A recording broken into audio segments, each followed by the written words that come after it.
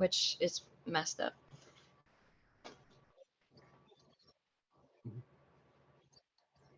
Omar, are you still live? Right. Oh. Because I just refreshed the window.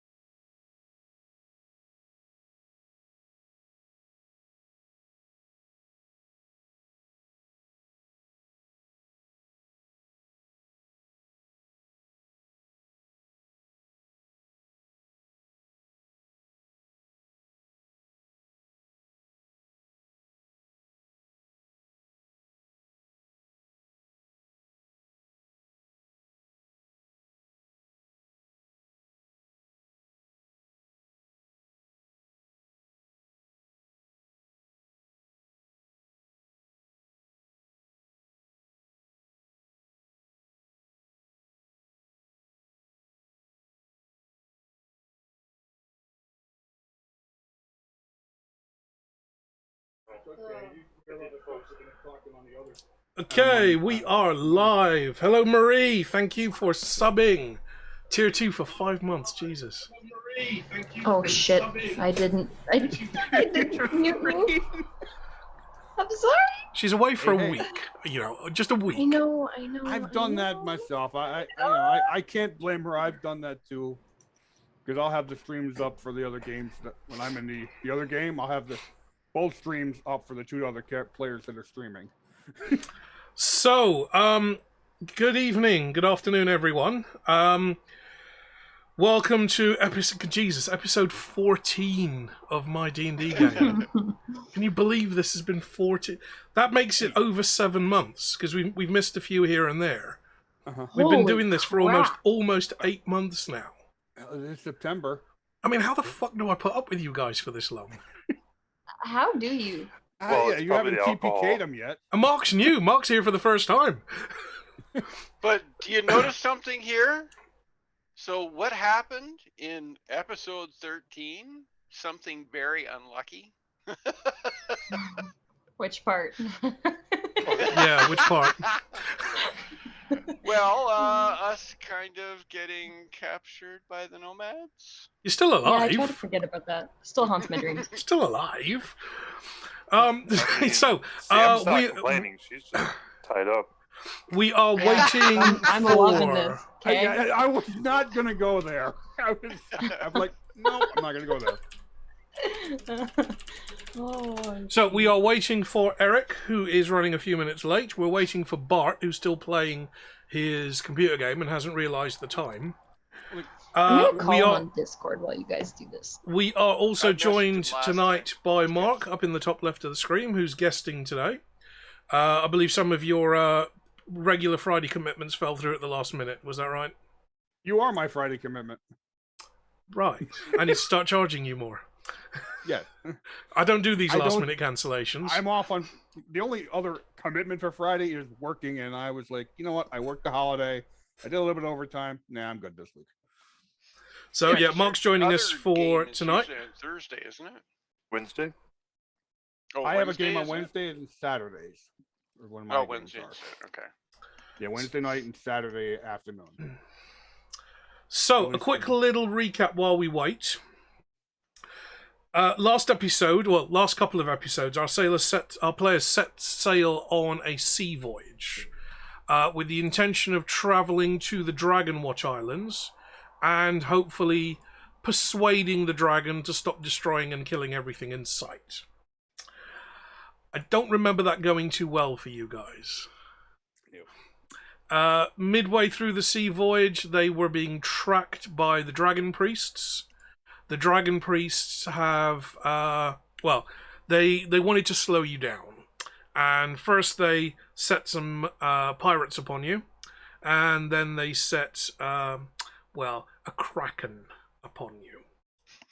And it turns out, because this will be a surprise to nobody who's in the stream chat, it turns out that the kraken was actually tracking Sam's coral-looking ring, which wasn't actually carved from coral, it was carved from a kraken's tooth. The ring was cursed, and thus the kraken was homing in on them. They managed an escape by converting their sailing ship to a dirigible, and the obtuse triangle took to the skies.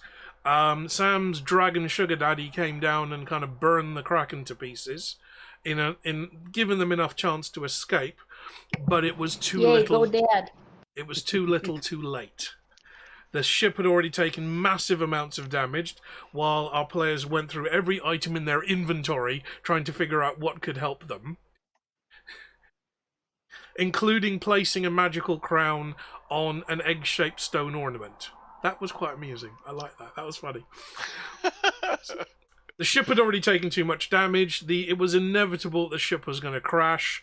Our new player, who we're still waiting for, Bart managed to use his Iron Man style lightning catching suit to deflect some of the lightning back to the Kraken. That bought you a little bit more time, and you were able to get away and at least get the ritual of remove curse started on the ring. And just as the ship crashed, Sam and Brian, locked hand in hand while he's still trying to remove the curse, were catapulted from the ship into the desert. Many of the crew jumped free, and the ship was left in a bit of a smouldering wreck.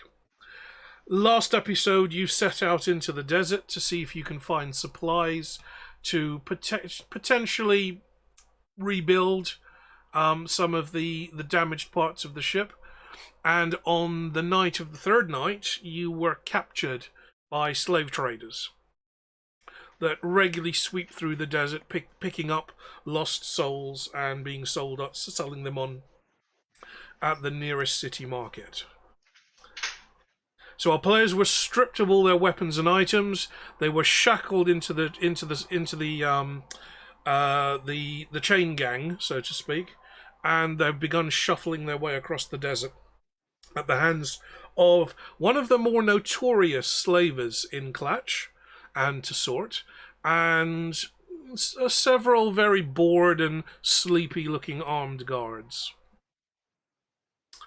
But meanwhile, high above the disc, in Cori Celesti, the home of the gods, our players are gathered around the game board.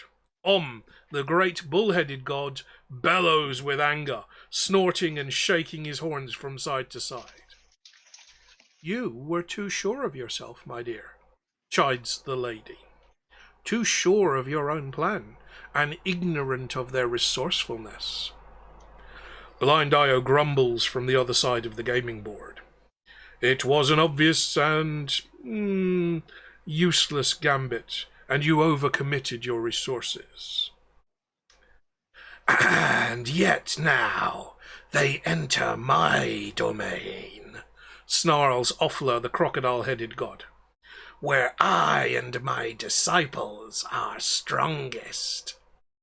But yet I feel that there is more in store that we have not foreseen."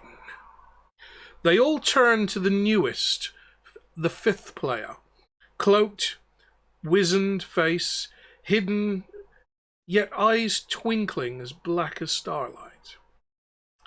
"And what knows you of the future, or of the path? That is my domain, and I see a clear, strong path, glittering like the tail of a comet." Snorts in disgust, placing down several new pieces. "Let's see how they handle these." And so we begin. The sun is breaking over the horizon. Our players are finally able to see the person that's chained in front of them. You have been stripped of your weapons. You have been stripped of most of your armor, at least the parts that were easy to pull off. And you were shackled by the hands, by the neck, and by the feet. So you're literally being dragged along like zombies, chained together. You've noticed as the sun comes up and you start to be able to see a little bit more around you that this chain gang is actually quite long. There's about 30 or so other people, would be a very loose word here, but 30 or so other people that are present here. You notice there are quite a few golems up front. There are some other desert-dwelling folk. You can tell by the loose clothing that they wear and the wraps around their heads. You also notice, just in front of you, is another human, but quite a young-looking human. He seems to be wearing a barbarian's loincloth, and is lower than average in height, very skinny, but seems to carry himself with a certain purpose. Mark, tell us who you are. Hi guys, I'm Nigel. How you doing? Yeah, looks like you knew you. Excuse me, sorry.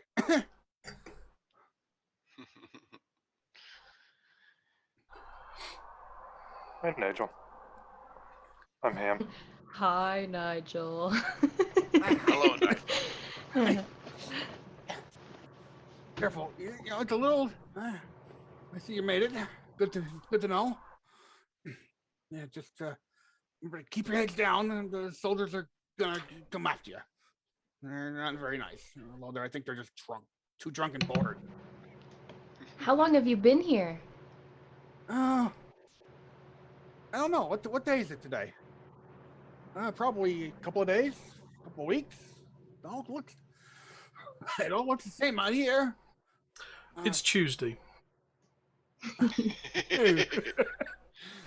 always Tuesday.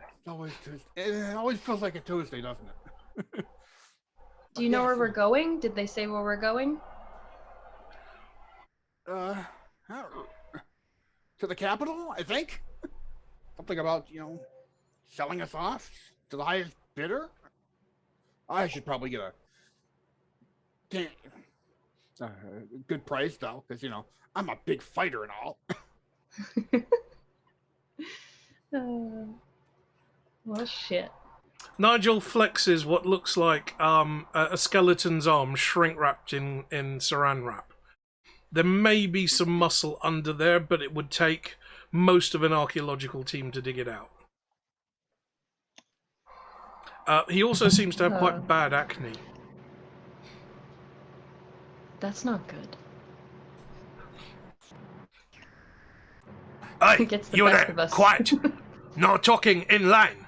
You hear the crack of a whip as it's cracked over your heads. I told you, no talking in line! Sorry, sir. Sorry. The chief slaver turns back in his seat aboard the wagon that's leading the train. You can see that the guards are mostly mounted on horses. There are 4 guards on horses and 2 guards walking on foot. One at the head of the chain gang, one at the rear. The slaver seems to be enjoying his wagon ride. He's got a nice covered portion with beautifully embroidered and woven fabrics. And he seems to be rifling through, at least from where you are, you can see he's rifling through a big chest filled with items. Dustin, your keen ranger eyes recognize your bow. And you can make out that he's handling some of the other party's items in this chest under the cover of his wagon. We will have to hydrate. I've got my Vesper ready, of course. We can't sock. Wow. Sam needs to another. hydrate with Tylenol. I do. It's about that time again. Yeah, never mind. I forget what I was gonna say. I think I was just gonna say we can't talk, but can we sing? Just turn it into like a musical. Can I get out of line in order to talk?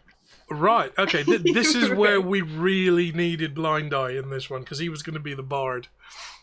Oh, So, that would have been great. We could have sang our way out of this. If shit. you guys, no, seriously, actually, yeah, if you guys want to try and sing your way out of this situation by turning this into Hamilton, the Discworld edition, I will allow you charisma rolls to see if you can at least talk to each other in a sing-song enough voice that nobody notices that you're actually giving away information to each other.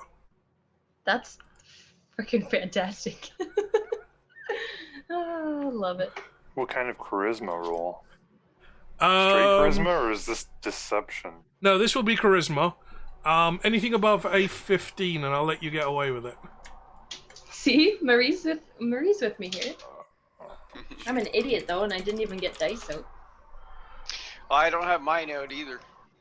I'm all set. We're so prepared. Yep.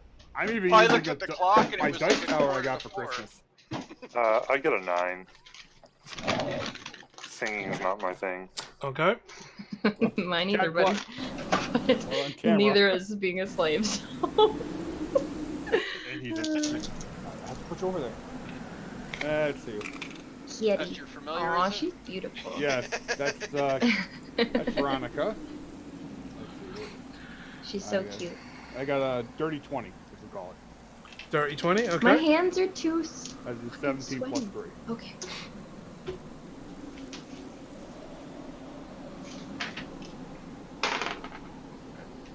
Mark, does it feel good to roll actual dice again? Actually, yes, Yeah. it does. It's beauty. Sam, if and when I do get this parcel sent off to you, there is going to be a D&D themed item in there. Again? Nothing precious metal, just something I was tinkering with.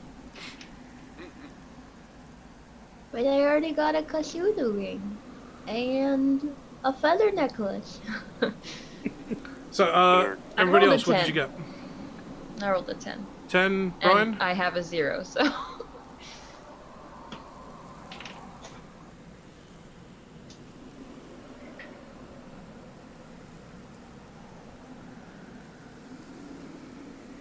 I got a 14. 14. Okay. So, Mark, with your dirty 20, if you would like to lead the party in a chorus, sing one of those barbarian drinking songs that you've read about in your pamphlet. Your How to Be a Barbarian in 3 Easy Steps pamphlet. Do you know how messed up it would be if nobody knew there's a cat under that blanket? It is a terrifying thing happening. Like, stands up sometimes, and then it's just like, oh, the blanket's moving. Yeah, This is not the that's situation what where I happens when those usually see the blue pills blanket kick in. Yeah. Eric, Oh, Mr. you joined us just in time. Pump Daddy's Mr. in the Pump, we need your house. vocals. We need your vocals. There we go. Pump Daddy Roll in the your house. charisma check. Eric, I need a charisma saving throw from you, please. Yes. Been listening while I was getting ready, at least. Oh, at least you know what's about to happen. Wow. Okay. Just jumps right into the shit. So sorry, buddy. That's a 7. Okay. So, Nobody Bob- expected Mr. Pump to be much of a singer anyway. you rolled did. a 10, did you? He comes up, he's like, I am singing. Ben Stein singing. Domo arigato. Mr. Pumpo. No, Pumpo means something completely different in Japanese, please. Oh no. So, I have our to look newest this member shit of up. the party, Nigel the Barbarian, will lead you in song. Oh god, I'm trying to think, what do I get? Oh, Yeah, that's what you get for succeeding on your throw. I thought somebody else would actually have. I keep forgetting. You guys roll like I roll on in digital. These guys roll like a cube in a tumble dryer. Yep. But we have our guy. The guy plays the character Conwyn. And Conwyn rolls with great on his check. When it comes to initiative or fight, he rolls like a 1. And he has a negative to his initiative. Okay, guys, let's do this. 1 and a 2 and a 3. Be careful we're around here because we got sandworms out here. So watch yourself and watch the guards. And all of our stuff is up in the front cart there. And, I think I saw them dragging those big golems off that ship of yours when we first floated around and everything. And they're up there somewhere. Look like they were taking something out of them. So I don't know. Yeah. And Yes. Jazz Manacles. Yes, and just medical. So, Mr. Pump, Oh yeah. your like clay molded ears kind of prick up, you could say, at the mention of golems. There are about a dozen golems at the very head of this chain gang, and Nigel seemed to have noticed that something was taken out of their heads when they were chained up. Also, all of your party's items seem to be in the chest in the slaver's cart. Slaver's wagon, which he is examining all of your wonderful items with such glee. He has yet to find Zaza's bathroom. If he does stumble across Zaza's bathroom, he may be some time. Oh no, he may not be able to get out. Oh no. Anything but that. Mark, if you can you boost your audio, your mic a little bit more? It's just coming through a little quiet. Oh, Now, as our barbarian is singing this dulcet lullaby in several varying octaves, as his voice breaks in and out, two of the guards ride up beside you. Hey, we said silence. That is a wondrous tune. Please sing more. Entertain us. Shit. Shit. What have I done? What have I done? Why do you let me in here? love you. Okay. Okay. Yes. The other guard on the other horse on the other side of the chain gang pipes up. Ahmed, you speak like 15 words of Mapokian. You do not understand. I keep telling you. Yeshala Makaya. Makaya. Oh, Makaya. Oh, Makaya. Oh, Makaya. Oh, he has started in an ancient Klatchian folk song. This is very good stuff. If only we had a bard with an instrument. From the top of the caravan you hear, "Shut up! I said shut up, all of you, or there will be the whip again." But he is singing an ancient Klatchian folk song. It reminds me of one my grandmother used to sing me. I said shut up. It's like scrawny little guy in a loincloth just chattering around. Hava, donut hava, a bagel hava, soft cheese, and there is some lunch. Does this mean the guard needs to fall in line because he can't talk either? As you are busily traipsing across the desert and singing quite gleefully, you feel a rumbling under your feet. The guards suddenly stop dead in their paces. The wagon stops dead. And all of the members of the chain gang kind of pile into the back of each other, like traffic ricocheting on a freeway. Sandworm. Is that my stomach that's rumbling? Sand. Or all of ours at one time. We must be quiet. Any regular steps, any regular movements will attract these creatures. You will walk 1 step, and then 2 steps, and then stop. And then 1 step, and then 2 steps, and the hokey cokey, and then stop.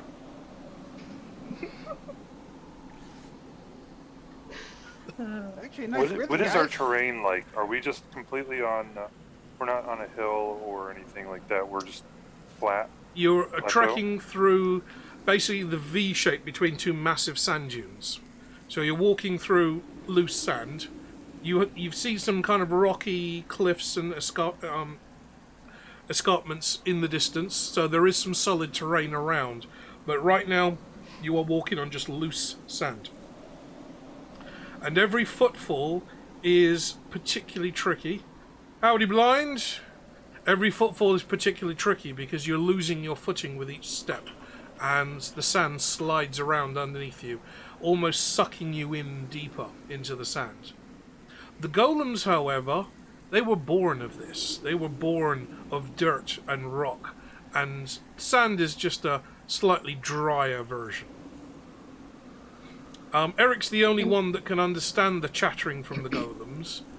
A low, sonorous, rumbling tone that's almost below the hearing of a human. Through this sand, like my grandmother's cooch, we will not stumble. What? We will not mooch. It's a Gollum chain gang song. What were you expecting? That should be Hi a ho, band. hi ho. That should be a band. Gollum Chain Gang. We've got no dwarves in this one. That's true. It's off That's to the name market of our we new go. band. We'll be sold as slaves and then we'll work all day. Hi ho! Let's make this cheer. Okay, screw that. Oh, there's another one in the background now too. The rumbling beneath your feet stops, and you see the sand, where the sand was shimmering around your feet, suddenly starts to settle down. and the chain gang begins to move forward again. The horses with the riders slowly begins to move forward again, but following the slaver's instructions. 1 step, pause. 2 steps, pause. Hokey cokey, pause. 1 step, pause. As long as your movement is irregular, it will not attract the attention of the beasts. Why do I have such bad ideas? Why do I want these beasts to come and free us? Why do I want to fight these things? I don't know. I was don't thinking know. of pushing a guard. you- But Are you chaotic? That's probably why you're chaotic. I am, but at the same time, it can free us. Sam has yet to die in a D&D adventure. She doesn't know what it involves. No. That's true. If any of these creatures were to come across you, you are basically a 30-foot long link of sausages.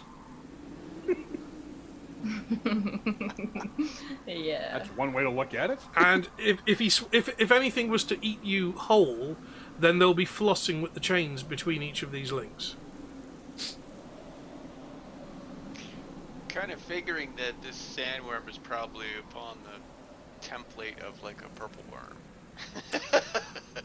Think Which bigger. are not very nice. Think bigger. Because I've been rereading Dune all this week. yeah, I was gonna say this reminds me of Dune. Yeah. Yeah.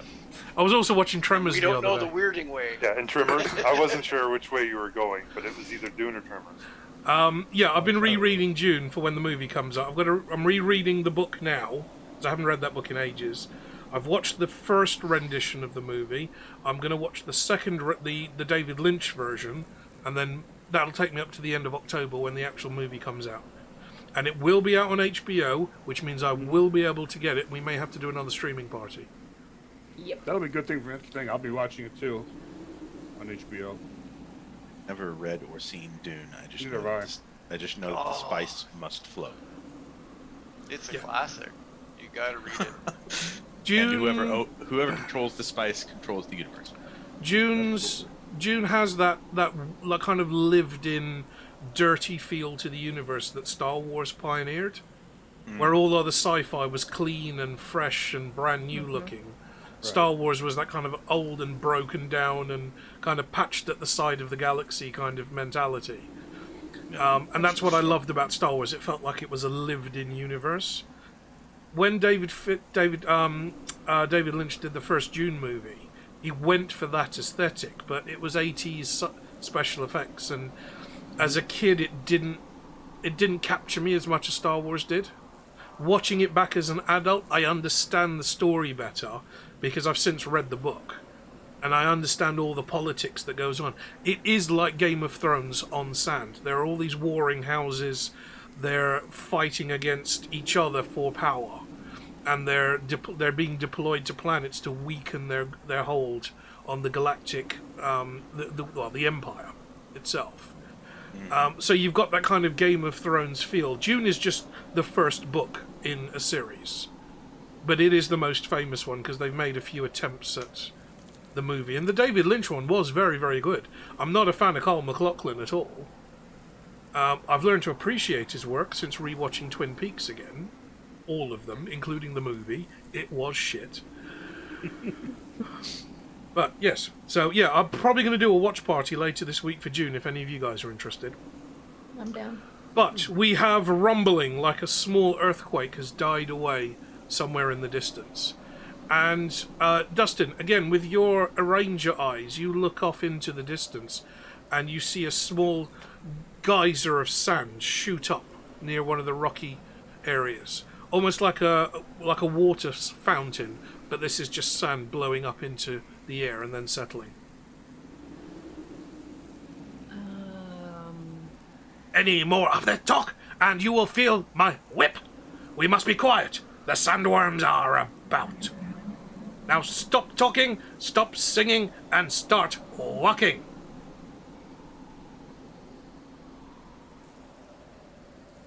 The golems obey immediately, almost pulling the rest of you off your feet.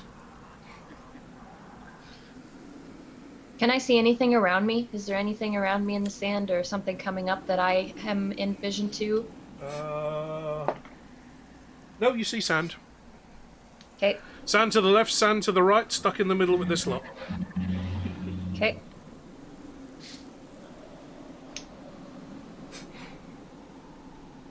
How far is the wagon from each of us? The entire chain gang is about 30 feet long. At least half of it is golems. Some of it are human slaves. They look like locals, dark-skinned and greasy looking. There is the 6 of you. Blind. Waves from the sand. So yeah, about 30 feet ahead of you. So, Dustin, you can clearly see what's going on in the wagon. You can see that the slaver has gone through your particular items and is now like digging through the rogue's items, and he's just found the backpack, examining the backpack of holding. I hope he falls in and loses air. It's terrible. Now, I assume they weren't able to take anything from our rogue that couldn't come off. They did strip your weapons and armor very quickly. Remember, you were sleeping at the time when you were captured. So, your clothing would probably still be on you. Any kind of necklaces or jewelry you might have been wearing would still be on you. But your weapons, your heavier armor, like Brian's plate mail, for example, he wouldn't be sleeping in his half plate. He'd maybe just have his chainmail on. But chainmail in this weather is kind of like walking around with a barbecue on your chest. Yeah. I can take it. Offla protects me. No, I'm just curious because I was like, she has her ring probably. Sam still has her The ring. ring Do I is have not my ring? cursed anymore, though. Yes, you do. Ooh. Brian, you still have your holy symbol around your neck. And Sam, you have your feather necklace around your neck still. Mr. Pump, you do not have the box around your neck. Bye, Google. What happens if I ask for Google? Ask and see. And give me a d20 with it.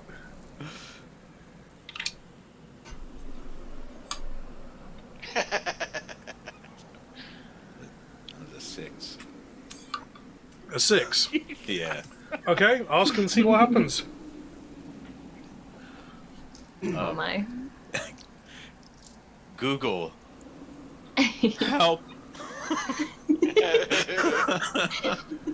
Amidst the blowing sands of the desert, let me turn the volume up. Amidst the blowing sandy winds of the desert, from many feet in front of you, you hear a small boing. Ooh, you're not insert name here. What is this magic? What is this creature before me? Begone, or demon, or I will smash you! No. There's a streak of blue and green and purple and light comes streaking down the chain gang. And next thing you know, Eric, there's a tiny little imp sitting on your shoulder. Hello, insert name here. I've never been here before. Where are we? Give me one moment. Locating. Opening maps. When Google asks you where we Yeah, are. right. That's what I was about to say. Doesn't get out of the box much. Right. What is that thing? What is that thing? What a hope. That's right. Oh, I wouldn't Nigel see that. doesn't know what Google is. Well, we probably wouldn't be seeing me anyway, wouldn't we? Are we farther back than the rest of the Pomp, or is he like right with us? Nigel the Dragon would definitely never have seen a Google before. Right. Yes. In fact, No, there's every Pomp chance with that you may have the only Google. This background is like super awesome. What the Like I'm listening to you twice for that exact reason. Yes. all the desert sounds. That's, Yeah, that's love just just more YouTube audio library. Yeah, I'm gonna go put it up right. So, for those of you in the chat, I'm just bringing up the map on the screen here. Actually, this isn't the one I wanted, but our engagement happened around here when they were attacked by the Kraken. Let me pull up the other map, actually. That might give a clearer view. There we go. That's better. So our engagement happened here with the dragon and the Kraken. The ship was badly damaged and crashed round about here. You actually made quite a lot of coverage. You made some good distance while the ship was going down, and you've crashed right on the edge of Clutch and Tessort.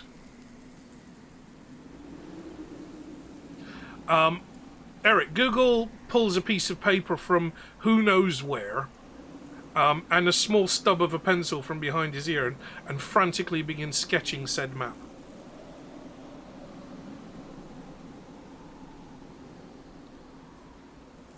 Okay. Hey, what is that you have there? What is that piece of paper?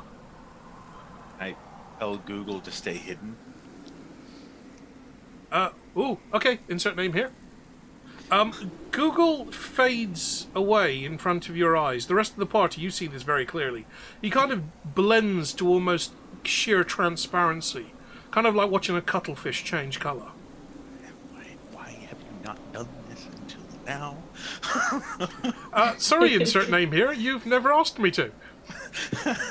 If you'd read the instruction manual, it would certainly bring you up to speed on all of my tasks and functions. Anyway, I'm guessing this is not the time.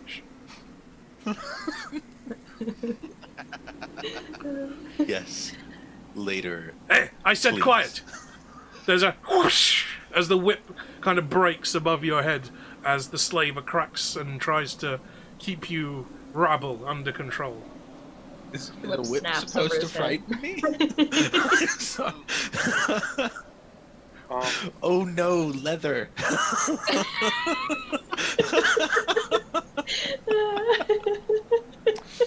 Oh shit.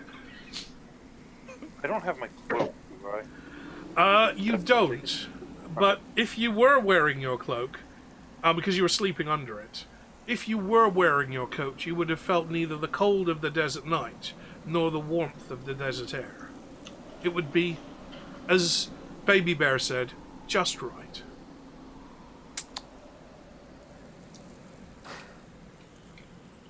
I have no way out of these shackles as far as I Eric, can I get a strength check from you, please?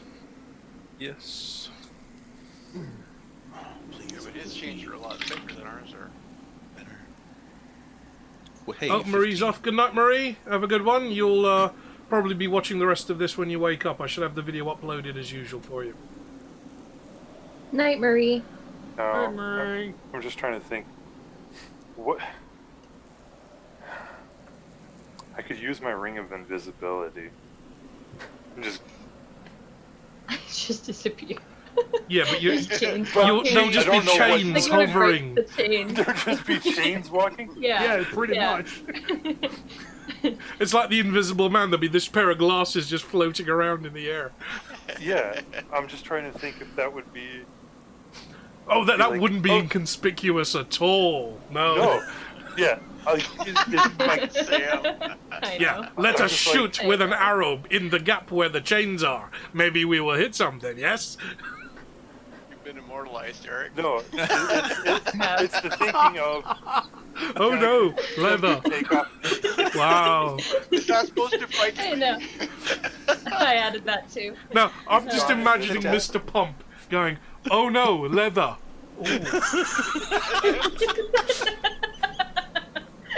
Yeah. Oh, God.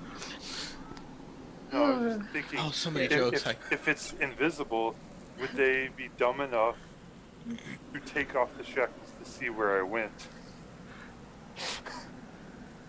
You're welcome to try, but I'm kind of going to go with no. That's a plan. That's a plan. Well, here's the other thing. Oh, yeah. Are we with shackled it. by our arms and legs? Neck, Yes, neck, and hands, neck. and legs. And, well, neck, hands, Yeah. and feet. I pictured that they would unshackle your neck and arms, and then you'd be like, all right, let's go, and just trip over your feet. Or more likely, he'd try and run, and then because you're basically a walking rock, the chains would pull tight, and he'll just face plant in the sand. Exactly. Yeah. So no, you'll then be dragging him, and there'll just be this like ranger-shaped snow angel, but in sand, being dragged along with the party. The strength check that you asked. Yes. Was, saving throw. Saving throw. So add your bonuses.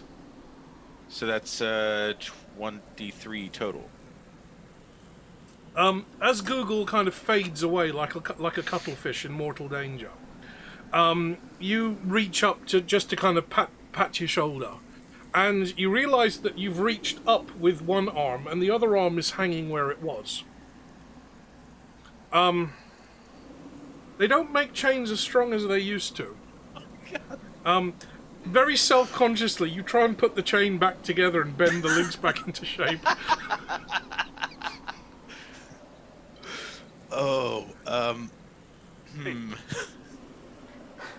Sam, did Bart say if he was joining us or not? He never answered me. Okay. Well, hopefully you'll get in soon. What time is it for him? I think he's the same time zone as us. I did tell him that we were Five. starting for 9 o'clock. He may not have read that message. So he broke his chains. Yes, completely casually and without any effort involved whatsoever. And then rather furtively, it's like, oh crap, just I'm gonna squeeze. That's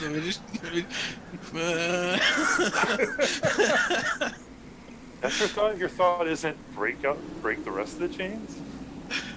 Do you really? Have you met my character? So, bear in mind, there are four of fighting. these guards riding alongside you on horseback, with bows and swords. There are 2 guards walking, one at the front of the chain gang, one at the back, also with swords. Now, if Mr. Pump was to break free, would he have enough time to break everyone free? Or just the invisible guy? Well, you don't have your cloak on. You'd be relying on the ring if you can get to it. And bear in mind that none of you have any weapons. Or, for the most part, no armour either. Those of you with leather armour, you will still have that, because that's almost clothing. But if you're wearing any metal or plate armour, that would have been stripped from you. Leather armor. It's also like kind of like cooking a tin of beans in the can. Oh no, leather.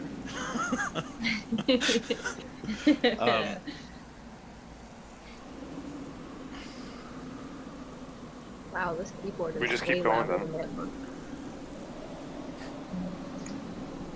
Okay. You quieten down and continue to shuffle through the desert. Well, I hope this is while you're formulating a plan.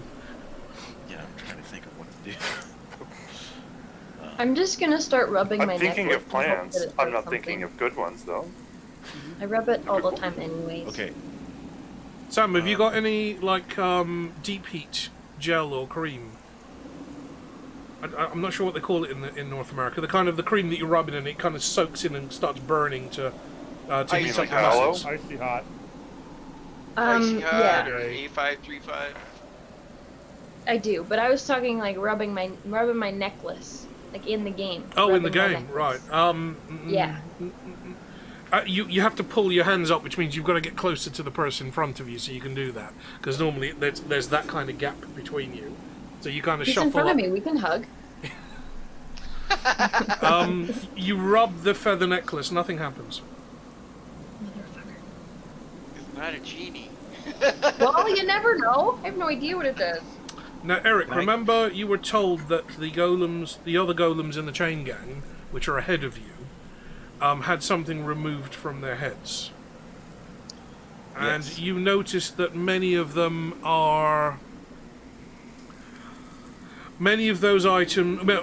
golems are familiar to you. They look like the ones that you freed from the Klatchian pirate ship.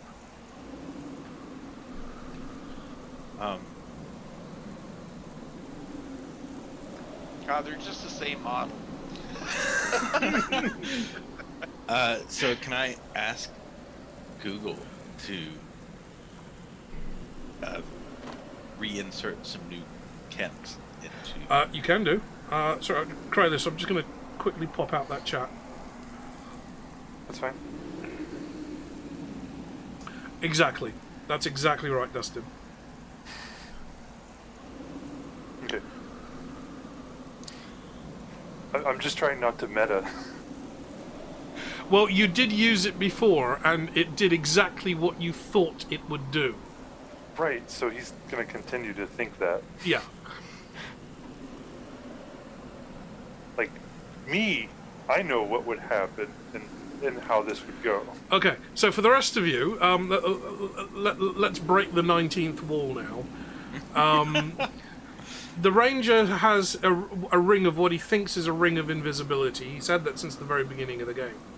And when you were kind of exploring the tower outside the village at the very start of our adventure, the ranger put this ring on, and all of the world suddenly went black and white, almost like when Frodo's wearing the One Ring. So the ranger thinks he's stepped into a parallel plane, or he's somehow been made invisible. He thinks. He's not. He just thinks he's invisible. So he's activated this ring very furtively, very casually, just kind of... And now he's looking around like crazy, trying to, like, surreptitiously see everything. And you can all see him doing it. So, Just one like of us just should like the tell mystery him. man. Oh no, Is it'll he get worse. behind me or in No, front no. of me? But nobody Because he can be actually looking turns at it. invisible when nobody's looking. I still don't turn invisible. So is this just a ring of color blindness? Is like... Sounds like a ring of Could be. delusion. It's either that or the ring itself turns it's a invisible. ring of invisibility. It was just maybe defective. That's what happens when you buy off AliExpress.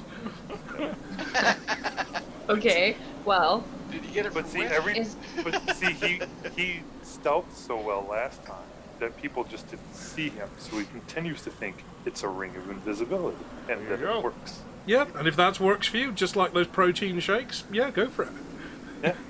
So he's gonna put on the ring and see what it does. See if he can do something. Okay. For the rest of you, you see the ranger slip a ring. He basically just twiddles the ring on his hand, and then starts furtively looking around. okay, is he behind me or in front of me? Sam, you are okay. Let's establish the order. We've got we don't have Nigel the guys. Barbarian is at the head of this little group. Yeah. Immediately following him, you've got Mr. Pump. Then you've got the Ranger. So then you've got Dustin. Then Brian. Then you, Sam. And bringing up the rear, if he ever joins us, will be Mark. Bart. Bart. Mark Smith. In his Marks in the front and the in back. his Okay. once Iron Man suit, but now looks like a suede bondage outfit with lots of copper plates stitched to it. So I guess I could probably say something. It's like, what are you looking for? I'm gonna assume he can't see me, so he's probably talking to somebody else. Eric, Just gonna. you gonna were do you were this with the suggesting chains. something earlier. Yeah, I wanted to ask Google to do what he did in the boat with all the other golems. Okay, insert name Place here. all the caps. I think I might be able to get back to the box and grab some pieces of paper and a paintbrush. The greasy hairy man really hasn't paid much attention to me. When I popped out of the hatch, he just threw the box into the back of the cart. Do you wish me to perform the same procedure as last time? Insert name here.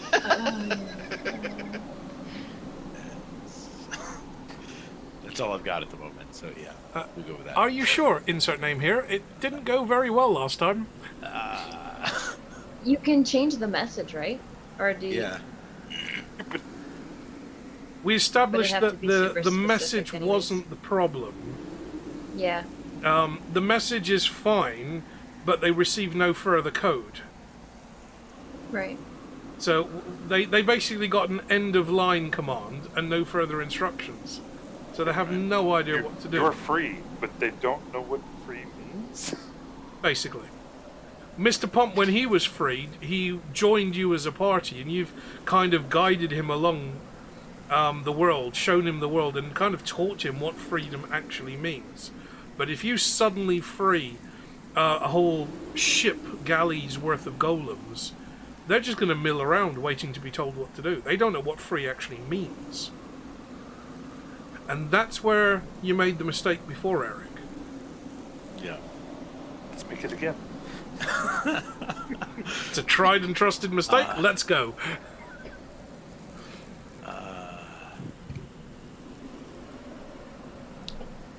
So does that mean our golem's insane then? He keeps trying the same thing and expecting a different result? Only if he gets a different only if he gets the same result would it be considered insanity. Yeah. Monk's been swallowed in a D20 crystal. I'm just playing around with the background. Why are they all ones? That's just, it's a picture. It's one of your dice, Dustin.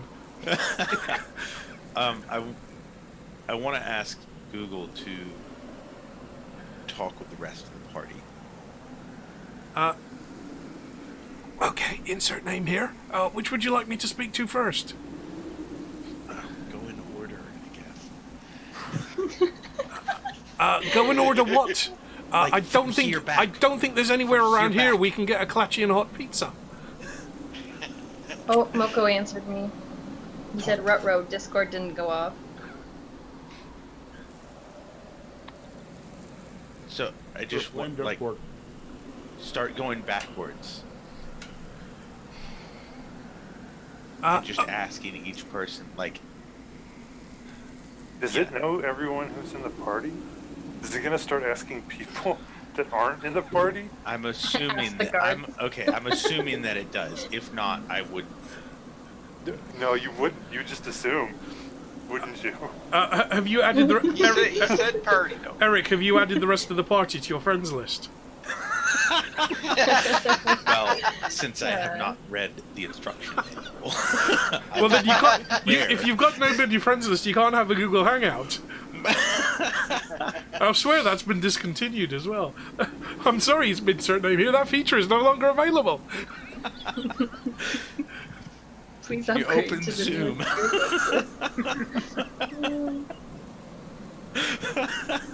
You probably have a messenger. Zoom.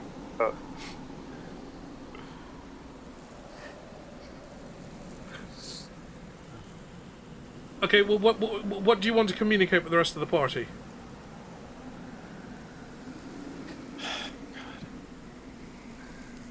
Remember, you can communicate with the golems. Yeah. Your particular golem's song is so low that humans can barely hear it. It's almost like whale's song. It's so deep and low, other humans won't be able to hear it. You would hear it through your feet as the vibrations travel through the ground. Right. I'm trying to. And also, the only thing is, it may start attracting worms.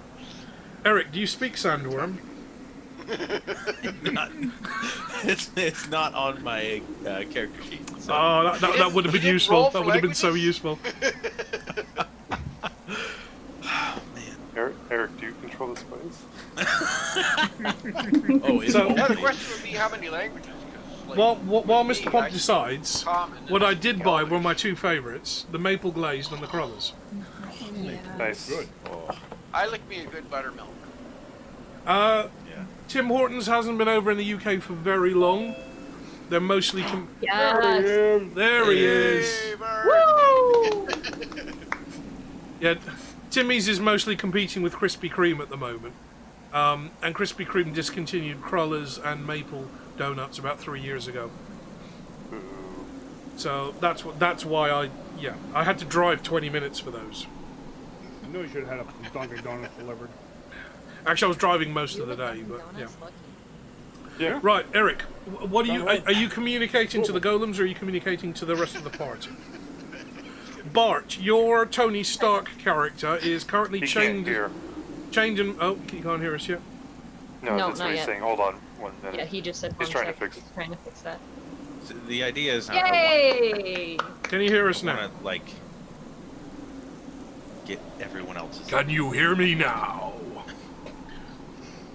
I'm Apparently thinking that's not. a no. Yeah, that looks like a no. I'm just imagining Darth Vader in his TIE fighter. Apparently not. One point at Bart. Well, that might be true, but I have my screen actually turned, so it's in a portrait mode now. So Yeah, to me, you he were was actually just pointing at the, at the edge of the screen. Are you in yet, Bart? Hello? I can start doing semaphore, but it's going to be very slow.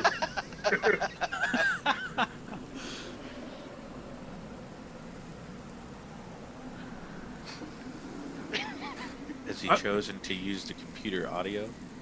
I think this is the international sign language for shit show. Oh, you've worked for the post office.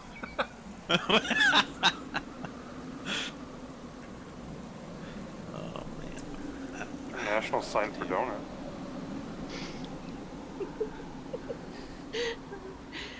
I don't eat very many Somebody donuts. told me what the international sign language sign for dickhead is.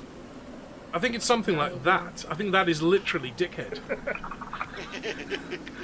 What did you just call Bart? Okay, Eric, what are you Yeah. going to communicate to the rest of the party? Gotta change the batteries in the set. Like because I want to. Can you hear us? Yes, I can. Oh, and we can hear you. yeah. Well, Hear him too. okay.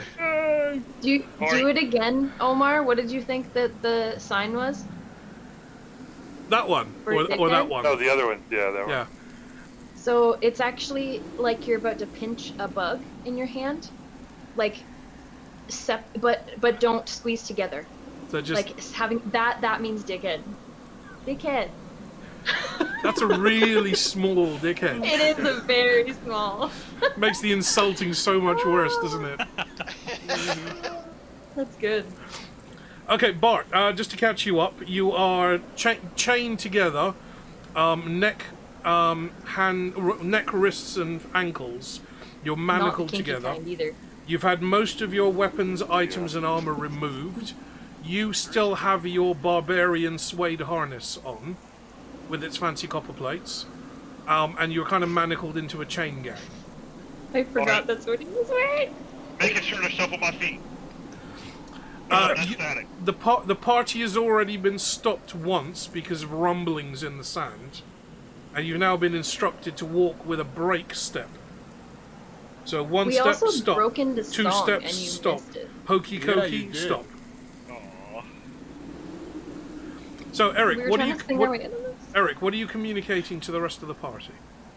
'Cause what I'm thinking is, at the very least, we just need like a distraction and a bunch of golems even just a bunch of golems stopping and walking different directions or something. Right. If they were to break their chains? Yeah. Anything like that. Okay. Are you right? So are you gonna do what you did on the boat again? I'm thinking just for now. I feel like that's the You see the shirt I'm wearing? simplest thing to do Okay. that would cause mass chaos. Okay, Sam. Meanwhile, can you give me a D20 for seduction, please? Is that how the seduction starts? 'Cause fantastic.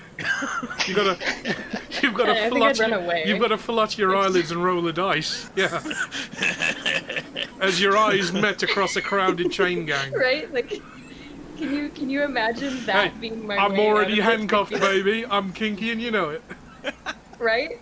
I almost want to clip that where you said seduce and then Sam was.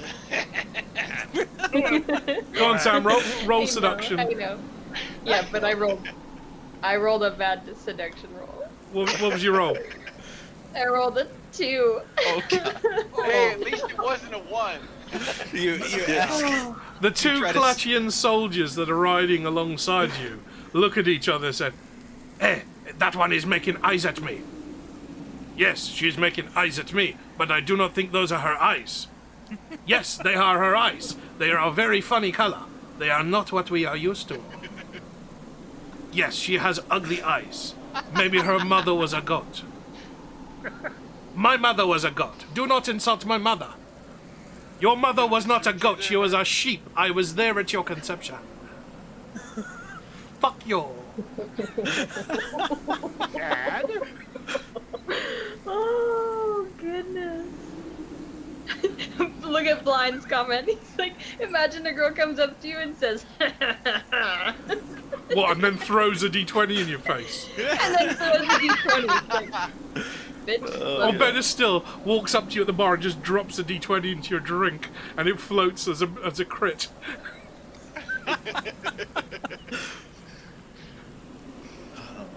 Right, Google streaks off. Most of you have seen Google at this point, so you know what you're looking for. He's still semi-invisible, kind of like that cuttlefish taking a shit. But he streaks off up towards the golems, and you see him, Eric, you see him hopping from golem shoulder to golem shoulder to golem shoulder. As he does his work, you notice that the golems are slightly, rather than being kind of like sagging, they stand up a little straighter. You like this? A little more erect. I don't mean like the cat under Mark's bedclothes. I just mean stands up a little straighter. Oh, so not like Sam's character? Leave me alone.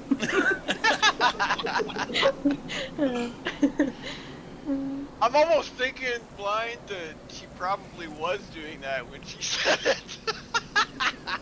I mean, there was a club.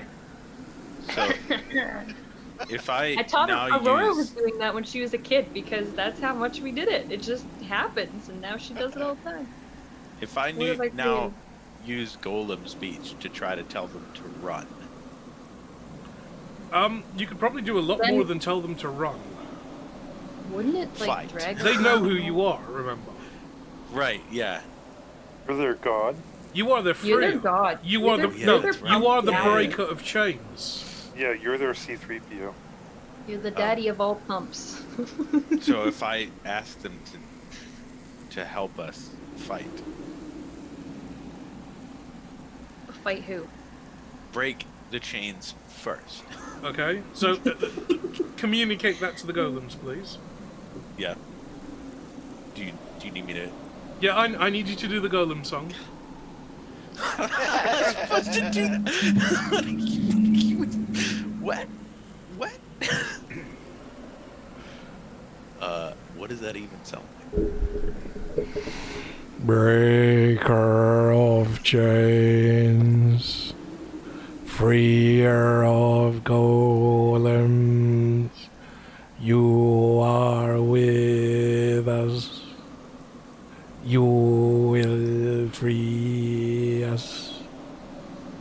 We will obey you. Breaker of chains. Did you guys get that all right? Oh yeah. Yeah. I think that's supposed to be obey. I was wondering. Obey, yes. Yeah. Okay. Well, oh, you. They already do. The rest of you don't know. The rest of the party do not hear these words, but you feel the air pressure around you changing. You feel odd vibrations in the sand beneath your boots. But you don't know what it means. Feel it in her chest too.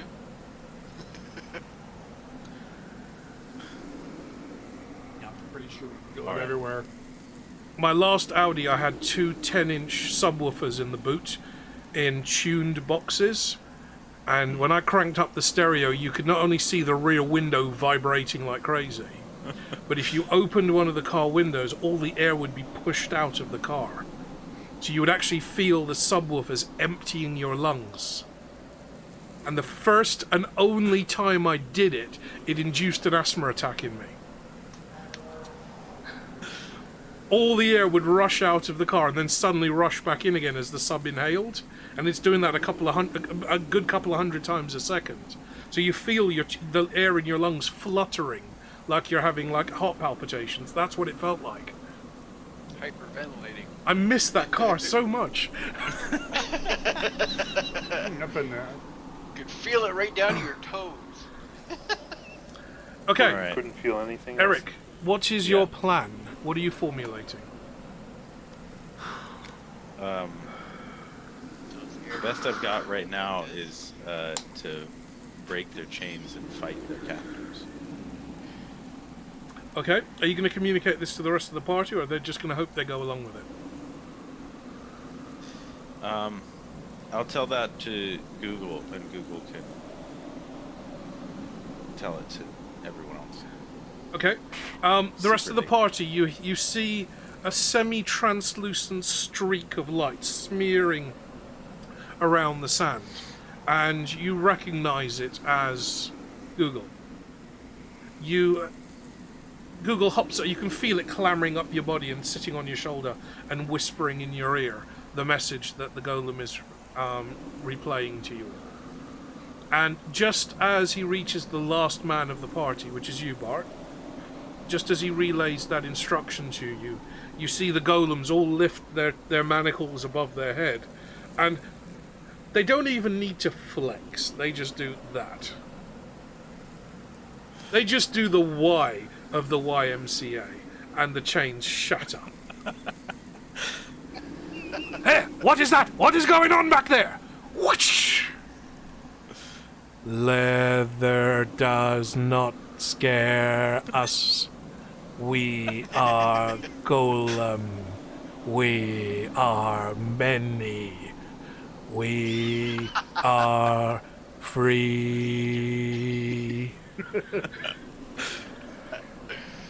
You see all of the golems simultaneously raise their hands and flex, and the chains shatter. They lean forward, and the chains at their necks shatter. They take a slightly larger step than they have done before, and the chains shatter. Two of the golems head straight for the cart and grab onto the wheels of the cart, yanking it to a stop. The donkeys on the front pulling the cart have never been so surprised in their life, and are now sitting on their backside staring up at the sky. The four mounted guards. Hey, what is this? The golems, they are revolting. Yes, just like your mother, revolting. No, look, the golems, they are breaking their chains. They are freeing themselves. Yes, just like your mother. I know, I was there when it happened. Shut up, you fool! You fly on a camel's dung, you! Mr. Pump turns around, breaks his chains, turns around to the rest of the party, and just casual as if snapping a breadstick, just breaks the chains as he walks down the party. The four guards draw their sabers from their belt. The two guards that are standing draw their sabers. Two of the guards on horseback draw their curved swords. And two of the guards at the very front draw their bows. Everyone roll for initiative. We are in a fight. Yay. Oh, Mark, you do so good. I got a I love that 17 one. in total. I got a 5. Oh, it yeah, was so close. I have The initiative. dice roll went from a 20 onto a 14. So That one was better. That's a For 16. one. So the golems are going on a I 17. probably can't use that. blind really wants me to say this. Guards are going on an 8. Right, rest of the party. What were your rolls? Mine was 15. Mine was 17. Mine was 16. So I'm gonna ask. I'm gonna ask this question because, based on the 5e rolls with the level, I have advantage on initiative, which would then give me a 16 instead of the 5 I got in my first roll. 16 works. Okay. Oh, actually 5 total. I get a +2 spot. 5 total. And I got a 14. Okay. We have 2 17s, 2 16s, 15, and then you two. Just yourself, you. So Just letting the side down. So, yeah, Blind really wants me to say what I was going to say to the golems, and fortunately I have come down with a cold, so this will probably sound pretty nice. Break your chains and fight your captors. You sound like Worf. Love it. A little bit. Yeah, I'll take that. Perhaps today is a good day to die. Perhaps, Klingons maybe say not. that. Oh, it is a Tuesday. No, Tuesdays are not a good day to die. Tuesday is laundry day. Right, okay, give me a minute. Just one. Yeah, 1 second. Can everyone just? We need some healing vibes for Sam Squared. She got into a car accident yesterday, Oh, crap. Oh no! Man.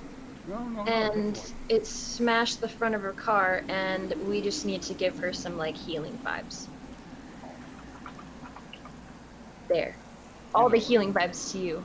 Freaking love you, long time. I don't have Capagen enabled on my stream. Brian, we need to sort that out at some point, don't we? Well, I don't have access to your Streamlabs. I thought I gave you access. Oh, okay. Well, You gave us, I think, stream elements, and we need your Streamlabs to do that stuff. Right. Okay. We'll sort that So one after, we'll just copy it, and we can add that on later. Yay! Well, all the love, all the out. hearts. Sam Squared, I hope you're okay. I hope the car's not too badly wrecked, and the insurance company sorts you out soon enough.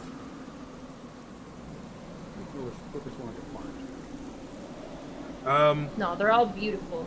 My youngest stepdaughter, her car broke down yesterday, the day before she was supposed to hand it back to the finance company.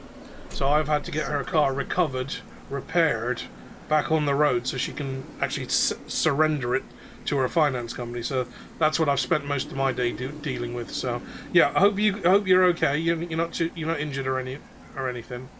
And hopefully the insurance company should take care of it nice and quickly.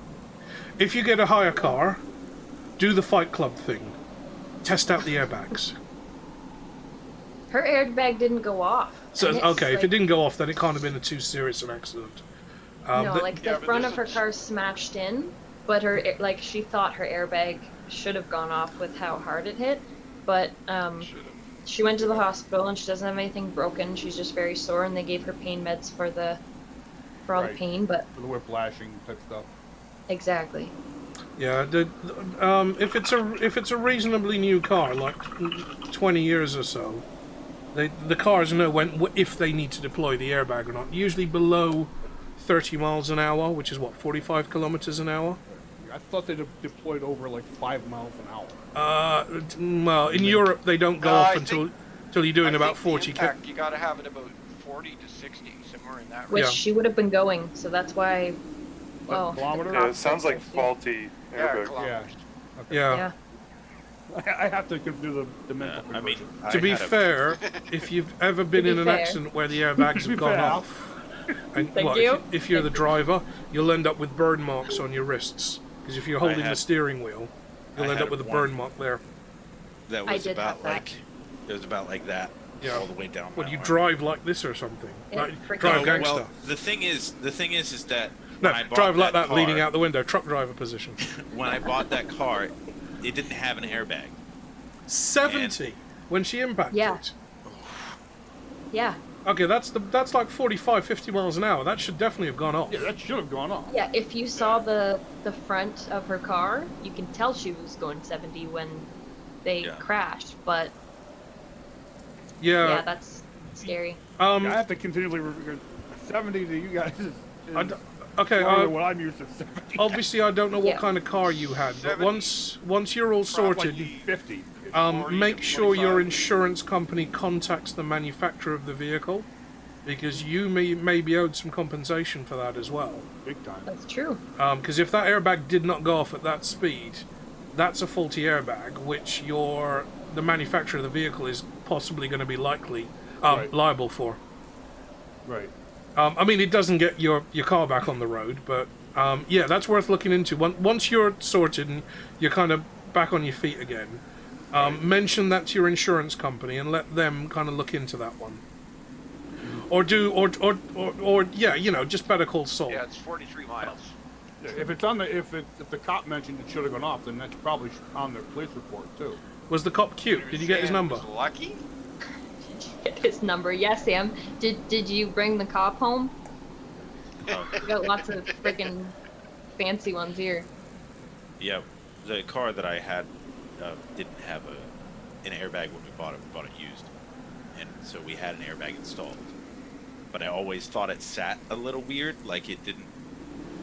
It like was out a little more on one side, and so when it went off, the airbag, like the whole contraption actually came off of the steering wheel, hit me in the shoulder, and ended up in the the passenger seat. So your airbag in an accident decided to get the fuck out of here.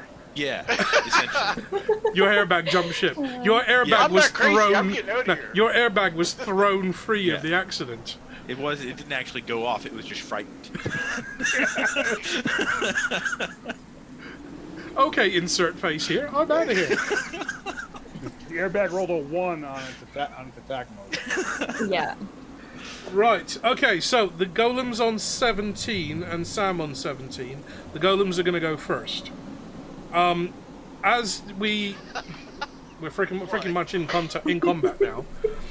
You see the two head golems at the front grab the one wheel each of the cart and yank. Not only yank the car to a halt, but yank the donkeys off their feet. They're now sitting on their butts looking straight up at the sky, just kind of contemplating. The wheels on the cart get ripped completely off, and the slave train is pretty much dumped out onto the sand, as well as the crate with the strong box with all your items in it.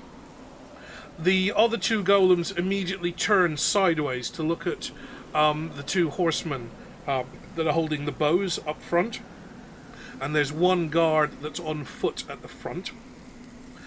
He was basically clotheslined as the golems kind of rushed forward. So he's pretty much down on his arse at the moment, so I'm marking him as prone. The other two guards with the bows drawn are a little bit further back towards you guys as the party, and you've got one guard behind you that's in the process of drawing his sword. Sam, what do you want to do?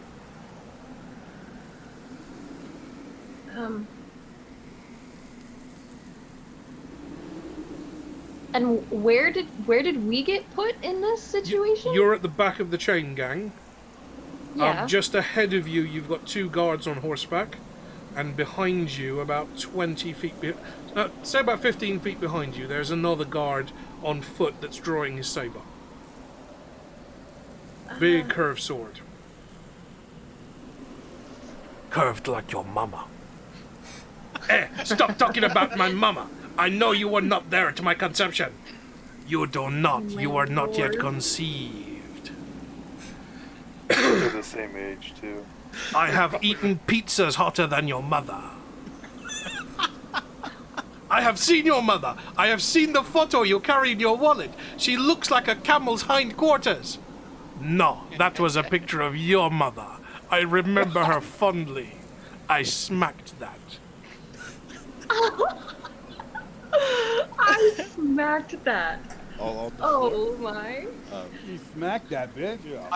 And the bitch spat in my face, just like a camel. That's how I knew it was your mother. Oh man. But I thought the term was tapped. Brian, have you ever ridden a camel? What's that? Have you ever ridden a camel? No. It takes more than a tap to get a camel going. This is why Middle Eastern men have all these very elaborate beards and moustaches. It's the only way to distinguish them from the women. Okay, where's the horses in front of me, right? So You you've got said the two horses are either in side front? of you that are arguing about his mother. So they don't know. They haven't really noticed what's going on. They're too busy arguing about the camel mother. And then the one behind. The one is behind drawing you his that's sword. on foot is drawing his sword. But he's on foot. Okay. I'm still gonna try this. I'm going to. This I don't. This is the only thing I can think of at the moment. I'm gonna use prestidigitation, and I'm going to create a spark, but I'm going to create it beside him on the other side so that it can distract him from what is happening at the moment and pull his focus elsewhere so that we can do something, because the other two guards don't notice. But I'm also I'm chained up. Okay, no, you're unchained. Mr. Pump has smashed all the chains quite quickly. Eric, what was your initiative roll? 15. 15. Okay. You'll go after Sam. Okay. Because you're both. Oh, sorry, I've written Sam down twice. It was Eric I wrote down. Yeah, Eric's Sam's on gonna go after 17. a couple of us. Yeah. Yeah, so it's Golem, Sam, Dustin, and Mark both on 16. Then Eric, then Brian. Guards are on 8, and then Bart, you're on a 4. Okay, Sam, you turn around and you begin the kind of weird hand movements to cast your spell. Can you roll? Give me a D20 intelligence saving throw. 13. 13. Okay, you don't quite make the guard's shoulder because you're aiming from behind him to generate a little flash of light to distract him. Instead, you kind of produce that inside his beard. Oh. The guard shrieks as what looks like a small firework goes off inside his beard, and falls backwards onto the sand. He is now prone. Excellent. That's kind of exactly what I wanted to happen. Not the beard thing, but I mean, good twist. Okay, you've got movement available if you want to take that. How far away am I from the cart? From the cart, Actually, you're about no, 20 feet from the cart. I'm going to start sneaking up on the left side horses. The ones that are arguing about each other's mother. Yes, that. Okay. You crouch down low. You are, frankly, wearing like a leather biker's one-piece suit, so you don't really blend in with your terrain very well. But Janet's work was very good. The suit is absolutely silent. There's no creaking, there's no squeaking sounds, and you slowly pad up behind the horse. Not a good place to be behind a horse. Dustin. Okay. Now that I'm free, I'm definitely putting on this ring because it's definitely gonna work. Okay, Dustin, as far as you're concerned, you are invisible. Alright. And then I'm gonna, since I've spotted the weapons, I'm gonna make a break for trying to get to that cart. Okay, so you sprint forwards. You're kind of ducking in between some of the golems as they're kind of breaking out from their they were all in single file and now they're breaking outside of it. So you kind of dodge in between them. You make it to the cart relatively unscathed, but the cart is basically down. Sorry, it's a wagon. It's kind of down on its back. The wheels are vertical, and the kind of yoke that was hooking the donkeys is pointing straight up. The donkeys are still dangling from it. That's unfortunate for them. They don't seem too worried about what's going on. You can see they're still kind of walking, just kind of in midair.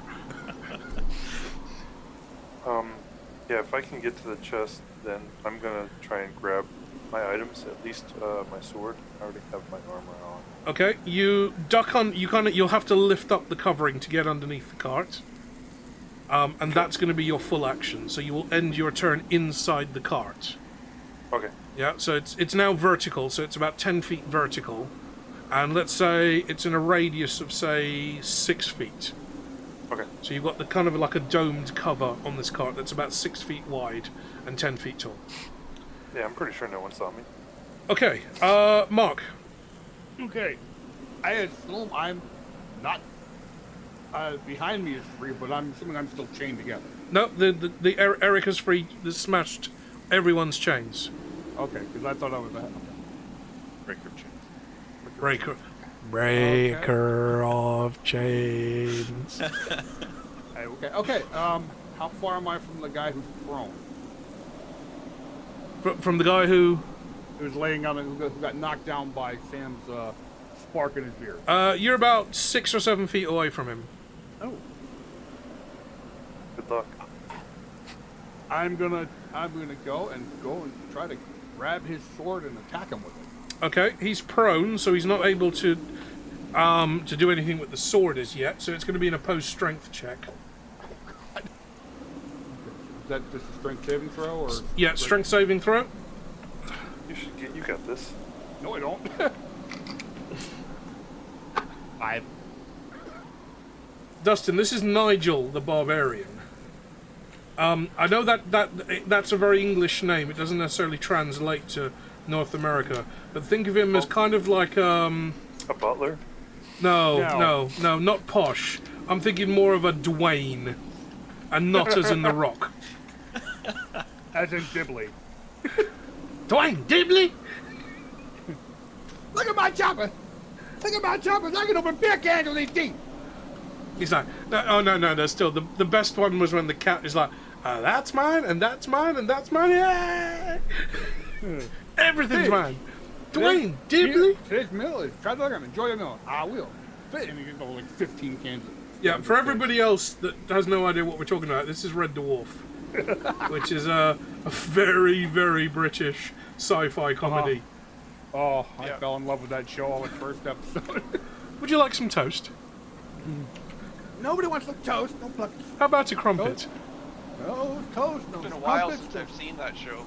No waffles, bagels, baguettes. Oh, definitely no flapjack. So that's a no to the toast. See, that's what I'm getting out about. All he thinks about is toast. I can't remember the exact line. But... right, I can't find the stats I'm looking for, so I am just going to go back to... Let's go back. I just need just a general ruffian. I just think it's funny that a barbarian doesn't have strength. Well, look him up. Google N-I-J... If you Google Nigel the Barbarian, you'll... N-I-J, by the way, when you Google it. I misspelled. I didn't spell it. Well, you did describe him as, like, very not strong looking. Scrawny, acne, very weedy looking, rather short, probably ginger haired, and his voice is breaking on every other word. I get a... Hang on, I can't see that. That's a 6. I get a 9. You beat me because I got a 5 total. Okay. Nigel the Barbarian, or Nigel the Destroyer, he hasn't really decided yet. Because there could be another Nigel the Barbarian out there and you want some uniqueness, but Nigel the Destroyer did actually sound better. He needs some feedback on that one if you've got some time later, guys. Hey Lydia, welcome. So Nigel the Barbarian leaps towards the downed Kalachian mercenary and misses completely. He sails over the top of him and lands sprawled face down in the sand. However, the manacles that were kind of like holding him together, both neck, hand and feet, were snapped by Eric, by Mr. Pop. The trailing chains of one of the manacles catches the guard around the head and does 4 points of damage. Well done, sir. Is this how Nigel the Barbarian fights? Nigel, how do you normally fight? Because this is really only your second day as a barbarian. Yeah, I don't know. I'm still learning how to do it, man. I need my book. My butt. Where's my book from me? Just waiting for him to like get to the cart, and he like ruffling through everything. Fight. Yes. Wait. Read. He has to choose between grabbing his weapon and his armor or the book, and he's going to grab the book. Right. Exactly. Mark. Was there just a scream Armor. or something? Mark, seriously, if you had said, guys, I fell on my keys, I would have leveled you up instantly. I didn't think of it. Eric, it is your Look turn, at Eric. everything. I don't even have my underwear on. My long john. Did Mr. you Pump. did you just put a Lydia scream on or something? I didn't. There are sound effects on that should be active, though. It just doesn't pop up. It was weird. I was out and I filled up a pot of water so that I could start making dinner, and then I go to come back and Aurora's like, "Is Lydia there?" And I was like, no. Like, it's not my stream. I did say hello to Lydia. Well, I can't hear anything though with my headsets Okay. on. It was just very strange. Aurora's like, "Is Lydia there?" I'm like, "No, it's not my stream." And I come back and Lydia's here. I was like, "What?" Oh, is that what it is? Surprise? Oh no, that was me just now. That's it. I have the stream muted, so. Okay, Eric, your turn. Okay. I'm almost out of Esper. We'll have to take a break soon. I'll make a sandwich and grab cider or mead.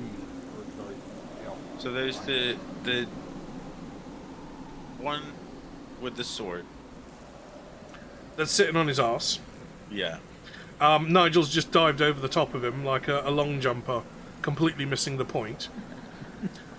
You didn't make it. There are the two. But I hit him with my chain. There are the two either side of you that are arguing about their mothers. That they haven't noticed Right. what's going on yet.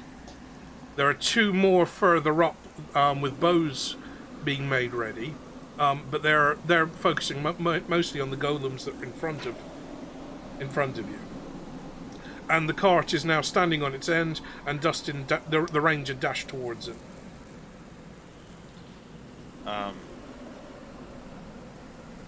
Also, I was just thinking about the sandworms.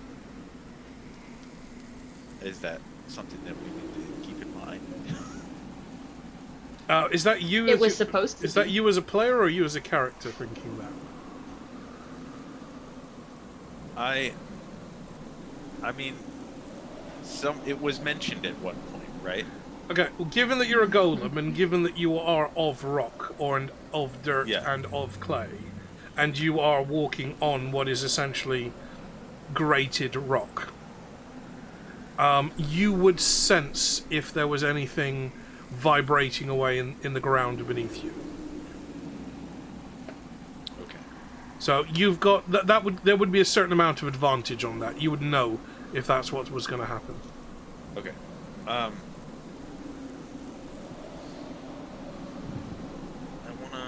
feel like I should attack someone else, but I also want my brass knuckles. My blood knuckles.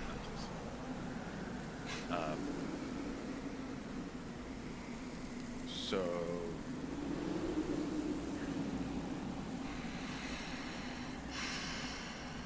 how far away are the guys on either side of us?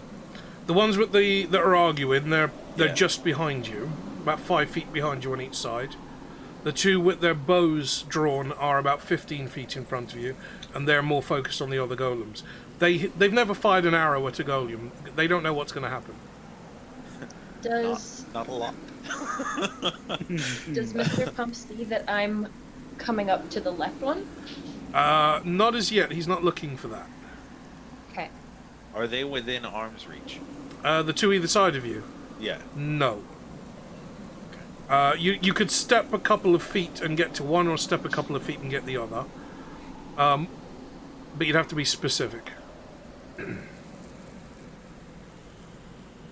Alright. Brian's the cleric. He's the one that normally prays. Oh, sorry. So if I were to turn around, because you said they're kind of like behind a bit. Yep. Yeah. So if I were to turn around, would I see leave it same as going towards one. If you turn, you will see her move past you quite stealthily. All right, then I'll go for the other. Okay. The other horseman arguing about the other one's mother. Yeah. Yeah. Is it possible for me to just grab him by the leg and just yank him down? You could do, yeah. I would need a strength. Gonna rip his leg off. That's what I'm imagining. That would be fun. It wouldn't be the I first just time, would it? imagine a leg coming off. He's gonna become traumatized again.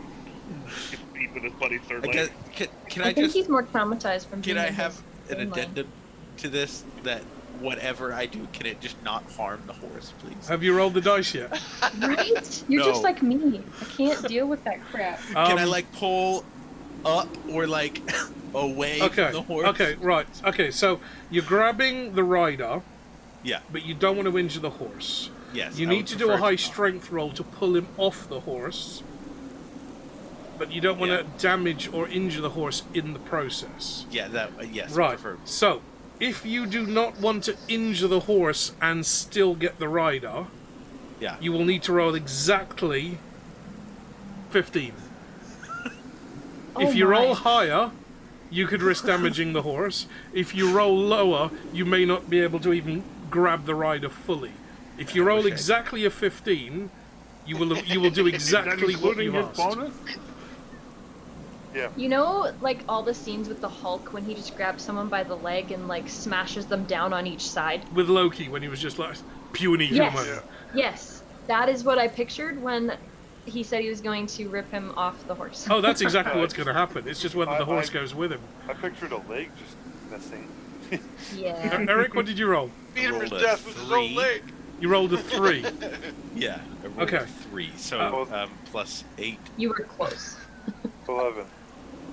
Yeah. So that's an 11. Okay, you make a grab for the rider. Yes, but your mother, she has the humps of 2 camels. What? Right. That's what I was waiting for. Your mother was so greasy, I fried my dinner in her.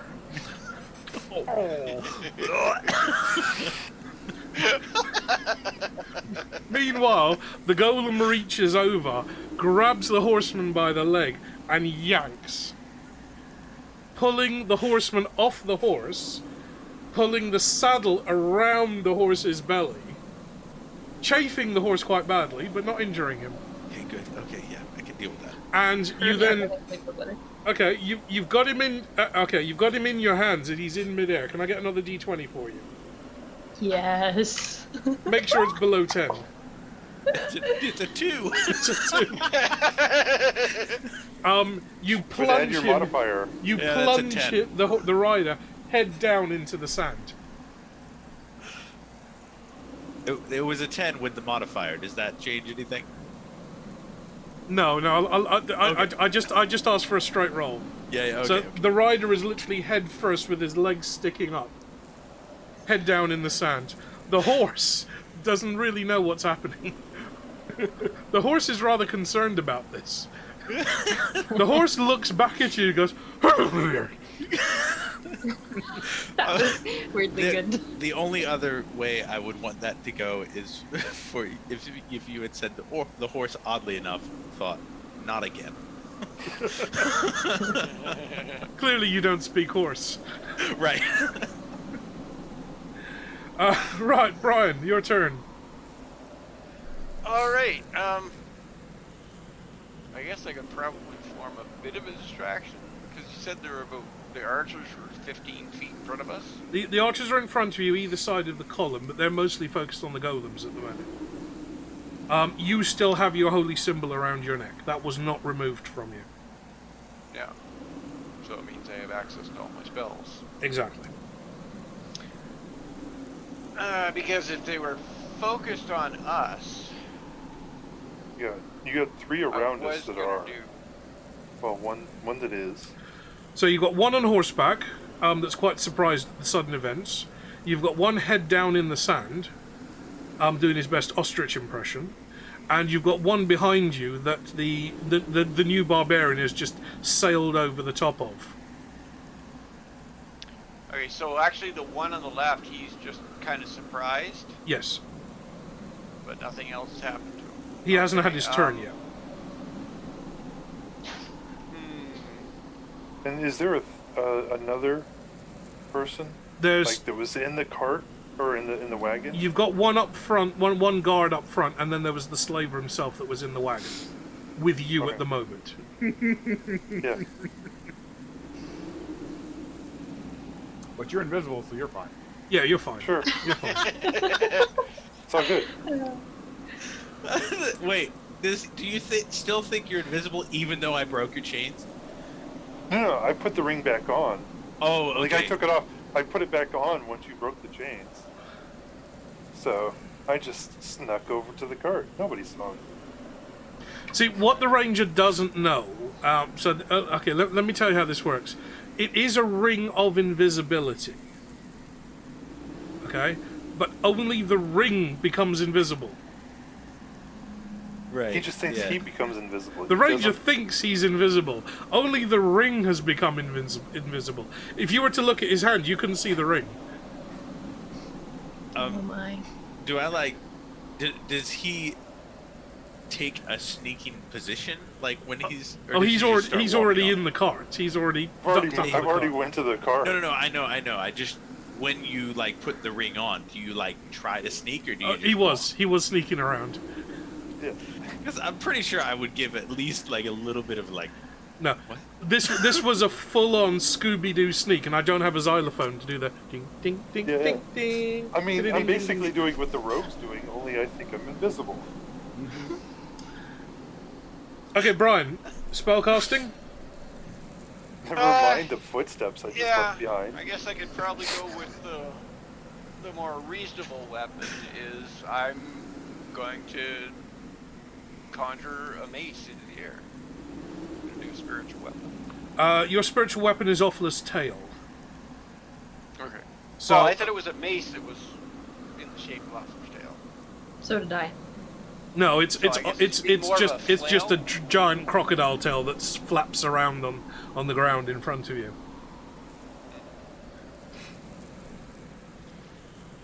Unless you want to try for a mace. I mean, if you want to roll the dice and see if a mace comes out, you may get a giant spiritual banana. Ook? Well, that's only if the librarian was my god. Ook. Because the weapon usually takes form of whatever, kind of like the god symbol is. I don't really have any control over it. But You might get yeah, a stick with a crocodile skull on the top. That's a bit too Louisiana for this game though. And yeah, I'll focus on the one on the left. The one that's still mounted. Yeah. Okay. Do I need to do a hit check? I wish I had Guys, gotten you you guys guys. make a melee spell attack against creatures from 5 feet away. Oh, it says on a hit. Okay, so I gotta roll a hit dice. Yep. Now, is that to my strength or to my spellcasting ability? That'd be spellcasting. It should Okay. on D&D Beyond. It should come up automatically if you have it. I don't use D&D. I use Well, my hit. No, I know. I got. There's his first mistake. I mean, because it'll tell you Brian what, always thinking with his what head. it'll have your modifier on it with spiritual weapon. Because I believe my it is. spell attack bonus is 9. It was at this moment that I believe when you conjure a he fucked weapon, up. you actually use that weapon's stats. Let me take a quick look at my. So you cleric. should, if you're using like a mace type, it should pull up as a mace. So you would use your strength modifier.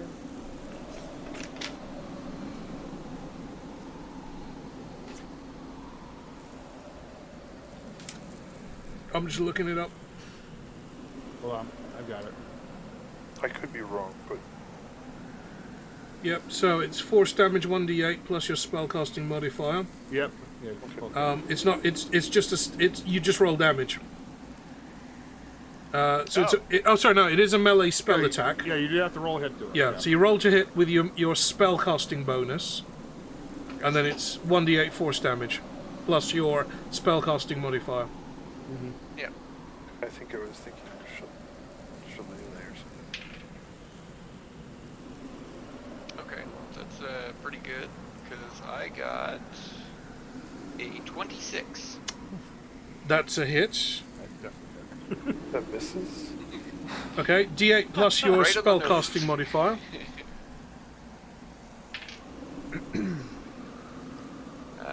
That would be 12. Okay.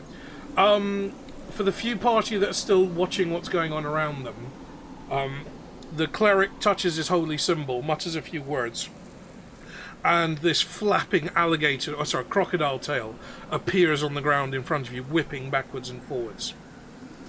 The alligator tail takes a swipe at the other mounted Clatchian. I said hang on, where did you go? What the fuck? And the Clatchian gets knocked clean off his horse. The horse also takes a smack on the rump from the tail and whinnies, rears up and he's off. The horse is off. The Clatchian lands on the ground. What was your damage, Brian? 12. 12 damage. Okay. He's down, he's prone. And the horse is galloping across the sand. Doesn't have no name? Name is Susan. It was probably called Buttons or something, but we didn't really find out. Well, no, I was on a horse to the desert. I was riding into the desert on a horse with no name. Was the horse's name your mother?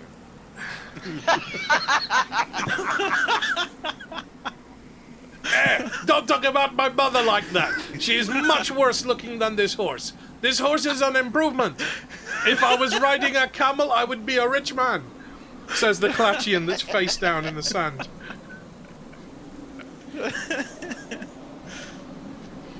Okay, is that the end of your go, Brian?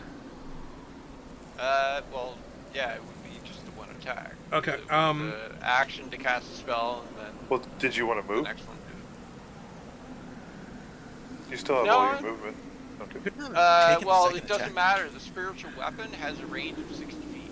Hey Tony, sorry I did not see, I haven't got raid alerts turned on. Thank you for joining us, Tony. You're joining us in the middle of a very bizarre battle. Our players were captured by slavers. They have now managed to break free, and all hell doth break loose.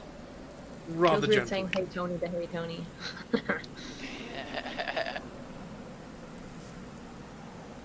Okay, so, your mother was not as good looking as my mother. My mother has better breeding. She came from the finest of stables. Okay, it's the guard's turn. He came from the finest of states. The guard that Eric has been dealing with still has his head stuck firmly in the sand. He was shoved so how pretty can we hardly. hear him He was shoved trash out. talk? Say again, Dustin? Said his head was in the sand. We didn't actually hear him say the last thing. He said Oh no, he no. said. The last comment was the one that Brian knocked off with his spiritual weapon. Oh, okay. The guard that Mark dived over in an attempt to tackle him overestimated the distance and flew over the top of him, clipping the side of his head with the broken manacled chains. He kind of gets to his feet and finishes drawing his saber. He's focused on Sam, and then turns slightly and looks at the new barbarian lying in the sand face down, kind of spread out and groaning on the sand. Decides that he's not a threat and looks back at Sam. He takes a swipe at the rogue. Oh no. For a 17. I think that's going to be a hit, Sam. You gonna swipe on me? That was a 17. Is that a hit?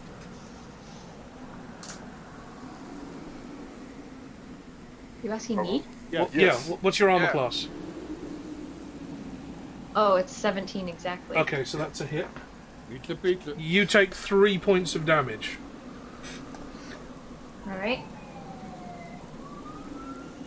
Oh no, there's a fire. They're already bringing an Yeah, ambulance sorry, for I'm you, mute. Sam. No. Yeah, they are. Peel her out of the casket. Okay, the guard that Brian knocked off his horse with the spiritual weapon sits up. It's like, I remember this feeling. It was the feeling when I first dated your mother. He kind of slowly gets to his feet. He's got that weird dry mouth and there's sand pouring out of everything. And he draws his sword and starts towards you, Brian. Okay, attacked for a 20, unnatural. And he does 8 points of damage.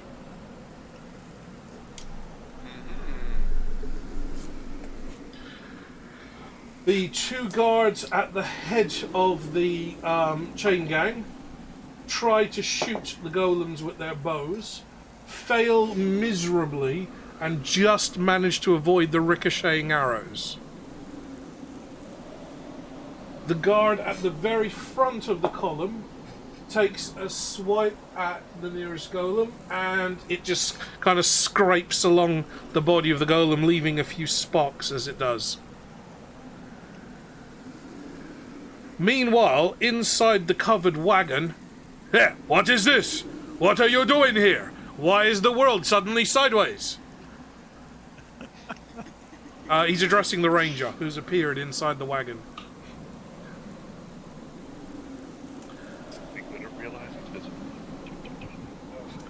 He takes... Just here to help. He takes a lunge towards the ranger with the whip in his hand. He's kind of pulls the whip out and is going to try and use it as a garrote to maybe pin you to the ground using the whip. For a 15 to hit. That will hit. Okay. Strength roll is 14. Can you give me an opposed strength check just to see if you're actually knocked to the ground? Standard strength or saving strength? Saving throw. Oh, that's good. Who's he? Shout out Yeah. to you. That would be...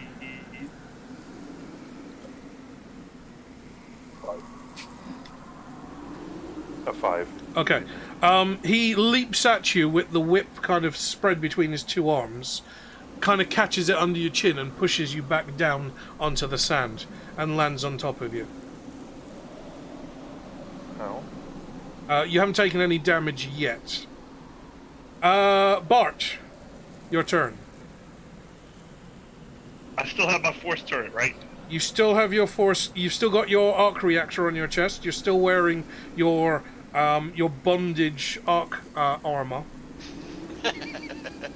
Imagine if Tony Stark, as Iron Man, ejected most of the paneling of his suit, and he was just left with certain bits of his armor in key places that made it look really kinky.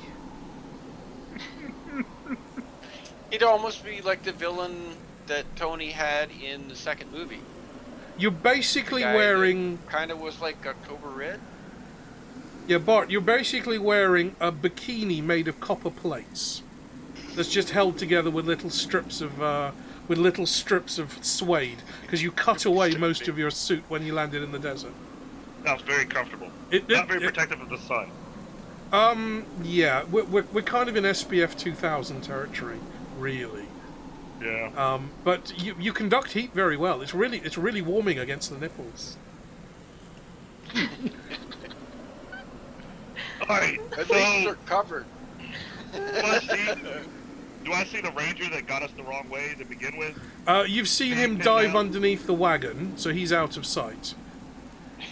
You've got the rogue sneaking past you on your right-hand side. There's one guard that's been yanked off his horse on your left-hand side. One that's been swiped off his horse on the right-hand side. There's one that's kind of just gotten up behind you, and he's tackling with the barbarian at the moment. Alright. So can I do a force blast turret on the guy that's messing with our barbarian? Okay, you turn around and he goes like, and okay, give me a it's ranged attack first. Are you doing both hands? I don't really have to. Sounds like he's already kind of knocked over.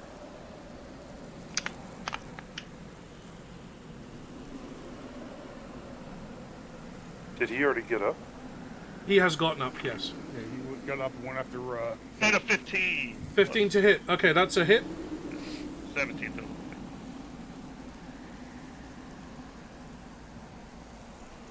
And how much does that one do? 1d10 plus 7? Yeah.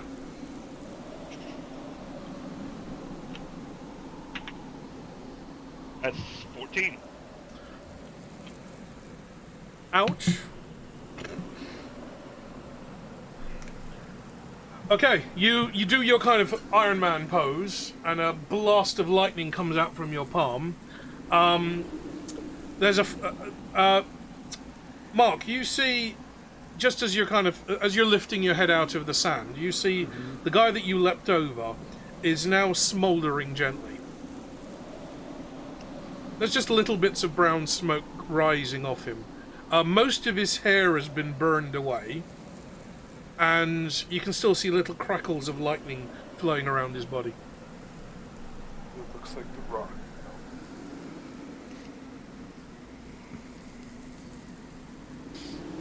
Okay, back to the top of the round. Golems. Am I still get a movement? You get a movement, yeah, if you want to move. Yeah, I'm gonna try to meander towards the crate too. So I can get- Okay, so you head up towards the wagon also. Yeah. Okay, golems are busy taking on the two horse riders. We have one golem taking a swipe at the one archer, knocking the archer clean off. The other one takes a swipe, misses the archer and punches the horse, knocking the horse unconscious. The horse goes down. I just saw Blazing Saddles in my mind right there. That's effective. Yeah. I mean, the guy's still on the horse. If the horse collapses, just fell over on But him. when The- Mongo did it, he took the driver. Oh dear, oh dear. The other guard that was at the top of the chain gang is punched by another golem. Kind of in the uppercut style, and the guard has basically left the ground. Oh, not his body stayed there and his head went No, flying? it's just boots and some smoke. A little bubble comes up. Kapow! So all you hear is like a club sound as stone hits skin, like steak hitting the grill, and there's a tiny little sizzle. And then all that's left is just boots in the sand. The golem rolled an 18. Ooh. That's, yeah. Oh, yeah. That'll do it. Yeah. I think a nat 20 would have taken his head off. Yeah.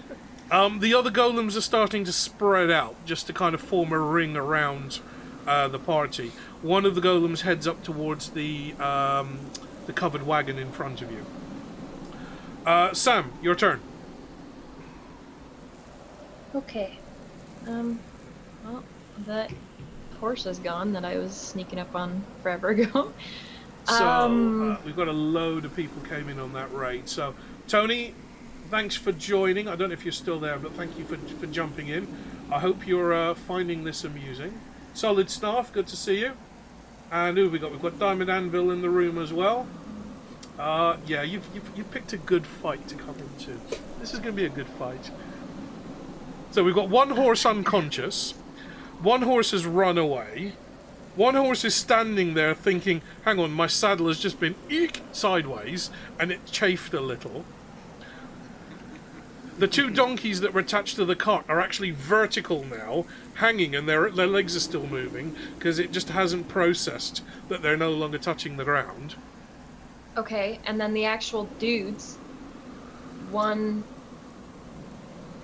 So you're Is back up sneaking from the past stand. one that was knocked down by Brian. He hasn't really seen you, and his horse has run off. You did take a hit from the one behind you. Yes. So there's a guy on the ground, like, in front of me then. Guy on the ground in beside- front of you, still cursing hit the other one's mother.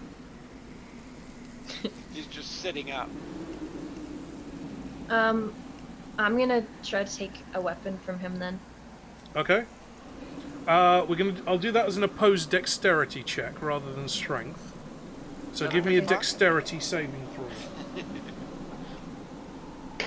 Make it high. 26. 26. I rolled a 19, and my dexterity saving throws are +7. Okay, you manage that. Yeah. You kind of leap over him. Just he's basically lying on his back with his feet straight up in the air. His sword is kind of half out of its scabbard. You leap over him, grab the edge of the blade, and pull it out the rest of the way. You land, tuck and roll into the sand. And am I still able to do anything, or no? No, that's your action and your movement. Okay, then I'll just say, "Who's your mama now?" Do you speak Latchian? I do now. No, I only have comprehend languages. Oh, beautiful flower of the desert. You speak the language of love. And yes, my mother was a cow. But she was such delicate features and long, lush eyelashes. They could bat away the sandstorm every day of every night. Okay. Dustin. You are currently on the ground, prone, with the Clatchian slaver on top of you, with his whip in either hands, kind of choking you on the neck. I was gonna make terrible jokes. I was doing that in my head. Yeah. I'm gonna try and throw this guy off of me. Okay, that'll be an opposed strength check, and you're at disadvantage. Because you're prone. No, I know, and I'm just like, I have to do this, but there's no way I'm succeeding. There's no way you're bite him. succeeding. I rolled a crit. Ooh. So let's okay, unless you crit as well. So I'd have to roll 2 nat 20s, right? At least one nat 20. No, it's disadvantage. 2 nat 20s. Oh. Okay, my first roll is a nat 1. Let's gloss over that one and So try I- again. Don't need to roll a second time. Yes, Obviously. just for the lulz. What if you get a second nat 1? I mean, No, that's a 14. 14. He's done. Okay. Doesn't matter. Dustin, you're kind of on the ground, face half in the sand, and the Clatchian slaver's over the top of you, holding the whip handle in both hands and pressing it against your throat. As you son of a devil, how dare you invade me? How dare you rise up against your captors? Oh, yes. Okay, sorry, you cannot speak. I'm holding the whip. Wait, you look like you're enjoying this. Scum! You scratching of a camel's testicle! You do not enjoy it as I strangle you! You are still enjoying it! What is the matter? Oh, what is that poking out of your pants? Ah! Wow. Oh my. one way to get him off of you, I suppose. Yeah. I imagine instead of like, Well, somebody's he thinks getting I'm like trying to force against, I'm maneuvering it. No, you're doing it wrong. Doing it wrong. No. Like this. No, you go higher on the neck, go higher. Lydia or Yes, not? Daddy, It's like, yes, what did I Daddy. just watch? Lydia, No. guys in the chat, if any of you want to actually control some of this, you can redeem a roll d20 from the points. If you want to do it, you've got to say what the condition is that you're rolling for. So if you want if you want Dustin to maybe do something, you've got to say what you want him to do and what the action is. Then redeem a d20, and I will determine whether it's a pass or a fail based on how difficult the choice is. So if any of you want to get involved in Throw this, it in his eyes. If any of you want to get involved in this and kind of intervene on the party's behalf, whether good or bad, you can roll d20. Blind is normally the king of roll d20 in chat. But feel free to interject at any time. Do I have a bonus action? Could I, like... No, your bonus action was in your pants just now. Okay. just You're enjoying yourself, strangely. Mark. Okay. You're face down in the sand. I'm gonna flip over and stand up. Okay. And can I'm just gonna be like dive after the guy that the guy that got up that I flew over. Okay, give me. Smoldering. Yeah, the one that's smaller. I'm gonna try and tackle him again. Okay, give me a strength saving throw. It's going to be an opposed, just to see if he manages to survive you throwing yourself at him. Well, that's cocked. So that jumped. Do that again. There's another 5. Okay, that was a natural 20. No. So you get up, you turn around and dive at the back of the Clatchian guard, and you're aiming for the back of his knees to kind of take him down in a kind of rugby stroke American football tackle. You miss the back of his knees and instead hit him right in the butt. Your head bounces off his arse cheeks and you kind of like flop sideways on the sand again. He looks down at you. Hey, boy. Good try. He's got buns of steel. Yeah, you've attacked Batfink. My butt cheeks are like a shield of steel. Okay, Eric. You've pulled one of the guards off his horse and embedded him in the sand. The horse is looking at you, thinking, "Oh, that smarted. That chafed." I realized I didn't get my second attack last time. You didn't, no. So,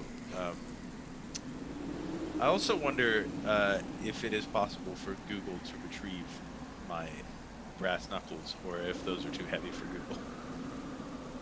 They're pretty big. Yeah. So I would. Okay. If you want to use, you'll have to use that as one of your actions. So let's say you've got 3 actions. You've got one left over from last turn, and then you've got your 2 attacks. So on your first attack, you're going to shout to Google to find your brass knuckles in the wagon. Yeah. Okay. Insert name here. Looking.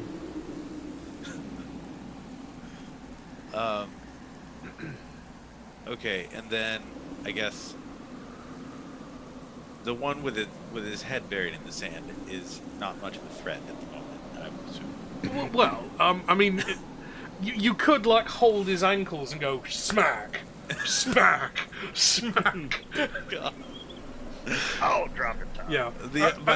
Until he finds the water table, perhaps. My other thought was to grab him and use him as a weapon against one of the other guys. Okay, equally as disturbing. Which do you want to go for? Use him as a weapon and see if his head comes out of the sand or not. Yeah, I'm gonna try to use him as a weapon, pull him out of the sand, and like smack one of the other guys. If there is, I'm assuming there's someone nearby that I can hit him with. There's always somebody nearby you can hit. It's just part of being a golem. There's always somebody within range. You don't care if they're friend or foe at this stage. You just want to hit something. Okay, give me a strength roll. Strength saving throw. All your bonuses. He will fail because he's head down in sand. Hold up. There's a nat 20. Right. Okay. You grab the guy by both ankles. Your hands are big enough to do this. Yank him out of the sand, and what are you aiming for? Where's the nearest Okay, you aim for the nearest other thing that isn't one of your party, and you smack the horse around the head with its horse, rider. Other dude. You said something that was somebody that was not part of the party. You basically smack the horse with its rider. That's not no. You hear a crunch. No, that is not what I wanted. Most of the Klatchian soldier is kind of liquefied from the inside out. And as a horse goes down sideways. The horse is not. The horse knuckles now. The horse is knocked unconscious and is prone. I don't think it will matter, but the horse is now prone. I wanted to attack the nearest guard. Other guard. You did. You just used the stationary horse to do it. An animal that he has messed the fuck up. Eric, you did attack the nearest guard. You used the stationary horse to do it. I thought I was grabbing the guard. You did. I just wait. No. You used the horse to kill him, but you also hurt the horse. Okay. He wanted to pick up the guard and hit the other guard. Wait, we have a roll d20, Omar. Okay, so. No, come on now. Right. Okay. I love it. Okay, I'm going to say the chances of this are quite good. So let us roll d20. We get a 6. Eric, just as you knock the horse unconscious and kind of liquidize the guard that you're holding by the ankles, you hear a streak of you see a streak of bluish green, purplish light come dashing across the sand. Not as quickly as normal. Hello, insert name here. I have found 1,290 matches for brass knuckles. Would you like to review the matches?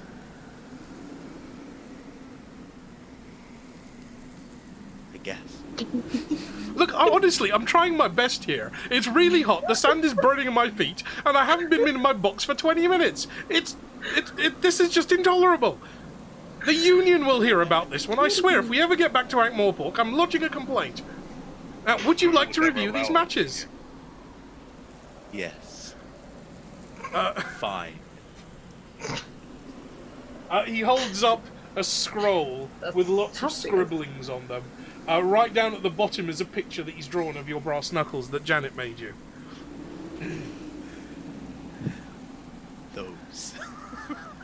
Okay, Omar. Right, insert name here. Thank you very much. One moment. He dashes off and returns a few seconds later with your brass knuckles, dragging them in the sand behind them. Can I tell him now to return to his box? You can do, yes. Yeah, we'll do that for now. Thank you, insert name here. Thank you for using the Google Personal Organizer. Okay, Omar. You Yep. just have to turn down. You gotta turn down the sandstorm just a little bit. Okay. There you go. Wow. You got like 37 redeems buffered there. I'm gonna clear those out for you. Have I never bothered clearing them? No, you haven't. No, because I have to drain it first. Just give me 1 sec, okay? Okay, right. Eric, that's your go. Brian. Wait, do I have a third action? You did. You were talking to Google. Okay.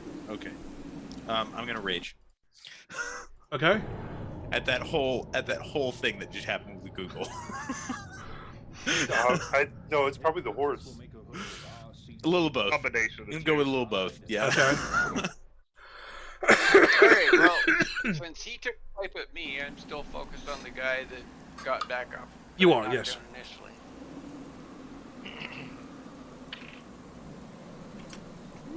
I got a 12 that time. I forgot to do something. 1 minute. Oh shit. Oh shit. Sorry, never mind. You guys carry on. Don't mind me.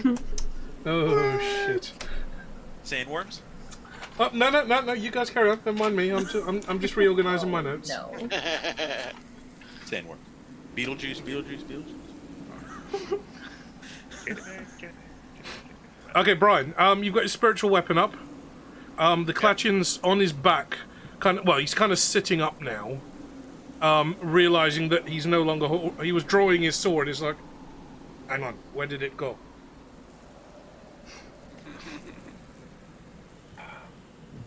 You know, one day when I get out of this thing, I'm gonna find out what you guys have been up to. So I got a 12. You got a 12. Okay. Probably missed. The spiritual weapon lashes around. It misses the guard, but it throws enough sand in his face that he's momentarily disorientated. That's the cheapest move of all movie fight scenes. Just kicking sand in the guy's face. That's just low. Offler will be pleased. That's like a bully in the comics. Offler will be pleased. Okay, anything else? I don't think really anything else. At least nothing I can think of right offhand.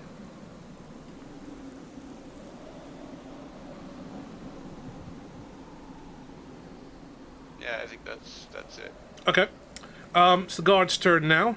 The one that you knocked off the horse kind of sits up. He's, where is my sword? Oi! You're still my mother! Now you're still my sword! You know the way the camel's nose open and closes? That is your mother's legs! He gets to his feet a bit shakily and kind of pats around his body and eventually pulls out a dagger. The other one is, the other one is legs and then just a bag of loose joints of meat. Sloppy wet sound. Yeah, imagine you've got a carrier bag. You're coming home from grocery shopping, you've got a plastic carrier bag, and you've bought lots of joints of meat. And at some point during your journey home, you've had to club an old woman to death with that carrier bag.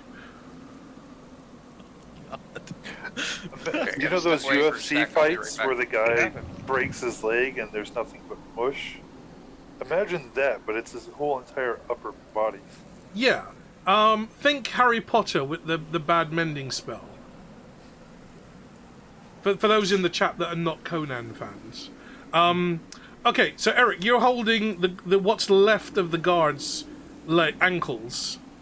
And it did look like a guard lollipop that's now mostly melted. You give it an experimental shake and it just kind of flops from side to side.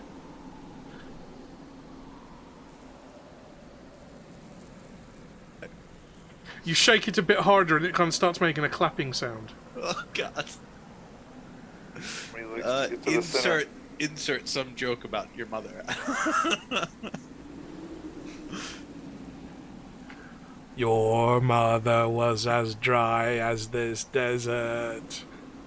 I don't know how you came out. You came out with razor burns, like road rash.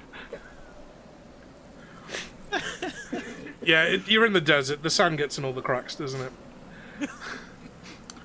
Right, what are you wanting to do? The horse is unconscious in front of you. Who, me? Yes. Oh, it's okay. You're still holding the guard floppy lollipop. and there's an unconscious horse on the ground in front of you. Wait, why are we Eric? Yeah. Was it... Oh, It's sorry, the guard's turn. Brian, it's Bart's turn, sorry. Yeah. My fault. Yeah. It's over to me now? Yes, it's over to you. Who do I got? Do I got another guard near me that I can hit? Yes, you've got one behind you that was kind of dealing with the barbarian, and you've got one in front of you that's swearing and clutching about his mother and a camel. Okay, I'm gonna get that one to shut up, and I'll hit him with the blast too. Which one? The one that's talking smack about his mama. Okay. Everybody else's.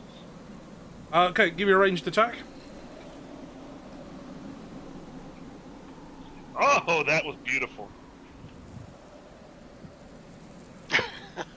Okay. Making glass, are you? Give me damage. Because it's still going to go off, probably. Either a backfire or hit something. 10. 10. Okay, I've just rolled a d4 for north, south, east, and west. I've got a 2. So that's going south, directly behind you. Hang on. Let's just see if we can style this one out for you. You say you got Mark back there too. Okay. You don't hit the guard behind you. Luckily you don't hit the barbarian either. But you do, as you're kind of charging up your power glove, the little copper plate that's embedded into your gloves. As you begin charging, you get a sudden cramp. You go, ah! And the lightning bolt shoots off behind you. It kind of plows through the sand between Nigel the barbarian and the guard he was attempting to attack, turning that piece of sand into glass. Oh, good. So it's gonna have to jump into it. Right. No, I'll just deal with it. Okay. Anything else you want to do? Well, I could try a spell on something, but not yet. Okay. How far away am I from the bondage session that's going on in the caravan? In the wagon. You're about. You don't know about it. You're about 20 odd feet away from that. You can hear some of the screaming, but that's about as much as you heard. The only thing you heard is. I'm not the one screaming. The only thing you heard is, "Why are you enjoying this?" Coming from the wagon. Alright, I'm still gonna keep on checking it out. Okay, so you head up towards the wagon. Okay, Golem's turn. They're going to be attacking the 3 guards. Oh dear. Okay. Well, there's now 2 guards. Okay, Sam, is Sam back, or is she still stepping away? I think she's still away. Okay, I'm going to skip over Sam. We'll come back to her when she comes back. Dustin. I'm back. Okay, Sam is back. Sam, it's your turn. Oh, okay. Who's around me? I didn't hear any of that. Okay, you've got one guard that's gone down and has, he's sitting up. You've stolen his sword. So he's the closest one to you. He's a couple of feet away. Okay, I think I'll just attack him with the sword. Okay, give me a attack roll. You can do strength or dex, remember.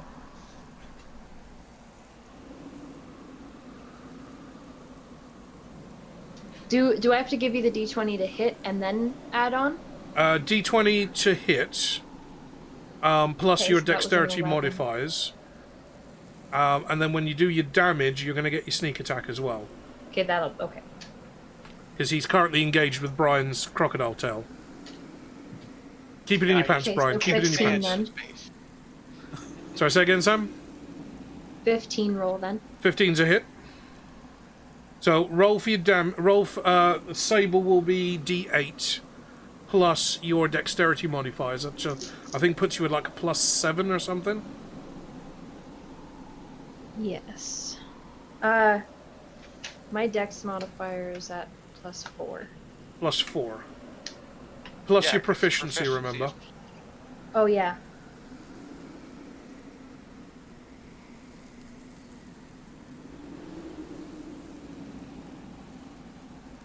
So 9 in total then. Okay. And then she saw sneak attack damage. Okay, and then roll. How many d6s are you on for sneak attack now? Is it 3? Yes.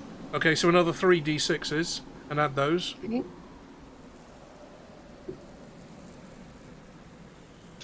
Sneaky, sneaky. 12 in total. 12 in total. Okay. Right, there's not much of him left. Anything else you want to do? You've still got some movement.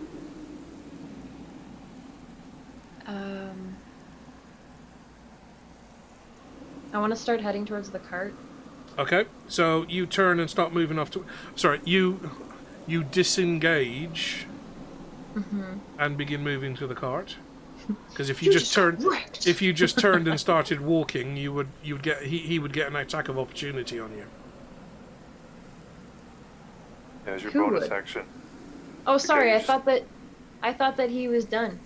No, he's still fighting Brian's tail. It's the one Eric had that's pretty much done, and the horse. Pretty much. His legs are still going strong. So yeah, you can use your bonus action to disengage, and then he doesn't get an opportunity attack on you, and then you can move towards the cart.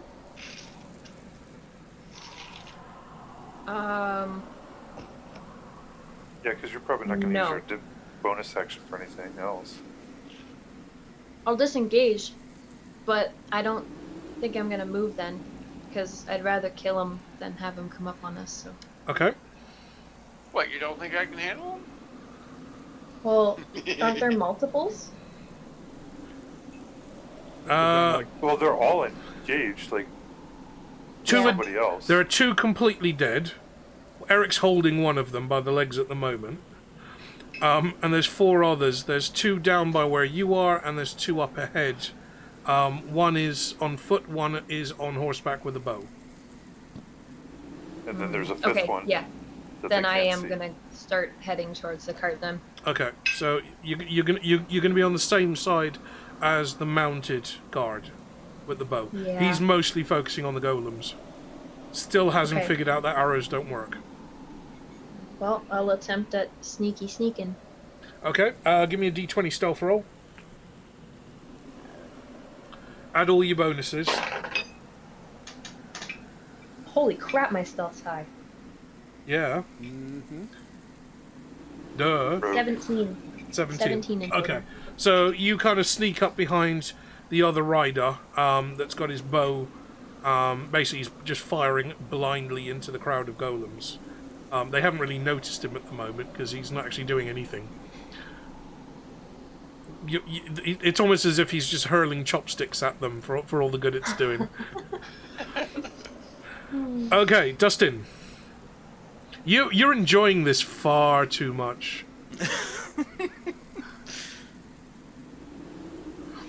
So you're prone on the ground. The slaver is kind of straddling your chest, trying to strangle you at the handle of his whip, but you've got a smile on your face. I was And you've just got gonna say, so he's like really enjoying and a it then. party in your pants waiting to go off. Yeah, he doesn't want to back up too far there. Wants to stay on his chest or his abdomen. Is there anything I can reach into the chest? You can grope blindly, but it's going to be completely blindly. You can't see. Grope You can't turn your head. What a Maybe choice of other words. things you grab on. No, I was gonna reach for a sausage and offer it to him. You can get a reach for sausage. something. I can't that guarantee re- it's going to be a sausage. Oh, actually, maybe I can guarantee it'll be a sausage. It's Yeah, definitely a sausage. exactly. It may Yeah. not be the one you're thinking of. Right, yeah. I'm gonna just grab a fistful of sand, throw it in his eyes, Okay. while Right. yelling, "You will take my sausage when I offer it to you." Okay. You grab a handful of sand, throw it in, try and, because you're kind of pinned down. You kind of throw it into his face. He's like, you ugly butt of a camel! What do you do? And kind of slides back and kind of nudges against your sausage.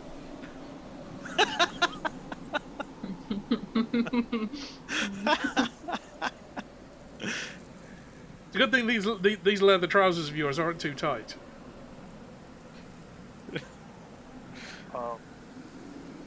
You've got enough free movement now that you can sit up. Okay. I'm gonna sit up. Operation Free Willy.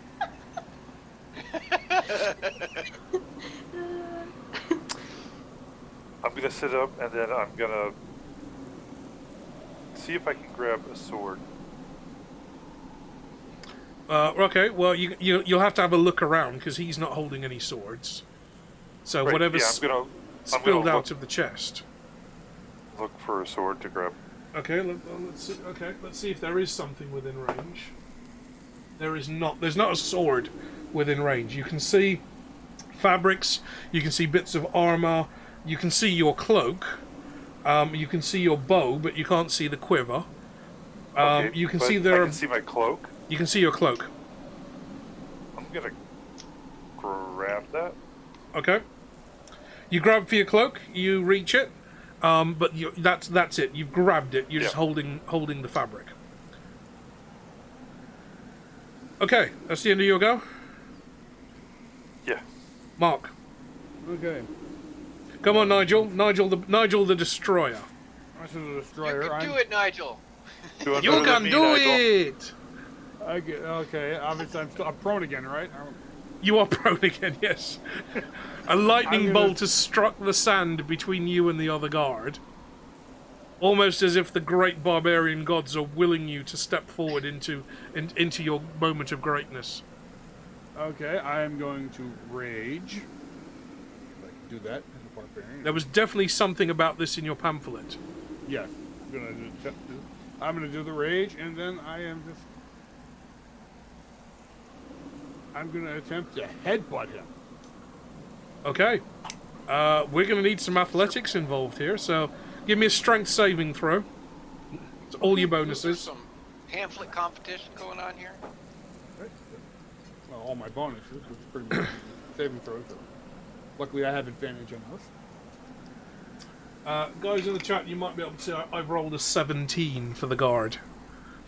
15, so my advantage, I got 15. Okay, you dive towards the guard, you miss his head, but you manage to catch him on the chin. Roll damage, but it'll be half damage. What am I rolling for that? So this will be D6 plus your strength modifier, and then halve it.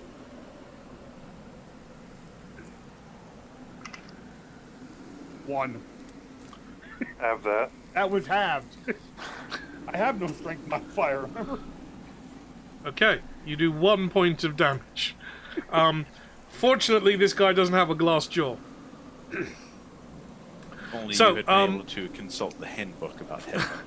For some of the party, you witness a very gangly, skinny-looking teenager, still with spots, wearing what's best described as a suede Speedo. Get up, launch himself towards the guard, headbutt the guard's chin, bounce off and roll into the sand. The guard, on the other hand, is like, "What was that?" Where did that mosquito go? Right. Hopefully it didn't roll through the glass or anything. It's just pretty hot. Okay, anything else you want to do there? Well, since I keep ending up on the ground, would getting back up be movement or free action? That would be half your movement. Okay. And I'm gonna do the same thing again and attempt to tackle him down. Okay. Give me another d20 with all your strength modifiers. Yep. What do you mean? Straight. 15. 15. So advantage.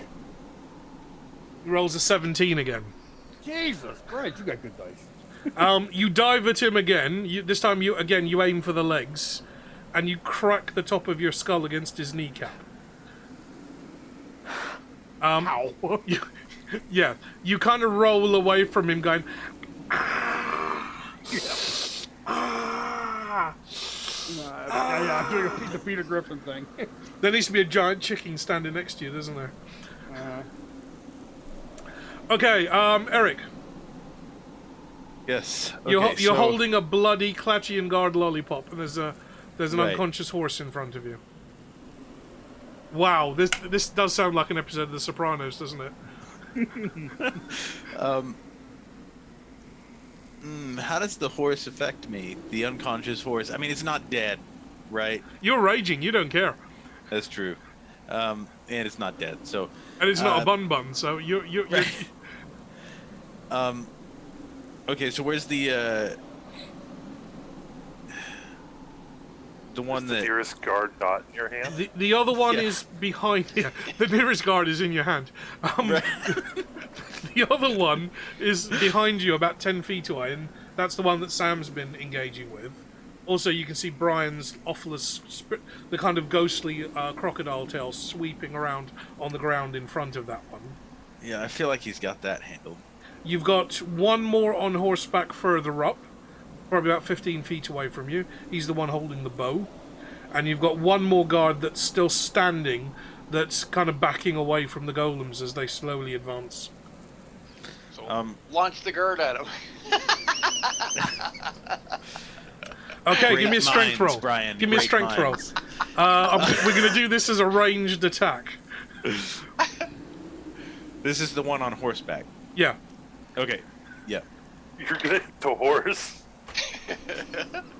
Well, it was 17 Okay. Right. plus. Roll what- your damage. Well, what was the? Is it plus? That was just a hit, or Yeah, what? that's 17 Okay. to hit. Okay.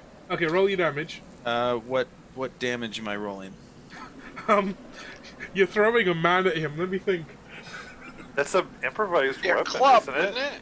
it? Give me a D8 plus all of your strength modifiers. D8 plus all of my strength modifiers. Which... God, if only you had a chicken instead. We've gone from chicken bazooka to man bazooka. Would I add? What would be my strength modifier? I guess. Your strength. Yeah, just, it would be plus 5. I mean, I don't know. I don't So use ranged weapons. your strength and your proficiency. So You're proficient with throwing. you're people. definitely proficient with strength. With proficient with throwing legs. We're throwing idiots throwing. Okay, so that's a 3 plus 8. Okay, Is so that- right. Okay, you. Let me think about this one. Let me really think about this one. Okay, you turn around. You see the other one on Do 11 horseback. damage? That's firing his bow at your fellow golems. Your eyes are glowing bright red at this point. You look at what's left of the guard in your hand. You can basically hold it in by the legs, and the rest of them is just flopping around. You grab the body part, stretch it until it cracks, and then you hurl it like a boomerang at the other guard. The body flails around in the air, just cycling and pinwheeling over towards the guard, striking the guard, striking the horse's head, knocking them both to the ground. Can I get a dexterity saving throw from you, please? Me? Yes. Okay. They call Wait. women complicated. Mr. Pump has issues. I think I had something here about dexterity saving throws. Where did I see that? Top left. No, it was like in my traits. I thought I had something.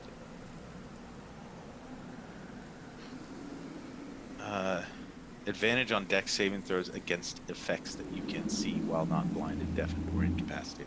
That counts. Okay. Okay. 10.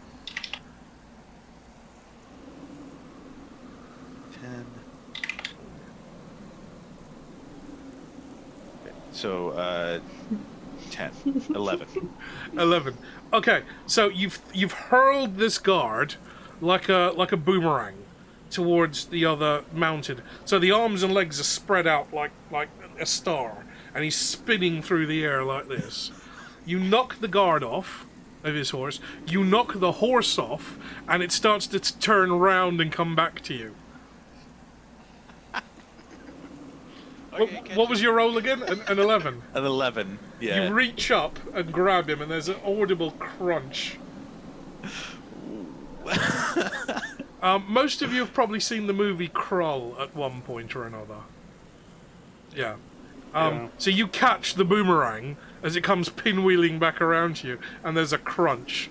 You basically caught him around like the pelvis and rib cage. None of this registers to you, of course. Right. You're yeah. just carrying an improvised weapon at this point. You're raging. You don't know what's going on. Yeah. Right, second attack. How many horses have you hit? I'm just curious. This is 2 now. This is like the most fucked up scene in Crocodile Dundee all over again. Like you can I hunt want with it. to if I want to put the bun knuckles on, is that gonna be like forfeiting the other You attack? could do it, but it will break your rage. Oh, okay. Where are the knuckles then? Are they just laying on the ground? They're just laying on the ground in front of you. The imp is standing on the ground in front of you as well, just looking at you in just mortified horror. I thought I thought I told him to go back in the box. All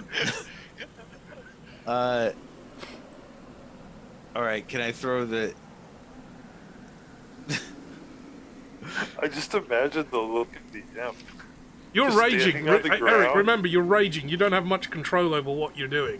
Yeah, I'm gonna throw. You're just it. looking for the next enemy that you can attack. I'm gonna throw the guard at another guard. Okay, the other one that you can see still standing is the one that was closest to the cart. Okay. Okay, give me a ranged attack again, plus all your strength bonuses. Anybody in the audience want to intervene on this one? Please feel welcome. No. That was a 13, so 21 total. And your damage? Or hang on, is that? That's just your attack. So now That's your attack. Now you got to roll for Okay, damage. yeah. So D8 because it's not just a D6 when you are hurling a human across a battlefield. That's a 10 total. Okay, you throw. Bloody hell. Literally. Oh crap! No. Yeah. Okay. Right. You hurl this like lifeless body at the only standing guard, which is all the way at the front of the column, standing by the covered wagon. You hit him, knocking him prone, and the body of the guard that you've just hurled on him smashes against the canvas cover of the wagon, tearing through it. Dustin, Just to be clear, this is exactly the one that. Dustin, you're still kind of groping around looking for weapons. You've grabbed your cloak, and then all of a sudden, daylight just pierces through the canvas, the fabric cloth cover of the wagon, and a body hits the it's the wall, but it's originally the floor of the wagon, just now vertical, smashing through it. You hear a "oh" from above you. As the donkeys are still paddling. No, you missed the donkey, but they're just frightened. Okay. Okay, Brian. Offless Tale is still up. All right, so wait. maybe go for another swing at him.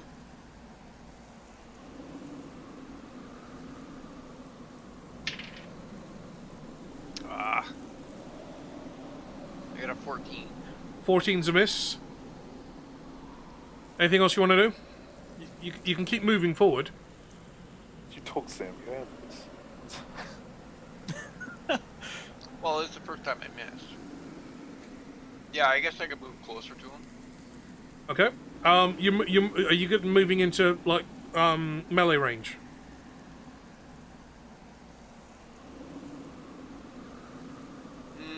Just outside of melee range. Okay. Like I want to be outside of his arm's reach. Okay, right. Guard's turn. Okay, hang on. That one's prone. That took... okay, and is prone. Okay, yeah, there's still 4 guards left. There's not much of them left. Starting with the slave trader inside the wagon.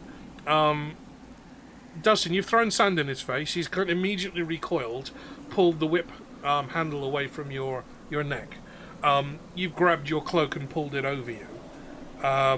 He's still kind of straddling your lower body. He's rubbing against your sausage. You're enjoying it quite a lot. He, however, is appalled at this and leaps to the side, completely disgusted by what's going on. The guards that are left, there's one at the front near the wagon that's prone. That's the one that Eric just knocked over. He kind of rolls around on the ground, just not actually sure what hit him, but something hit him. He's covered in blood, but he's pretty sure it's not his own. And he slowly gets back to his feet. The mounted guardsman was knocked, the first one that Eric took on, has been knocked off his horse. The horse has gone down on top of him, so he's pinned underneath, one of his legs is pinned underneath the horse. The other guardsman towards the back of you is currently engaged with Offal's Tail. That's the one that Brian's been attacking, and Sam has already had a sneak attack done. The guard sees that you're moving towards him and moves out to greet you, Brian, and takes a swipe at you with his saber, realizing, oh, I don't have my saber. It's just my knife. For a 19. You don't have your armor either, If so... only I had my Plata. Yeah, well... he does 5 points of damage to you. Alright. And the final guard that's still standing is the one engaged with Nigel the Barbarian. He looks down at you. It's like, hey, kid, what are you doing here? The big boys are fighting. Mark, he gives you a little kick with his boot. You don't take any damage from that. Except to your pride. Crom! This was not in your pamphlet! What do I do now? Okay, Bart. Okay, I'm gonna look at the back of that caravan or the cart there and wonder what's going on. Well, there's now a Guess I gaping might be hole in the fabric. There's nothing going on. Don't worry about it. Mind your business. So, When the carts are rocking... Don't bother. I'm gonna go for one of those random spells and go for the guy with the whip. Okay, so you're wild casting. Yeah. Okay, doke. Oh, Jesus. Thanks. My God. Dark vision. Right. Okay. How in the world? You just mutter some random words. You can't remember exactly which spell this was for, but you mutter some random words and cast it towards the cart. Dustin, both you and the slave trader now can see perfectly in the dark. Great. Yes. You can see better in this dim light than you've ever been able to see before. It would have been perfect a few minutes ago when there wasn't a hole in the tent. Because of the hole in the canvas and the hole in the floor of the wagon, there's a little bit of light seeping through that's now kind of blinding you. You know when you're wearing night vision goggles and somebody turns on a light? Mm-hmm. Yeah, Oh, or when so somebody... it's like when somebody turns on a light normally for me. Or Yes. somebody points a flashlight directly in your face. Oh, yeah. Yeah, that's good. So you're temporarily dazzled, as is the slave trader. Okay, is there anything else you want to do to the party, Bart? Is there some other unique way that you want to aid the party? My armor's activated, right? It is, yes. Aid the party. Okay, just making sure it's activated. The turret is. Can I see my trinket in order to toss the force turret out? Your trinket is in the cart with the other items in the chest. All right, then can I do a roll to see if I can see it, or You the can't chest see is it. Open and... You definitely can't see it. You're too far away. Yeah. Well, let's see here. I could force blast Brian's buddy back there, or help out Mark. Let's go with Mark again. I'll be like, maybe something was happening there with the gods, so I'll do a force blast over it. Okay, give me a ranged attack. All right. So is it No, Fate 11. or Lady Luck that's having a hand in this one? If it's the dice rolls, it's generally Lady Luck. Generally. Do you Not a hit one. for Mark? She's messing with you. Not a 1. No, it's 11. 11. Okay. That's 2 ones. He Yeah, fell twice. 11's a miss. So yeah, you blast another bolt of lightning from your Iron Man hands, and it goes sailing over the head of the Clatchin. His hair kind of starts prickling with static electricity, and he's like, "What is this craziness?" He's now distracted. Standing up on it. He's now distracted. His beard is floating at all angles. Okay, Golem's turn.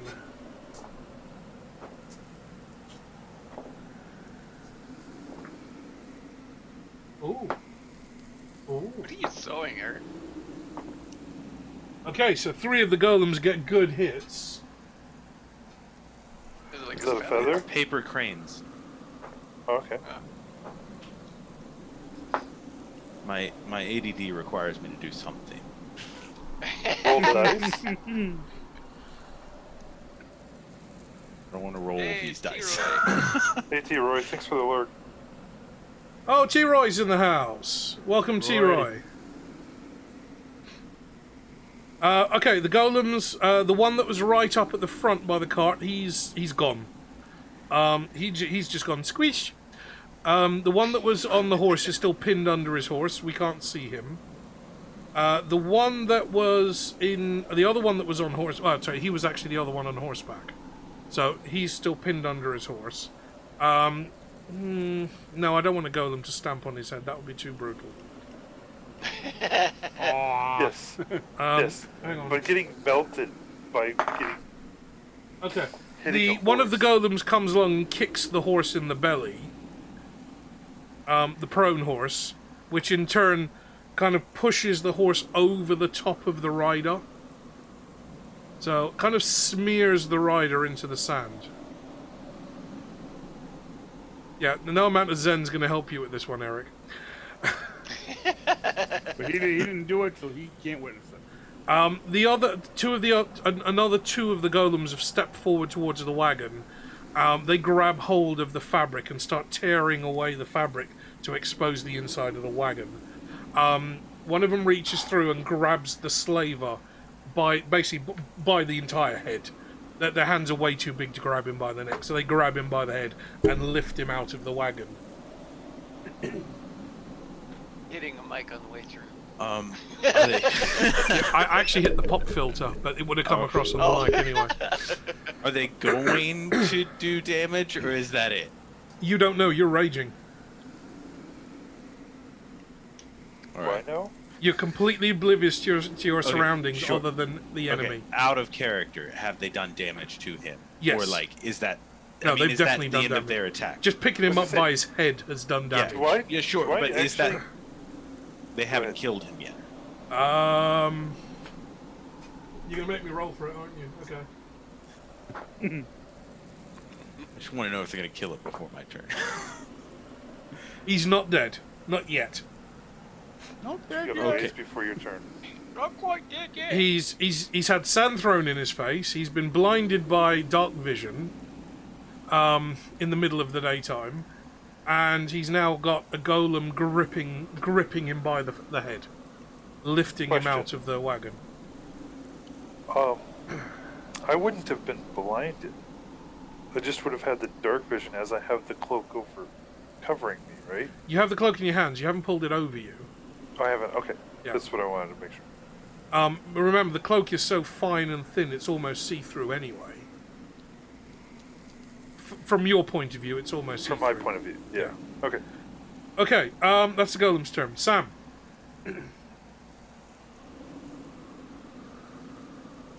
Paging Silver Streak. Paging Silver Streak. Yes, boss. It's your turn. I know. I'm just kidding. How close did I get to the cart? hang on. I should have done this earlier. This is what. Oh, they're okay. trying to Right, do. on the golem's turn, so technically it's still top of the round. You haven't had your turn, Sam. All of you start feeling the ground rumbling beneath your feet. Oh no! I don't. Oh no! Oh, Somebody, sorry. hang on. Watching you like chill back and eat your food and be like, well, I don't. Like, ah, Where's- good. where Okay, is- Sam, your turn. That's too How late, close it's too was I to the cart? You're still engaging I missed the with the guard that you've stolen the sword from. You disengaged, but you didn't move too far towards the cart. So you're about 6 or 7 feet away. Okay. You have seen the golems surround the cart and start tearing it to pieces.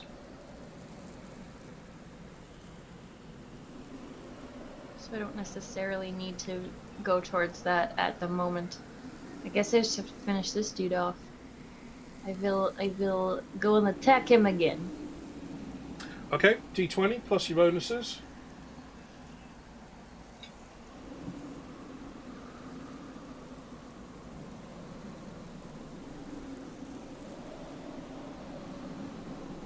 Starting to lose you there, Bert?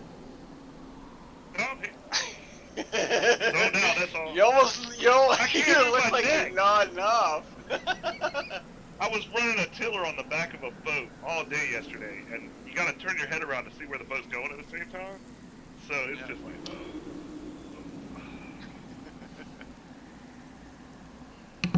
like, 12. Okay, that's a miss. So you take a swipe at the guard, you miss. Okay. Do you want to stay put or do you want to move? I'm gonna move back. Towards the cart. Yes. Okay. Right, Dustin. The ground is shaking, beginning to shake beneath you.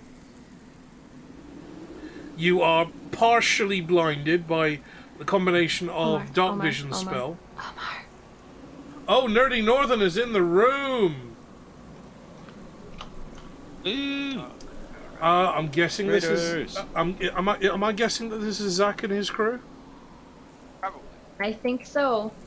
Welcome, guys. Welcome. We are in the most bizarre of combat rounds here. We've just used a human as a boomerang. We've punched a horse. Things are also getting very kinky. We've also kicked a horse. There is a slave trader trying to strangle the ranger, but the ranger's poked him with his sausage. Yes, that's sausage. You're right. And love now, it. the slave trader and the ranger are both feeling like the earth is moving for them. Yeah, it is.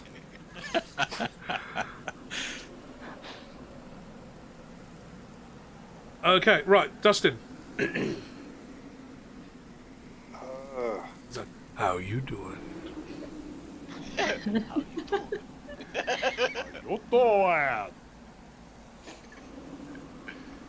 So, Dustin, you're still prone. You've got your cloak in your hand. You've got a bit of a semi going on in your pants. You've just seen the slaver be yanked out of the wagon by his head by one of the golems. But I can feel maybe the worm coming. You can feel rumbling in the ground. You don't know if you've had one of the best experiences of your life or if it is something external. Okay. Well, I'm going to continue with my plan to put my cloak on, get up. So I'm gonna use but half movement to get up. Yep. Put my cloak on.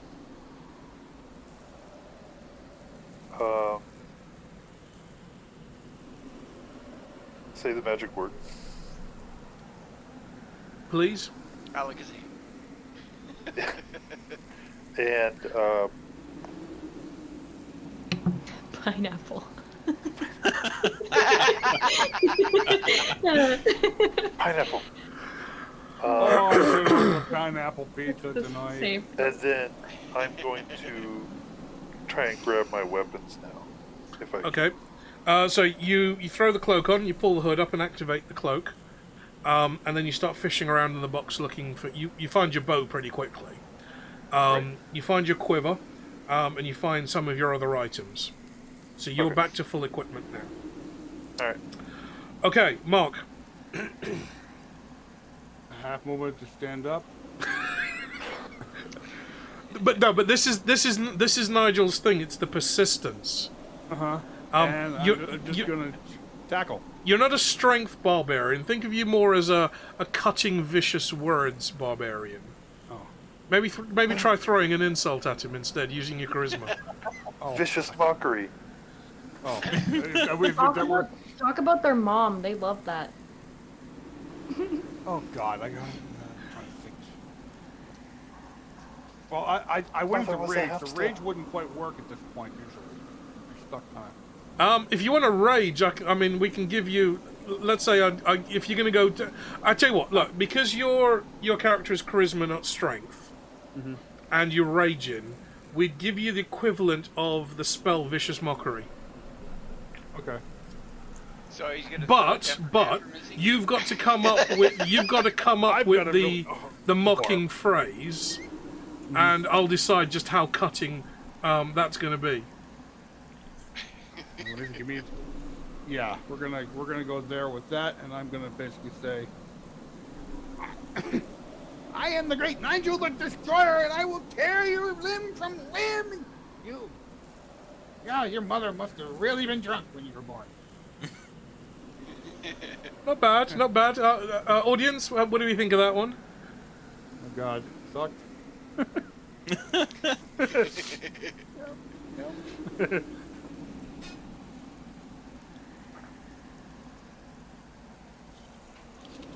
Okay, your cutting remark cuts, not so deeply, but it cuts. He's like, okay, I see you speak Clatchian too.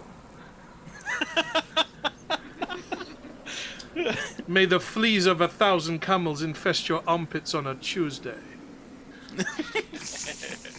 Oh no, today's Tuesday. Oh no, that's today, I think. It is always Tuesday in Clutch. Okay, Eric. There's only one day of the week. All right. So I'm going to end my rage to pick up my brass knuckles. My fun knuckles. So you reach down, pick up basically what looks like a giant double figure of 8 that's the size of a table, and slip them onto your fingers, and you feel the energy crackle across them as you put them on. Excellent, excellent. At this point, what do I notice now that I'm not raging? You notice several smears of blood in the sand, one directly in front of you, one that's still just about alive after having his horse, which he was pinned under, kicked and slid across the top of him. So no, let me really paint the picture here. He's a rider on a horse that's gone down. One of his legs is pinned under the horse. Right. A golem has now kicked the horse in the stomach. And the horse has gone over the top of the guy, including his other leg. These poor fucking horses. Right. So the Clatchian guard that was mounted has now done the splits. Because remember, his other leg was on the other side of the horse. Right, right. So he's mostly a smear in the sand. There are still 2 standing. There's one that Sam's engaging, and there's one behind you that's engaging Nigel. And then there's the slaver up front that's been pulled out of the cart by the other golems. Yes, yes. You recognize him by his clothes. That's about it. And the rumbling? The rumbling is getting very strong. Am I aware? You are aware. Of what it is, yeah. You are aware not only of a rumbling in the ground, but if the rocks were screaming in anger, that's what you're hearing inside your head, as the sound waves travel up your body. Okay.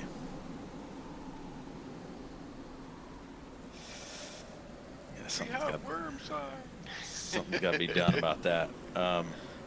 Goes back to making a musical and starts singing Danger Zone. Hey, Lana! Lana! Lana! Can I tell the... Can I tell the golems to focus on the worm? Well, you don't know it's a worm. Oh, okay. I thought I did. You know that there's something coming that's rumbling underneath the ground. You've never seen a sandworm. You don't know what a sandworm looks like. Yeah. You just know that the ground is rumbling beneath you, and it's getting stronger. So whatever it is coming towards you.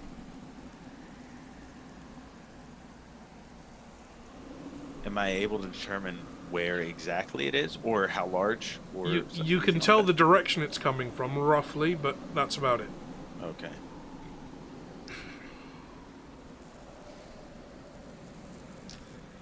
I don't want the golems to crush the dude's head. Like, okay, kill him, but like, come on, not like that. Okay. Why not? Wow. So, brothers, keep that one alive. All the golems in unison turn towards you and face you, and you see some of their own anger drain away as their bright red eyes start to dim back down to their normal levels. The other one that's holding the slaver by the head turns around. It's like, golems don't have eyebrows, by the way. They don't portray huge amounts of like emotion on their faces. Right. Yeah. The next time I come into contact with any sort of paint in this game or anything of the sorts, I'm sorry, but Mr. Pump, you're getting some fucking eyebrows. Those are gonna be great. I'm gonna paint them bitches on, and We're gonna you paint will a officially paint a have more mustache on you. emotion. Paint a mustache on you as well. Oh, Oh god. I will give you your exact beard.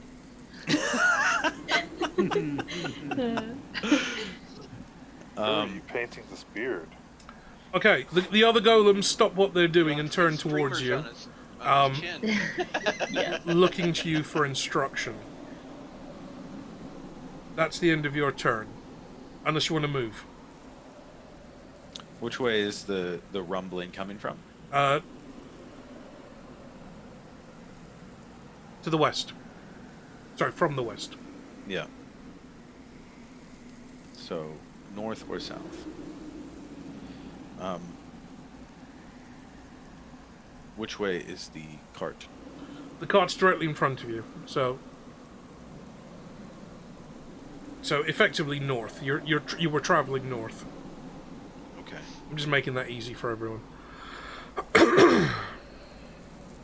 far as you know, there's something you don't know, the northeast, west, and south. I don't know. I can't get my bearings. I mean, I'm a ranger. I'm good. Yeah, I'm gonna I'll run towards the cart. Okay. Diamond, golems in the Discworld are like clay automatons. So they're made from clay and then fired, and magic brings them to life. So if you imagine like the kind of clay animation models that you've seen in movies before, kind of like that, but 9 feet tall. This one, on the other hand, Mr. Pump, not only has the ability to speak, also the ability to think for himself and is free. He also has emotions now, and he's struggling to control these emotions. They're all very new to him. He was also forged out of dragon fire? Yes, he was also reforged in Dragon's Fire. Yes. So he's a little bit tougher than your average golem. He's also, to everybody else on the disc, apart from the party, to everybody else, he is Thanos conquering this world. Because he turns up and he kills or mutilates or destroys everything in sight. Even bun-buns and children. Accidentally. Yes. Even bun-buns and children. He just used a guard as a human bludgeoning weapon and then used him as a boomerang twice. I've got anger issues, okay? He doesn't kill rogues. They do those. Yeah. themselves. Eric, you're the Happy Gilmore of the Titans. Yes. Absolutely that to you. Brian, it is your turn. You still got one in front of you. Well, let's see if I can hit him this time. Let's hope.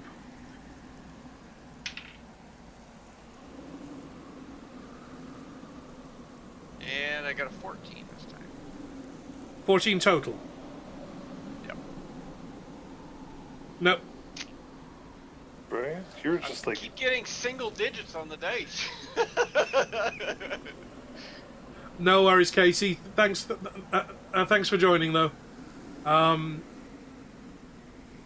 By the way, guys in chat, remember if you want to affect the game in any way, or if you want to change the dice rolls or the outcomes for any of the players, you can redeem a roll d20 using your points. So if you want to unstealth the rogue, you can choose to roll d20. Brian, is there anything else you want to do? They're a kid.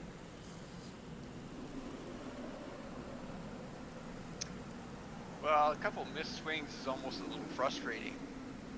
I'm thinking maybe I should throw some sacred fire in there too. Okay, go for it. Okay, and that's a will save, isn't it? No, dex save. 13.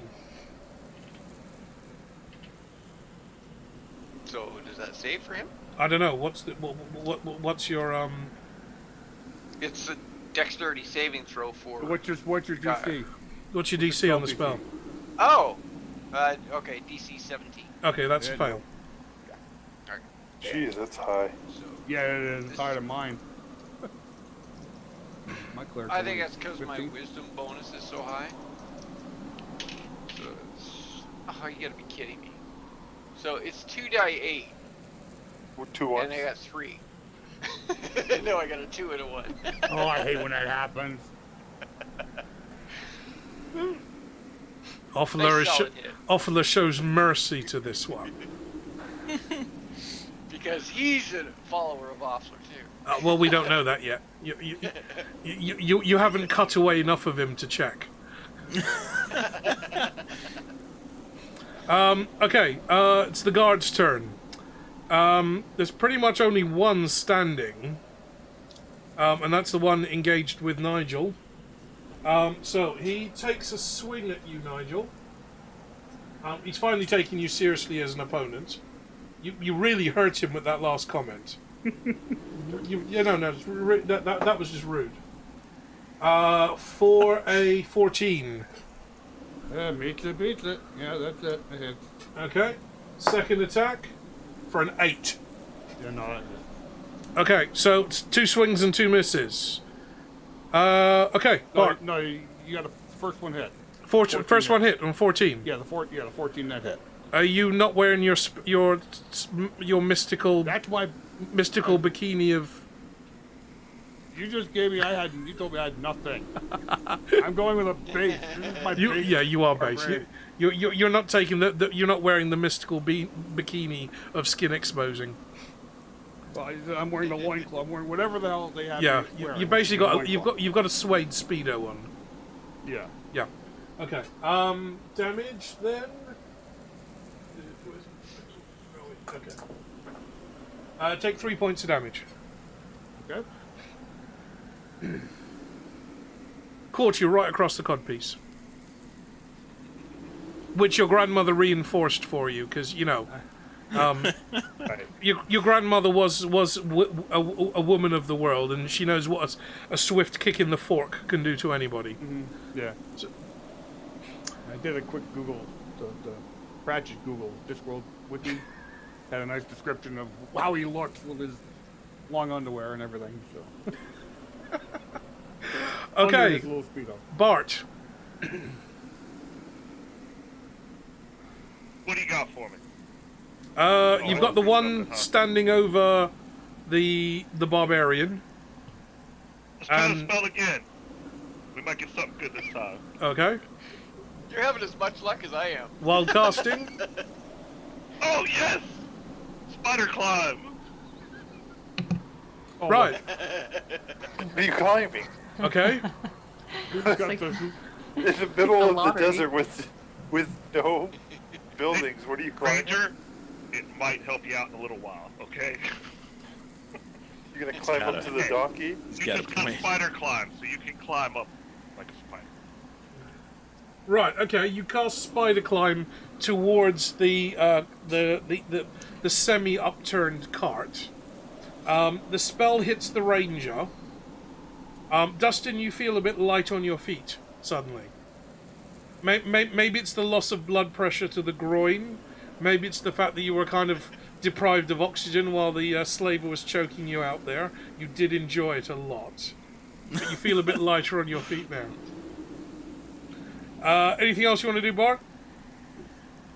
Oh man, I want to try and find my artillery. I want to get that force. Okay, so you're going to have to head up towards the cart. So you're going to move up towards the cart. Yep. Okay. Right, that's the end of your go. And as soon as you start moving up towards the cart, that rumbling starts to get louder. Oh, there's music in there. I can't play music. The rumbling gets louder.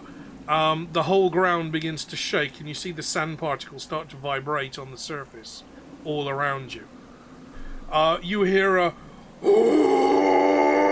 sound coming from just off to your left, and breaking through the crust of the sand pouring away from it like water, is a monumental sandworm.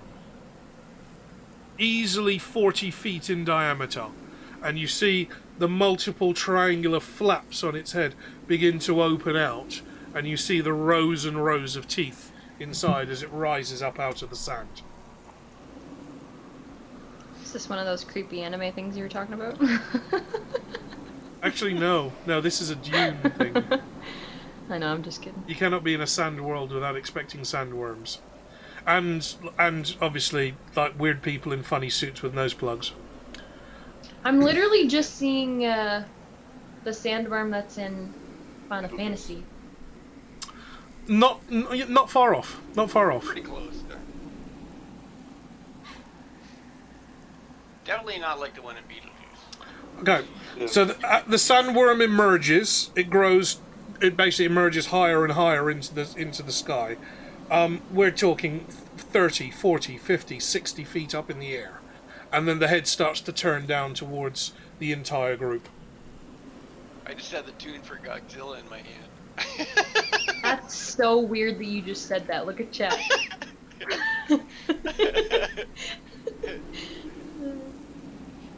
Okay. Battle theme music begins. Top of the round. The golems have halted. They are looking to Mr. Pump for instructions. Okay. One of them is still holding the slaver by the head.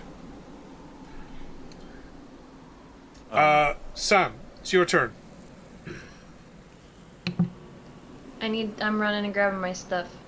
Okay, you dive into the cart. You see something going on with the ranger. You're not really sure what's going on with the ranger. No, she can't see me though. Oh, sorry. Yeah, you've got your cloak on.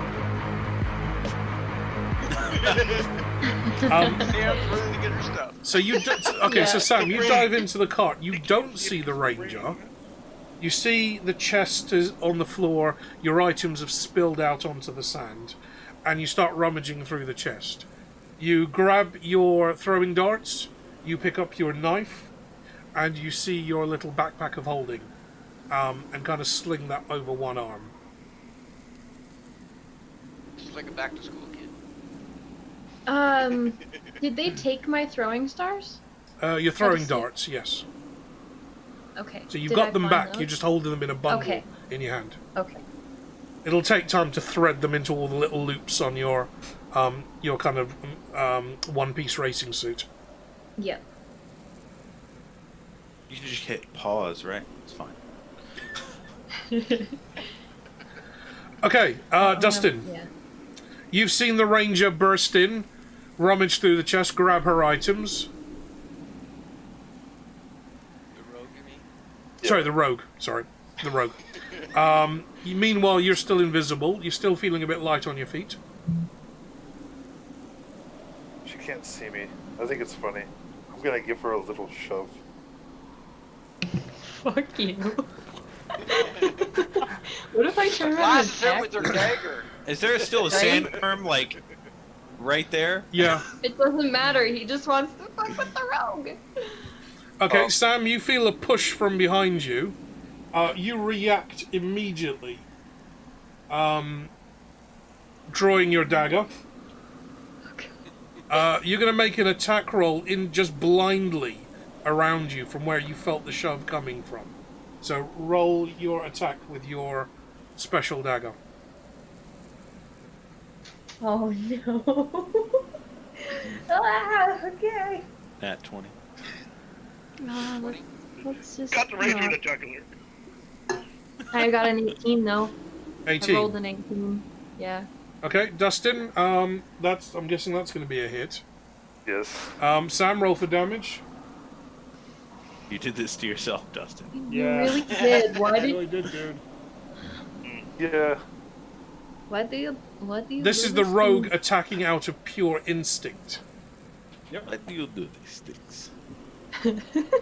In Russia, we say hello. We bring the vodka. No, you act like Ghost and poke me in buttock.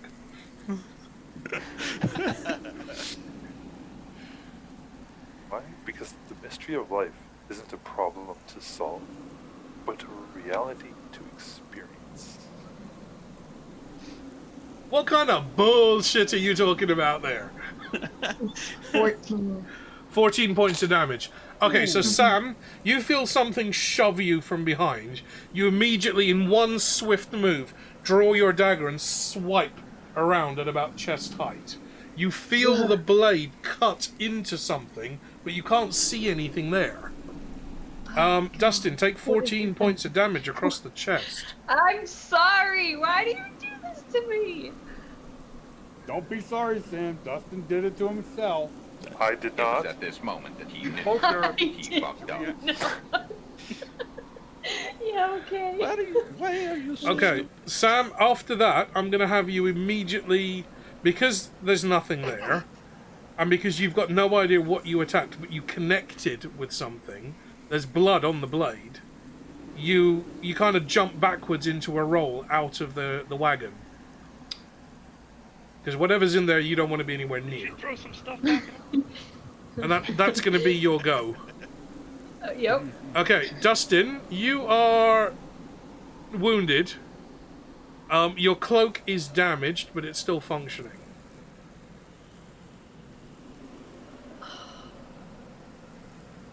Okay. The decisions we make. So, At least mine only hurt me. What about the dragon again, Sam? Sam, also you pick up your fuck, bandolier you're of right. potions I as fucked well. Everybody. Sam, you've got your bandolier of potions as well. Yes.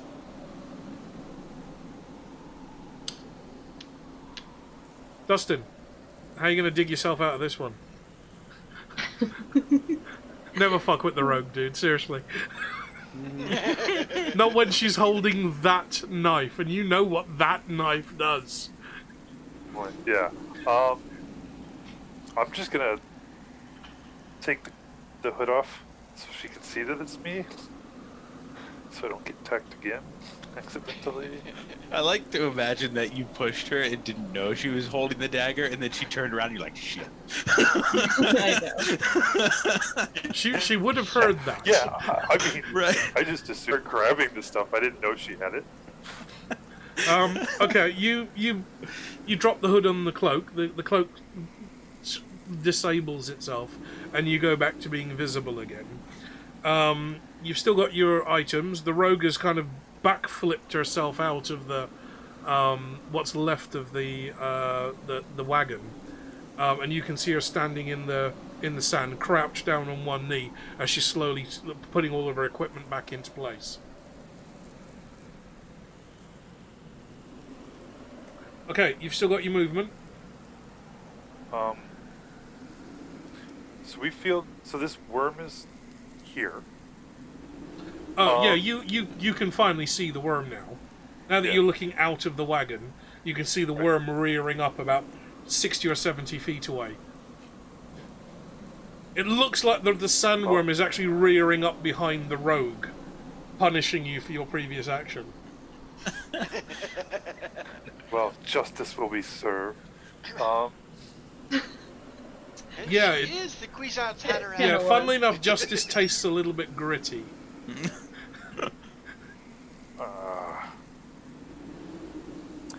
I'm going to use my movement to, as I recall last time, the worm was coming. I guess You felt the rumbling and you felt the ground shake as it Right. kind of And emerged. and they told us, the guards had told us to do a certain movement to not bring attention to yourself. Yep. So I'm gonna try and copy that again. Bit my late, movement. but okay. With spider climb, your agility makes that particularly easy. Okay. What direction are you going in? Just away from the sandworm. Oh wait, yeah, away from the Right. sandworm. Are you abandoning the party? Kicks It's me what unpredictably. Sheldon does. What do you Throw think? some stuff out. Okay. Right. The ranger fucks You mean the off. party that's nothing but attacked me this entire combat? You. No. I helped. I didn't. The Didn't attack you. look, caused it himself. guys, Why look, seriously, I'm gonna need more booze. The ranger Bart has hit me with 2 spells. the Most helpful. Yeah, I'm helping it you didn't out, hurt you. boy. Come You on. currently have an awesome. You could climb this damn worm because of Yeah, this. spider climbing You is can great Yeah. climb stuff. all over it. You can climb. Yeah, you could climb straight up the back of that worm and just like You into can- the back My of you its can let head. sorcerer it has choke you. spider climb. Maybe Or you could climb yeah, up underneath and give it a tickle under the chin. Shadow of the Colossus right now. Yeah. Yeah. Yeah, Blind's played that. Maybe it just wants a kiss. You can do that. Fine. The Just climb up and be like, Needs Yeah. to love it. I love It's just. You're Yeah. a beautiful sandworm. The mouth of this Sandworm. sandworm is like 40 feet wide. Pick any of It's the a multiple sandworm triangular that just shaped wants lips. fashion advice. The sandworms. wait, does that mean And he's frozen. Oh, Like very. Oh, he's back. Lost you for a second. Yeah, no. I'm having trouble right now. We heard. Does that mean? And that's it. You left us hanging. So, for those of you that... Okay, so anybody in chat who's not familiar with Dune and doesn't know what a sandworm is, that's what we're talking about here. Yeah. And this one's pretty much to scale. Oh, it just wants fashion advice. it's love language. It's words of affirmation. If you just Yeah, that's the most fucked up sex toy I've ever seen. It's so. not physical touch. It just wants us to tug a little bit on those flashlight. whiskers. It just wants a cuddle. I'd much prefer that it's quality time. I use animal You friendship can't beat on a this good worm. you can't beat a good gritty Try, snuggle. I'm sure, if he lets you. Right, Yeah, okay, guys. We've actually been going for quite a while now, so I'm going to call a break here. We're way overdue for a break. So I'm going to pop up. I'll be right back, and we'll take about 10 minutes, guys. Grab something to drink, Yep. grab some more food, and nip to the bathroom if you need to, and we shall be back in 10. Please, guys, thank you very much for joining so far. I hope you're going to be here when we get back. See you in a bit.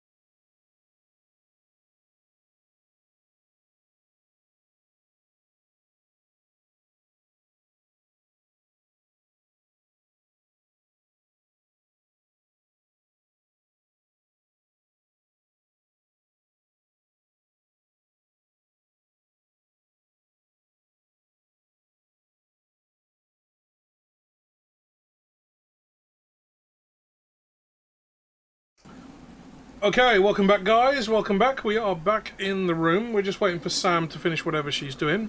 I have another Vesper martini. This is basically a triple martini. I make these quite large. I was really hoping that my new dice were going to be in. Oh, they didn't arrive yet? No, I've waited, it's been over 40 days now. But they just got through. I just got the notification for one set on Wednesday to pay customs, and then yesterday to pay customs. So probably next week. So what? That's going to be like what? 15 euros each of customs fees. It was like 20. Okay. Wow. 20, 25. Yeah, it's nuts. It's whatever value added tax, and then there's like a 15 euro handling fee. Yeah, exactly. It's so ridiculous. Yeah, the Kickstarter just finished off for my days You're there, gonna and they're wait giving until a projected shipping date of July of next year. When it sells, I'm gonna wait 3 years. Yeah, all this stuff. Everything is so behind. So you're gonna wait till you're 15 then, is what you mean? Is that Aurora you're talking to? Yeah. Oh, yeah. Hey, she's a kid. Careful. Well, we've already got. He's already talking about boyfriends and stuff. Yeah, that should be more like 21. Right? 41. 16's not bad. She can meet her husband in the nursing home, okay? Once mommy and daddy are gone, then that's fine. One of the joys of when my girls were a little bit younger, so about 5-6 years ago, when they were still in their teens, and a friend of mine was around, and my youngest had brought her then boyfriend round for the first time. Instantly didn't like him. He's kind of a greasy, sleazy kind of. He basically spent all of his time buying her food to keep her happy, and then she gained a ton of weight. And he was constantly berating her and putting her down. So I knew immediately what was going on, but I'm kind of staying hands off. And then it got too much, and then a friend of mine were around, and they turned up. And you know that scene with Will Smith and Martin Lawrence in Bad Boys 2? Yes. It's like, Yes, motherfucker, I do. you at least 30. We did that scene almost word for word. And he knows that I have guns. Mm-hmm. I wasn't waving him around or anything, but he was particularly. That would have been better. It would have been it would have been illegal, but it would have been. It was actually. He just sat there really quietly and didn't move the whole time he was there. And then me and the little one's bestie, her and I always got on great.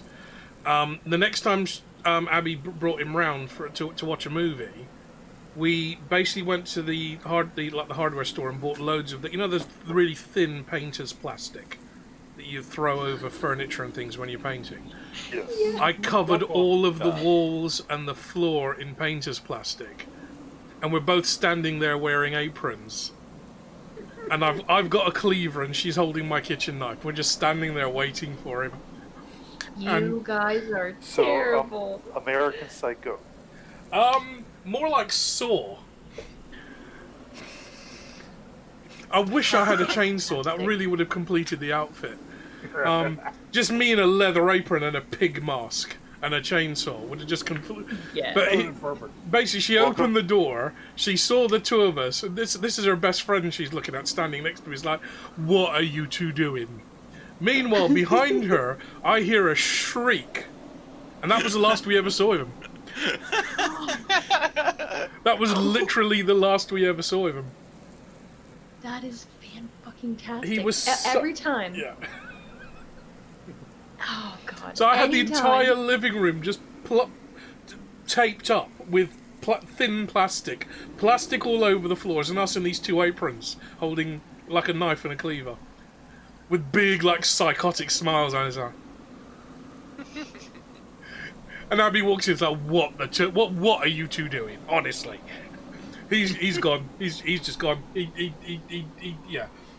That was so funny. Then he wasn't meant to be there. The funny thing is that was the day that I took Alice shooting. I was teaching her shotgun shooting. And if he'd been there, I don't think he would have enjoyed himself. Because my little one, Abby, she was, 19 at the time. She knows how to shoot. I taught her to shoot when she was very young. So she's quite good with a pistol and quite good with a shotgun. Alice was getting her first shotgun lesson, and he would have just been there, just standing there staring, thinking, I'm gonna die, I'm gonna die, I'm gonna die, hey, hey, hey, hey. Hey. Oh, that's fantastic. Anytime I'd bring a guy over, my dad would instantly, like, it wouldn't be me hanging out with him first, it would be my dad taking him to the den to show him all of his guns in the gun cabinet, and that was like the, hey, I can fucking kill you kind of thing. When I brought, because my little one and her current on and off boyfriend, who's the father of her kids, don't get me started on this one. Yeah. They've kind of broken up for a little bit because he couldn't take it and his depression was kicking in hard. But they were living with me at the start of lockdown, and I'd come back up from London, and this is just after my dad had died, so I'd had to bring all of the guns back up with me. And this was the first time he actually saw me open the gun cabinet. And the gun cabinet was already full, and I had to stuff 3 more guns in there, including my big hunting rifle, my Remington 700. And that thing's kitted out like a police sniper rifle. So I'm pulling that out of the bag. It's like, he plays Call of Duty. That's all he ever does. Computer guns. Never seen a real gun in his life. Let alone me opening the cabinet, which he's been living in the house for 2 months and didn't know was there. And then all of a sudden I open the cabinet and the automatic lights turn on and there's just guns like stacked up inside this cabinet. And I'm pulling basically a sniper rifle. Out of a slipcase. It's like, here, feel the weight. And he almost buckled under the weight of this rifle. It's not a particularly heavy gun. I mean, it's a hunting rifle you'd be carrying around with you all day. He just couldn't take the weight of it. And there's me just throwing the bolt, just showing him how a bolt-action rifle operates. And he's like, ooh, kind of leaning over to one side. It's like, yeah. Just drop it. It's like, okay, right, hopefully you'll never have to see those again. And I just shut the cabinet. And she was like, Omar, really, you're gonna kill... I didn't threaten him with anything. I just said, hopefully you'll never see them again. Instrumental, thank you. Your dad, you have to throw some of them in there. Just to let them know who's boss, okay? Well, Instrumental, thank you very much. The mustache is actually growing back, because about a month ago I took about this much off the ends of it. Because I do get all this twirling, gives me rotten split ends. And I don't like using wax. And he does it a lot. I don't like using wax too much. So it is growing back. It doesn't usually get too much longer than this, because the hairs start to go a bit frizzy. And then I've got to use wax to keep it under control. But thank you very much, sir. It is the source of my power. I've seen it pretty long before, though, and that wasn't a "that's what she said" joke. But that is actually what she just said. Seriously, though, like, I've seen it actually curled around, like, in a little loop. And so it's been much longer than that. But there isn't any wax in it at the moment. If I wax it, it kind of clings together and becomes a bit more defined. But, yeah, I get split ends if I play with it too much. Right. Yeah, you guys are in shit. You took way too long to do that fight. We really did. And a monstrous sandworm has crept up on you out of the desert. Mark, it was your go. I see the sandworm from being on the ground again. I've seen the sandworm, right? Yep. Okay. I go, dude, I'd love to keep bitching about your mom and all, but worm!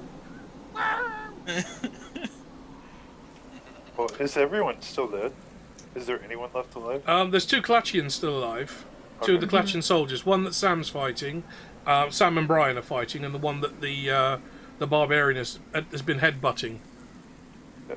So I assume the barbarian's just going to headbutt more. So but the Clatchian that you were fighting looked us up at the Sandworm and said, your mother has finally joined us, eh? She's looking good for her age. Yo, mama! She also looking a bit thirsty, huh? Go brush the sand out of her teeth and I'll give her a little kiss. Right, Yeah, I'll just tackle him again. you're gonna, okay.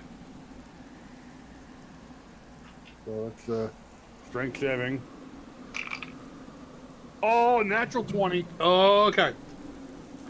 Like that While joke, huh? he's insulting the other Clatchian and his kind of back is turned, you kind of like dig your feet in the sand and just throw yourself at him.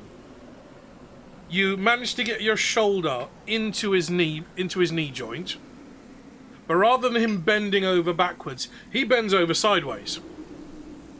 You hear the splintering of his knee joint as his patella dislocates completely. You then hear the splintering of his other knee joint as his other patella knocks into the first one, kind of like those Newton balls that go click, click, click, click, click, backwards and forwards on your desk. And he goes down, screeching and screaming and writhing around on the ground. The sandworm immediately rears round at the vibrations on the ground and looks towards the fallen Clatchian. You've still got your movement available. Yeah. Yeah. You I'm gonna might want to get run. out of there.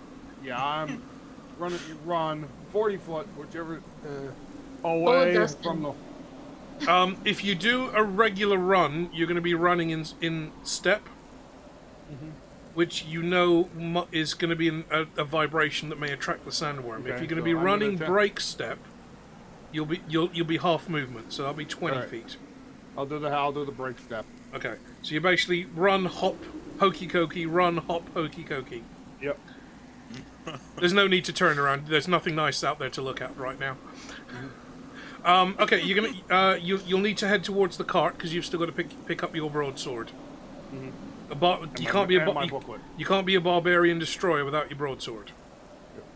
And my manual. You've mostly been using it as a toboggan up to now because it's a bit heavy. Right, Eric. Okay, so all the golems are looking at me, right? All the golems are looking at you. They're now looking up at the sandworm, thinking, "Oh well." It was nice, wasn't it? Yeah, it was a lovely day out. Yeah, it was nice sun. We even got to the beach. You know, we've been working on some colour. Golems will help with digestion. Yeah, as they struggle through the digestive tract, they break up all the bubbles of gas, don't they? Right. Yeah. And if the golems have got brooms, they can give the old lower intestine a good sweeping. Well, it's just like the way a bird eats As stones. usual, I've gone too far there. Sorry. I'm really hoping that I'm not just sacrificing all my golem friends, but I'm going to tell them to fight the worm. They look at you. They look at the sandworm. Leader. They look at you. They look at the sandworm. They look at you.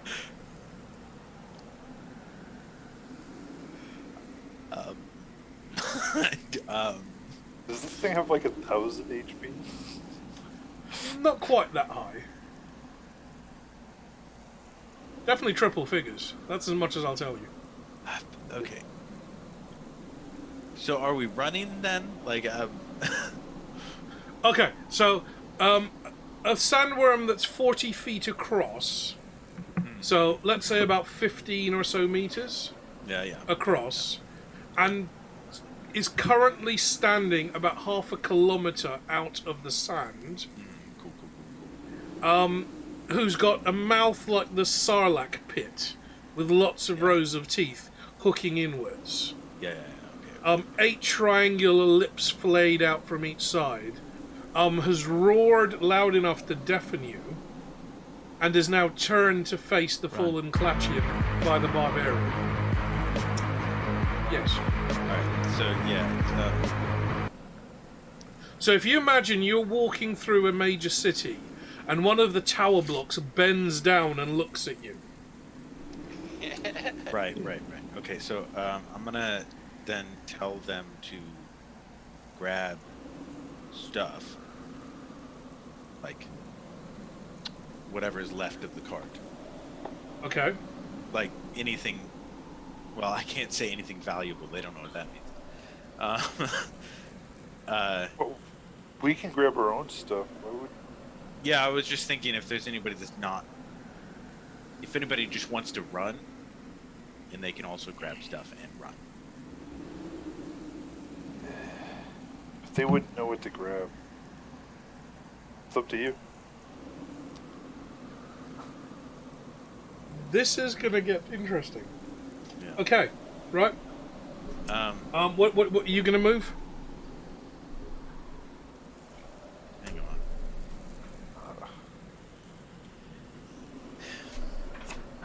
I would have Maybe the I'll pokey just- spook. Yeah. So, Right? you know Yeah. how I tend to plan out the episode, and I'm thinking we're gonna get X amount of the game covered. Yeah. So I'd written Why? effectively 5 hours of gameplay to you maybe stretch into 6. You're still in the first 15 minutes. Okay. Not actually. Because, Really? you know, Okay, I said so- before most of you got in the room, I was chatting with Mark and Brian, and I was saying that I've got a couple of ways that they can do this, and one of them is the really hard way that I really want them to take. This wasn't it. Oh, okay. This was That's one of what- the, yeah, you could do this, but it's so fucking stupid. I wouldn't imagine you'd even try. But here we are. What did I say though? What did I say we were gonna do? You said they were going to do the hardest way possible, Yeah, which is well, I thought that actually meant the dumbest way. yeah, which was actually the story I'd planned out. We're gonna have to revisit this. We're still in the first 15 minutes of my notes. I wrote 6 pages, and we haven't made it to the. Look, seriously, guys. I've written 6 pages of notes. There we go, and we haven't even got halfway down the first side. Yes. So, for those of you that are new in chat, welcome to this absolute garden of fuckery right here. So, okay, I'm just Most gonna people tell. would be done with the campaign by now. We're still in chapter 2. I'm just gonna tell the golems to run away from the worm. This is a pool of acid No, all over again. no hokey. Yeah, you're just gonna tell Yes, them to run. sorry. Yes, sorry. I did actually think about that, and it skipped my mind just then. So thank you. My ADD. Yeah, I'm run the way that they were told to run before. Okay. Or what? Anything, that's it. Just run away in break step. I mean, that's all. Like, if anybody wants to tell me to tell them anything else, then I mean, how far are they Run away. running? Run with Where? us. Yeah, like, in what direction are they together? running? I Like- said away from the worm. Yeah, So they're but going away from the worm for an Why don't you infinite just use amount them of as distance. targets? Tell them to just run normal. Just spread out. The worm's gonna have so many targets he won't know what to go after. no, there is a thing called karma, and he's already crossed that path, and that path is not a good Yeah, I path. can't. Yeah, Golems, they're not real. guys, for those of you in chat, Excuse for those me? of you that have not seen all the episodes, Excuse me. our golem, Eric, has The golem's slowly about to throw beginning this to worm descend some to food. evil alignment. He saved one of the golems aboard the pirate ship to use him for spare parts. Which, by the way, I've forgotten about Until that specific golem because his name's Jeff. which one is he? Jeff is actually back at the ship Jeff, helping where with are you? repairs, remember? So this He's golem, not there. which we named Jeff, I figured they got him as well. But Eric was going to use him for spare parts, thinking that if he was to be damaged, because he had been damaged once, and if he was to be damaged or destroyed, they could take the little magical scroll out of his head and transplant it into another head of a golem. And his soul would be carried over. His memories, his experiences would be carried over. That's the golem religion. That's fucking necromancy. it's more complex than that, okay? And you know it. Yeah. Why we only got a little bit 14 harsh on the evil thing. Quarter of a page. The It's not sad that part dark. is it would work. I don't know that. My character doesn't know that. All you, know, Eric, seriously, all you need, Eric, and you need to find build a yourself a really Not big evil. furnace and raise golems from the dead. Create your undead army. Okay, so you're going to tell them to run away from the sandworm in break step. Are you giving them a specific direction? Away. Wouldn't tell them to break stuff. Yeah, you would. Yeah, I know you wouldn't.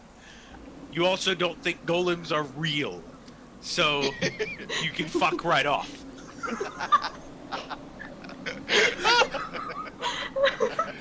Oh my Everybody has it. We need Hermione Granger here campaigning for golem rights, don't we?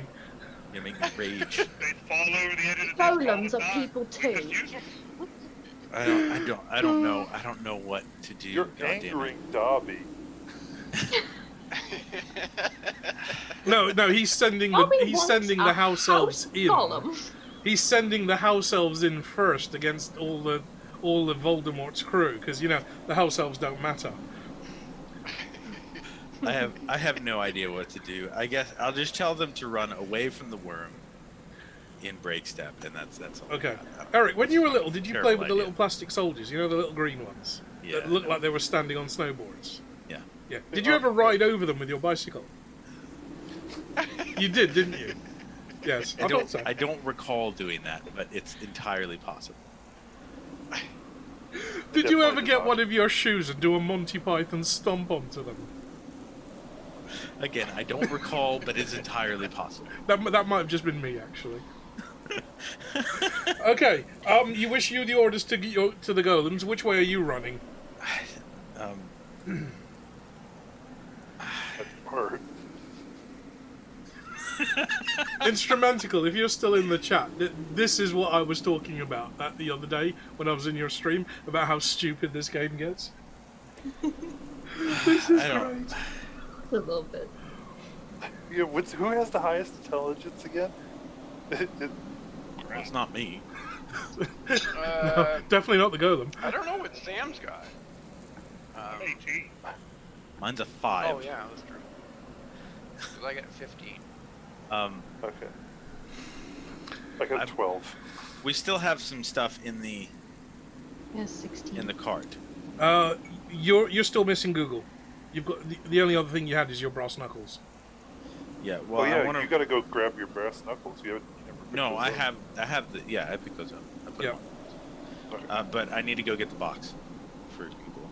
Okay. Whatnot. Okay, I'm so gonna you stride over to the Break step. cart.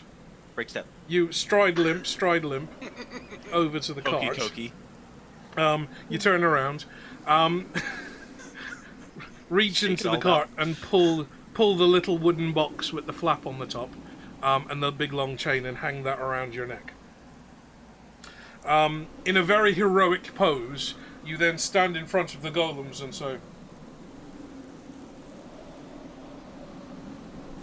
Wait, I should have done this in different order. is that kind of cut out and keep pose. Golems, that way. I should have got. Don't forget the hokey cokey. I should have got Google. I should have got Google and asked if it knew about it. Anything what? It okay. Do with Sandworm.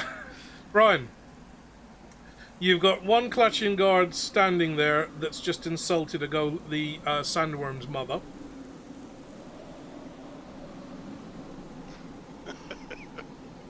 He doesn't seem so interested in fighting you anymore. Okay, I will take this opportunity to head to the wagon. Okay, you run to the wagon. You see the golem emerging from the wreck of the wagon. The donkeys are still up in the air, harnessed to the pulley, going, just still running. You see the chest. You can see the equipment spilled out in front of it. So you grab up your gear.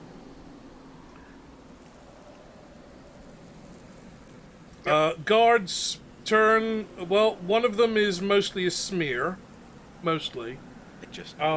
One of them's been knocked on his arse after fighting with Sam.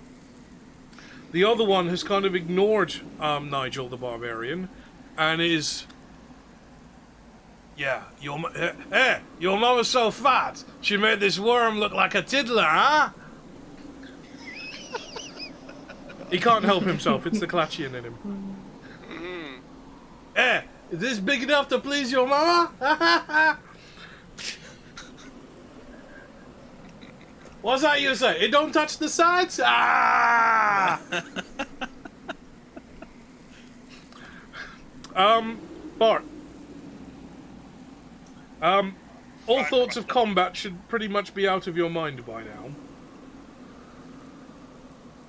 I should be close enough to retrieve my items and then. Yeah, you can run to the cart now. Away. Yeah. Run to the cart, grab my stuff. Oh man, do I want to try another spell? This has been bad so far. I mean, yeah, go for it. It might work this time. Third time's the charm. Yeah, unless he does Thunderwave. Sandworm. Unless he does Thunderwave, and that's just bait for a Sandworm. Watch it. He's gonna do it towards the sandworm and give it something super awesome. Blur. Okay, who are you casting the spell on? See, that's the question. When I cast these, am I really casting them away, or am I Okay. doing it myself with it for a change? So you just bring out the spell Blur, and you almost phase shift. For any of you that are looking at him, you see him go a little bit hazy and then start to like statically shift horizontally, as if you know the old video recorders when you're just twiddling them up trying to get the tracking right, and you can't get the picture to line up on an old videotape. Does it have to I be got my colors force turret to now. see? You mean like when the Flash gets into like his vibration mode? I've never watched The Flash, but I'll go with whatever you're saying. Yeah, that would be like. Yeah, that would Yeah. be for the. Kind of like for you're the millennial squinting, and you've got a head injury, and you're squinting, and everything's kind of wobbling in front of you a little. Well, if you got a head injury, you shouldn't be squinting. You should be heading to the hospital. I've had plenty of head injuries. I don't like hospitals. That explains a lot, doesn't it? For squint. Imagine if you did cast this on the worm. Oh no. Okay, I'm gonna That roll was the original. Okay, Bart, I'm gonna roll a d20. 1 to 10, it's you. 10 or higher, it's the worm. No, I'm rolling. Oh, you're rolling. Yeah, Okay. you've already fucked this up. I'm gonna try and save you. That's normal. It's a 17. Oh fuck! So It's the worm. I thought that was me. I thought Lou was the worm. And you pull out your blur spell. You kind of do some motions that you remember from a book somewhere, and and you cast it on the worm, and the worm looks like it fades in and out. It phase shifts, and you see like weird little horizontal lines as if the worm's splitting in half and then recombining and then going the other way. Everything gets a little bit fuzzy and things start to get a little bit soft and fluffy around the edges. So not only are you guys terrified, you're kind of confused now because it now looks almost as if there's two of them. Try to reenact it now with a little bit more balloon. Okay. You've made it to the cart, Bart. You've got you managed to get your turret, your little focus item.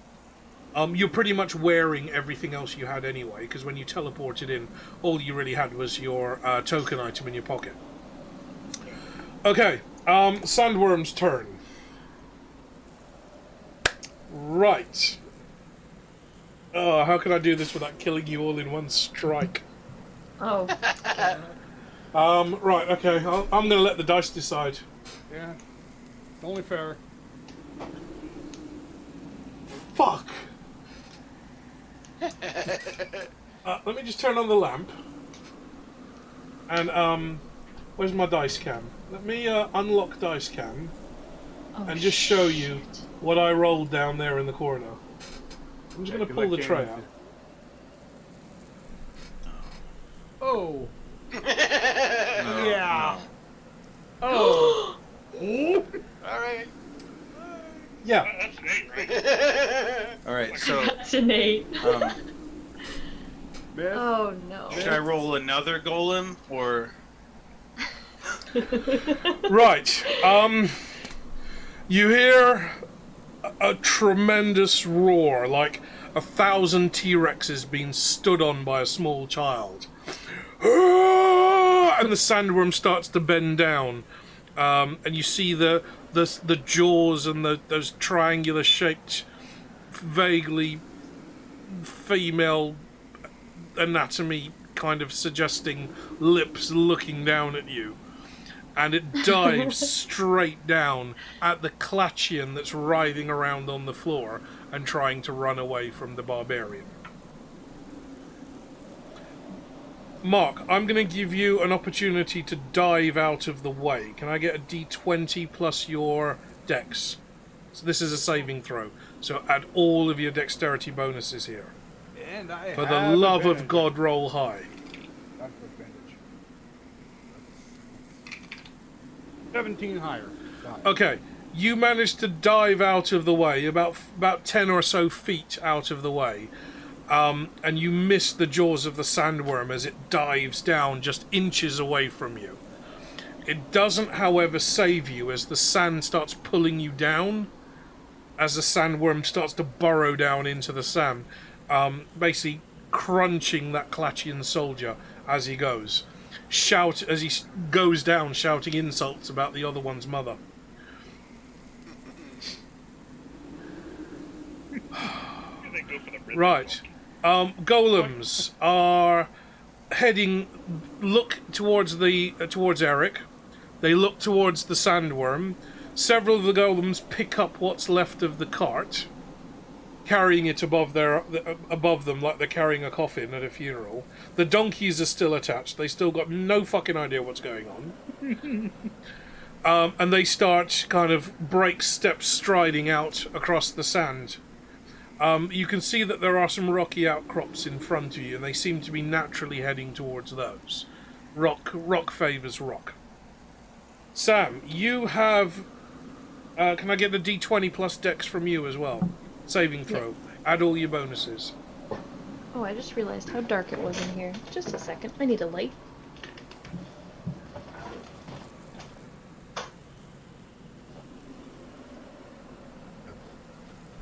Oh, that's a good Vespa. So, Vespa Martini, this is my second one. I'm about halfway through it now. I've used Bloom Gin, which is a very floral gin, not like the Shetland... I just rolled a 19! Yes! Okay, hold on. I gotta add stuff. Not like the Shetland botanicals I was drinking last time. Sorry, I got excited. I'm using my drinking horn. Yeah, Eric, you've still got the laws of robotics baked into your religion. Yeah. Of course, the first one, where you will not harm or allow anyone to be harmed, you've kind of forgotten about that one. You've kind of scribbled that one out and written Bun Bun over the top of it. You will not harm Bun Bun or allow to be harmed Bun Bun.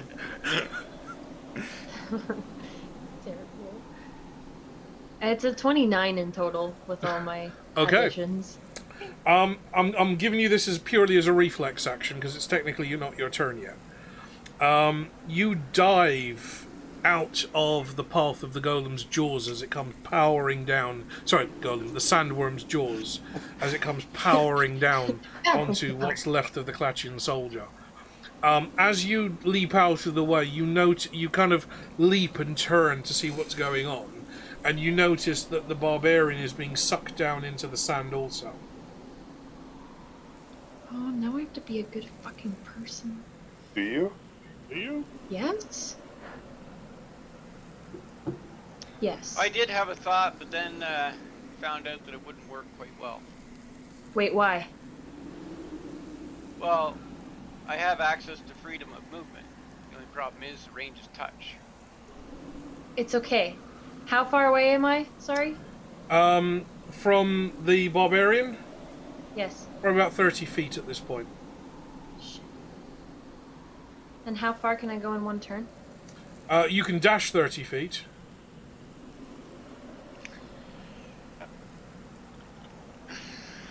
That probably wouldn't be good though. Hang on.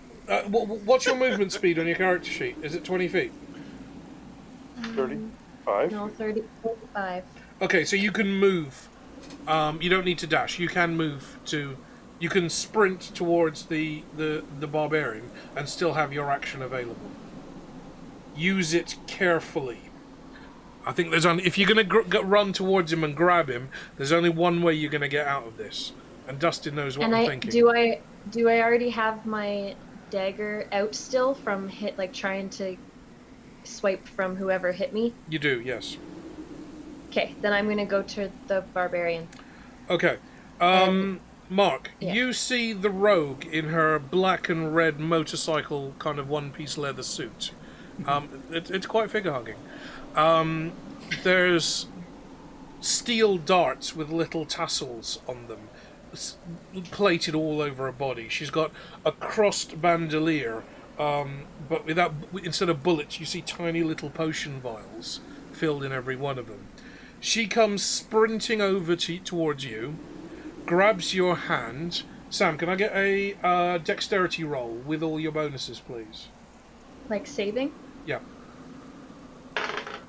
I rolled a 2. Okay, hold on. That's still 7, 9, 12. That's a 12. Okay. She doesn't grab your hand. She grabs you by the loincloth, giving you the worst wedgie of your life. Turns around. Your cat just freaked out behind you. Like, Daddy, Sam, can I get a ranged attack roll, please, for your dagger? Yep. Throw the dagger, not the barbarian. Please don't pull on that loincloth. Is there a difference between the ranged attack roll and the normal attack roll? In your case, no. So just do an attack roll with your dagger. And add all of its bonuses. It's +9, isn't it? Yeah. It's a seriously powerful weapon. Because it's a finesse weapon, so it's a finesse. It's also an artifact, so it's not. It's not just magical. It's super magical, which she technically still isn't. It doesn't really know how it works. This is kind of something that the ranger said on the voyage, and she remembers something about peanuts in the bar. It's an unnatural 20. Okay. Mark, the ranger comes dashing. The rogue comes dashing over to you, slides in the sand, picks you up by the back of your thong, and all you see is her hurl her knife towards the donkey cart that's being carried away on the backs of 4 golems. As the knife begins flying through the air, you feel both of you suddenly yanked, almost by your belly buttons, yanked across the sand. And all of a sudden, she's holding onto the blade of the knife, stuck into the back of the cart, dangling you by the back of your underpants. You're welcome. Front wedgie! If only we could make that as a finishing move, a front wedgie. Yes. Sam, mark off one of your level 1 spell slots, please. Okay. I think that was my whole experience in the Navy. I was in when we had dungarees. What, you just spend your entire time in the Navy giving each other wedgies? No, the way they were designed, they were like these straight-legged jeans. Except there was absolutely no compensation for crotch whatsoever. So if it was on one side, it was there all day. Did they were they a bit roomy in the hips and tight around the waist? No, absolutely no room in the hips. Only room was at your ankles. That was the only place where you had room. The bell. Made no sense whatsoever. Like opposite what you'd expect pants to be. Yeah, I was just wondering if they'd issued you women's ones by accident. I'm just saying. Okay, Sam. Mm-hmm. That's your go.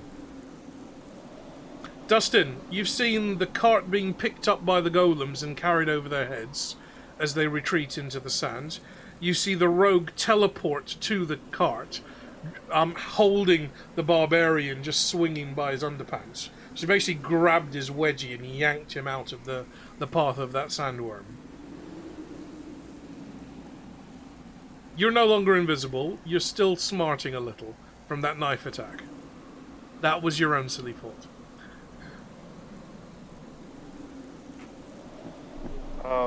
But everyone in the party seems safe for now. Not really. Brian is still quite close to the sandworm. We're gonna find out what he's gonna do in a moment. Eric is moving off with the golems.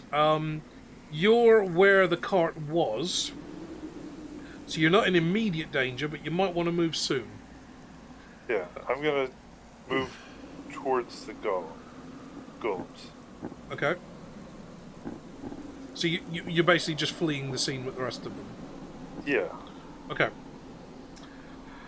Brian, Mark. I'm hanging there by a wedgie. Your voice has gone up 2 octaves as well. Come on, good. I know.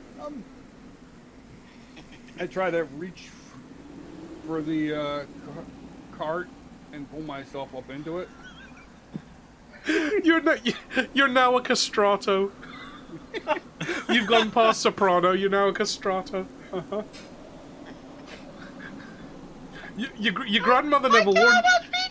Your grandmother never warned you about this one.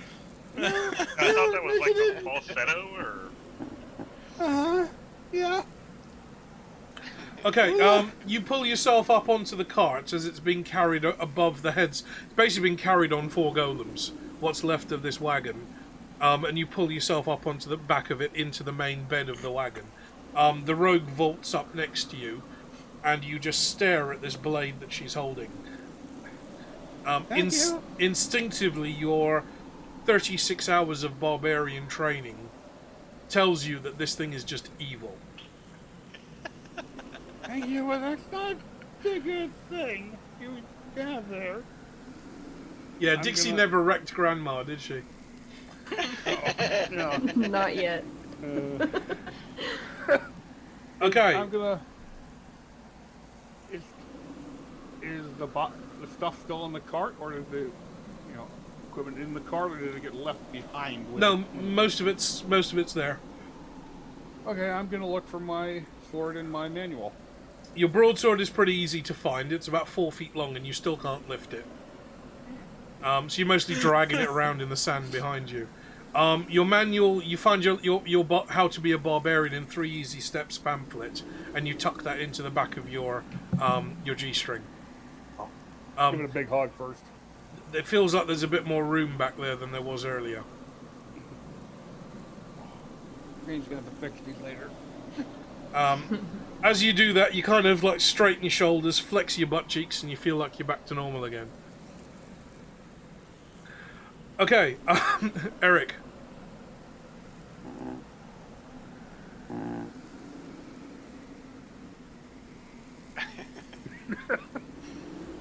Is that it? Oh god, I have no idea what to do.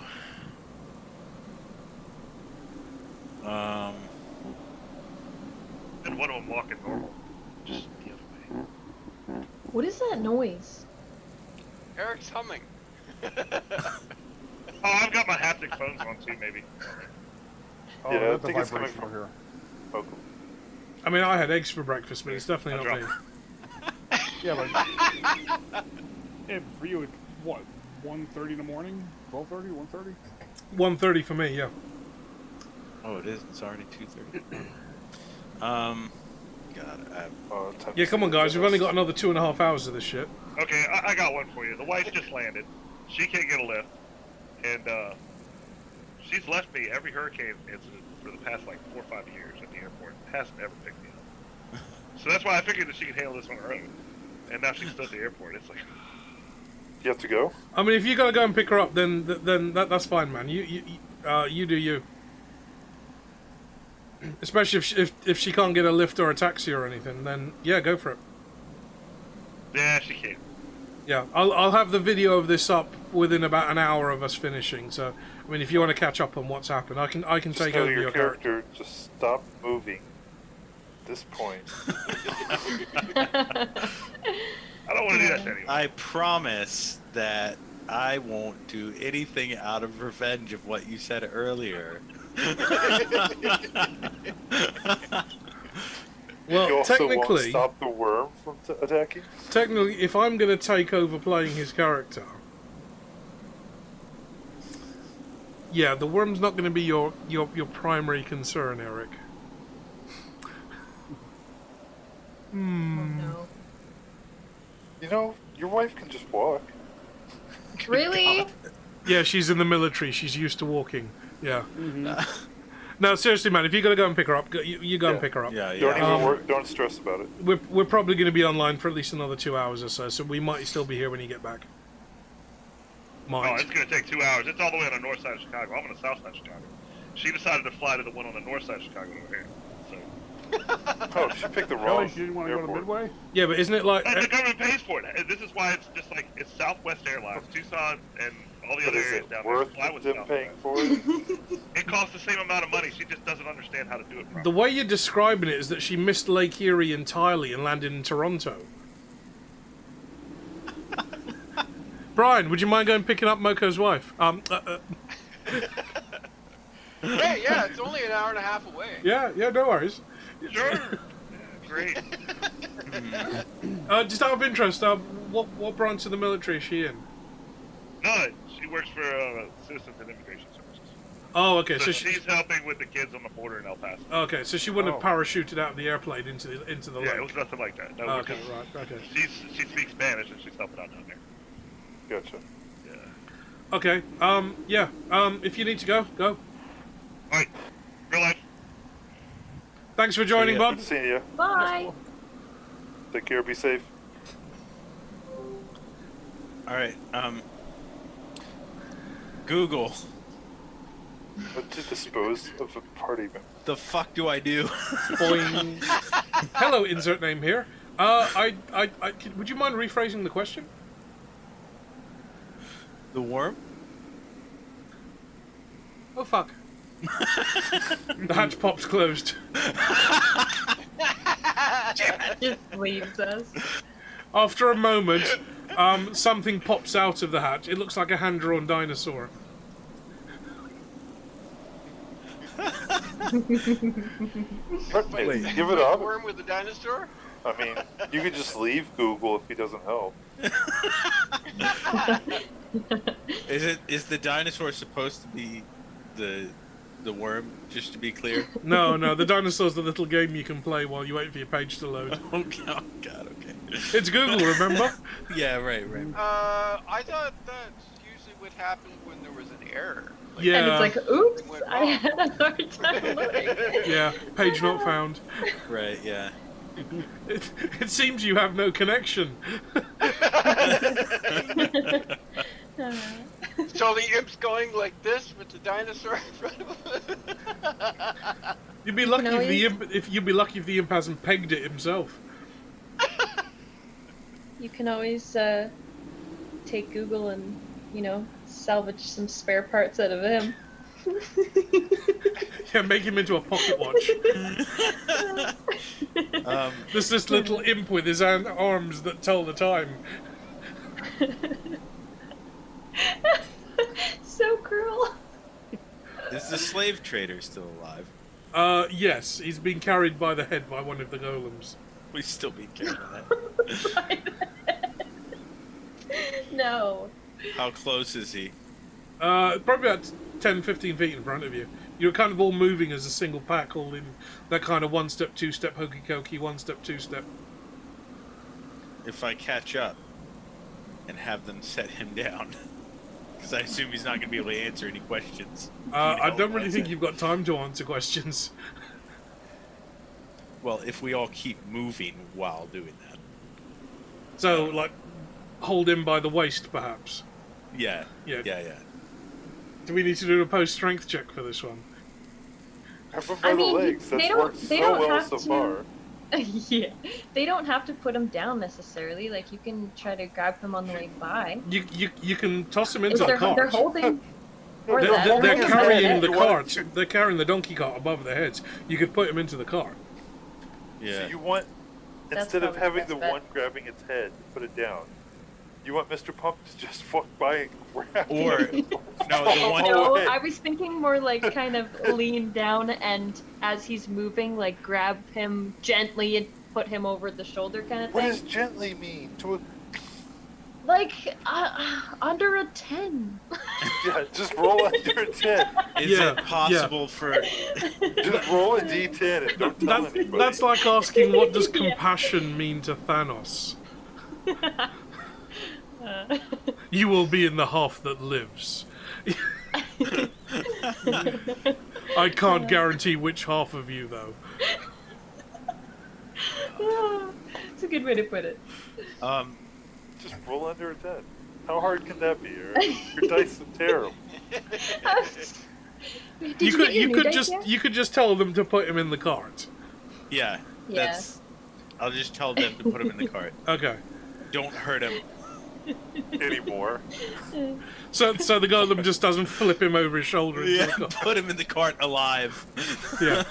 From downtown, 3 points. Buzzer goes. You're not gonna throw him at the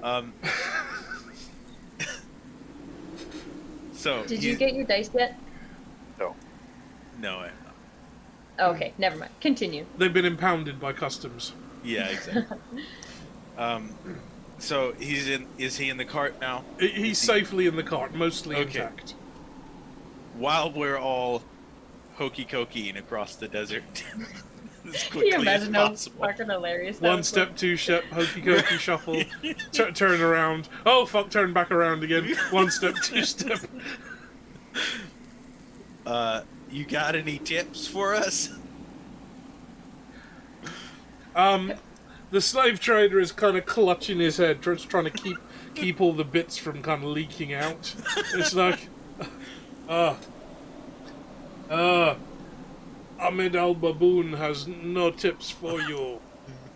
Oh no, Brian! The best way to Brian! avoid sandworm is not to attract sandworm. Brian? Run, Alright. move to solid rock, where he cannot feel vibration. Solid rock. Oh, solid rock. Wait, so if we climb on top of the golems, Google. Hello, insert name here. What can I do for you? I need you to find the nearest solid rock. Like, ground. Okay, 1 moment, consulting maps. I never thought about that at first. The hatch pops open. Looking at the recent geological surveys done by the Kalachian army, the best solid rock would be that way. Rock is mostly composed of granite with lots of bauxite. Yes. Okay. Thank you. Yes. Is there anything else I can help you with? How far? 1 moment. 2.3 kilometers. Let's do it. Are you out trying to outrun the sandworm? Yes. If we are. Would you like more information about sandworms? No. That yes. might be You mean relevant. no? Okay. It's gonna Traveling come up on us. traveling using an irregular foot pattern will help. It is said that if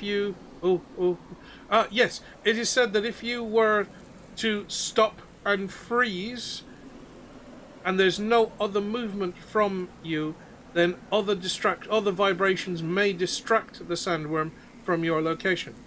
If you continue with your break step pattern, you may survive long enough to reach a solid point.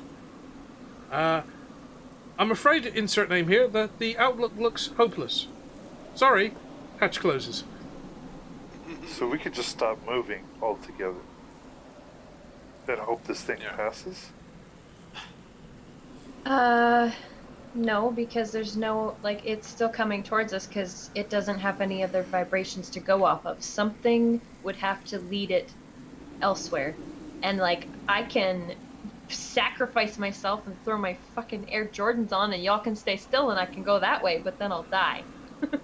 The hatch pops back open, and the imp emerges wearing a trilby and carrying a suitcase. Or one golem goes the other direction. Yeah, well, who's gonna make that decision? I think it should be you. You know what? You're great with these decisions. You're good with them. You have no feeling towards it. You should do it up, bro. You should do it up. Oh, you can't. Oh, We no. also have we also have a couple donkeys. Oh, See? it's okay. What is it? Are any injured? Wait, are you going to throw a donkey? No, he's gonna release them to go run wild. And have... Yeah, what happens to those donkeys after the fact? What if they Never just gets run in the controlled. same direction you're running in? Well, there's also the horse that ran away too. Oh, that's gone. I'm glad you've remembered about that. So in theory, if we did stop, if that horse is still running and not like dropped to a trot, then you might actually hear it. If it's still running. Yeah, I was gonna say that's a That's what I big just if. said. A 2-mile sandworm has emerged out of the desert. Everything's fucking running. Even the rocks are running. Just not very horses fast. just run until they die. So. Alright, I'm gonna That's sad as shit. tell the golems to stand still. Right. Think continental drift. Think the glaciers carving out mountains on the face of the earth when the planet was first born. So in other words, tell them to slow down to a stop. When you've got this much massive golem moving at speed, it's going. There's a certain amount of gravitational inertia that is required here. If they all stop dead, you catapult the what's left of the cart. I'm gonna tell them to hokey cokey to a stop.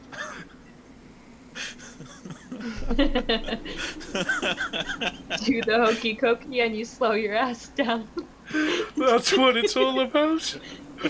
Don't get eaten. Oh, get eaten by a sandworm. Oh, picking out the teeth of a sandworm. Oh, brushing the intestines of a sandworm. Knees bend, arms stretch, rah, rah, rah. Would it kill Mr. Pump? Or would it not be strong enough to penetrate Mr. Pump? Mr. Pump never wants to be penetrated. Let's just start with know, that. I knew we were Okay? gonna get that. Let's just start with that. It already critted. And if it crits on me, I'm gonna guess that I stand no chance. Okay. I mean, you can rip it from the inside out if you would stay alive. Bite. If. Okay, a small one, because I've only got stats for a small one, so I'm upping the stats. Its bite will do 4d10 plus 10 damage. Oh my. Survive one bite. So you're looking at 30, an average of 30, so you're looking at an average of 42 in a bite. I would still have 51 damage left, but... So you'll survive the bite, but you might not survive the chew. Yeah. And that's the average. I could still roll higher. Right. Or lower. You're not I doing was a just Hellboy wondering here. anyways. Eric, you're not doing a Hellboy. No, I'm... You're not this going to isn't kill it from the even inside. What a This great is not movie. I me wanna watch at that. all. Oh my god, could you imagine that? Could you imagine if Eric threw himself into the mouth of this sandworm and then Pull a Drax. just clanged his two knuckle dusters together to do Thunderwave from the inside, and that sandworm lets out the biggest burp in history, shooting Eric out. Sorry, I just knocked the microphone. Shooting Eric out. Or better still, if you waited 5 minutes longer, you'd be shot out the other end. Okay, Google. Can a sandworm shart?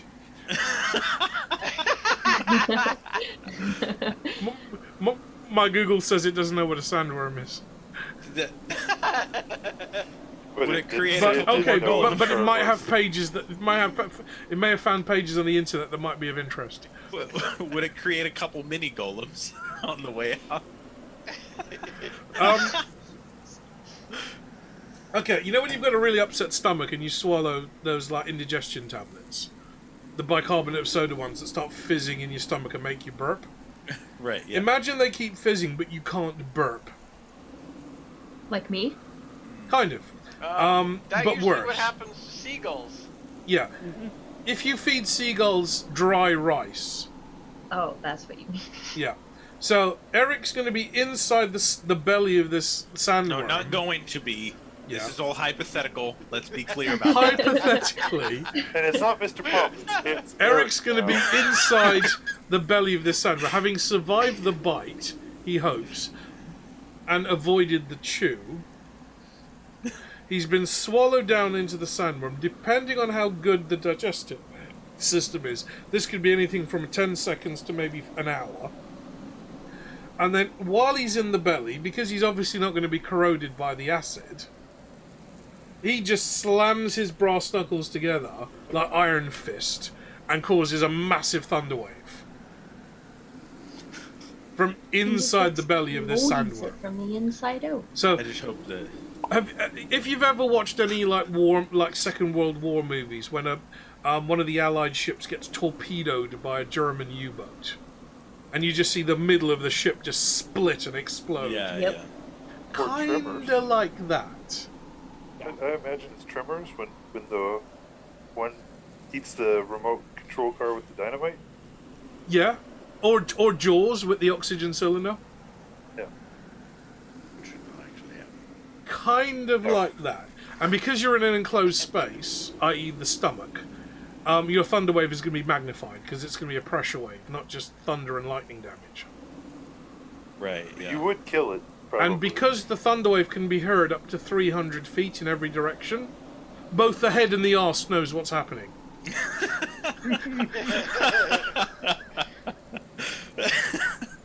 So hey, it's not a terrible idea. If worse came to worse, that could happen, okay? No, but do you know a 40-foot tall proctologist? Do we need Why to do we worry have a about? proctologist? He would be gone, and Mr. Pump would be like, "Hey guys." Don't ever make me do that again. Yeah, pretty much. Yes, I love this entire scenario except for the possibility of death. That's it. What is death? Wait, are Death we is voting merely as a party? four-letter word to me. Everyone raise your hand if you're for this. Eric then tells all the golems to raise their hands in his favor. We lose. Golems, raise your hands. Right? Oh, just- they accidentally voted for.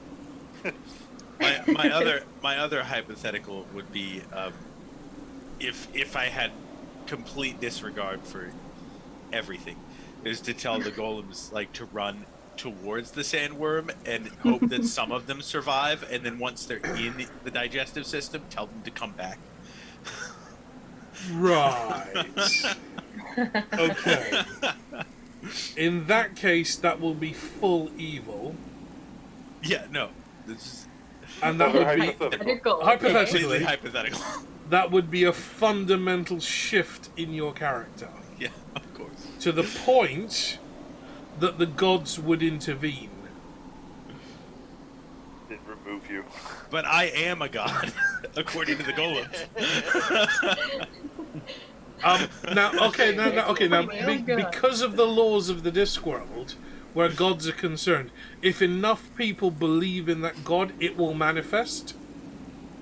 So if So I enough need to make more people, golems. if enough golems believe that you're a god, you will become a god.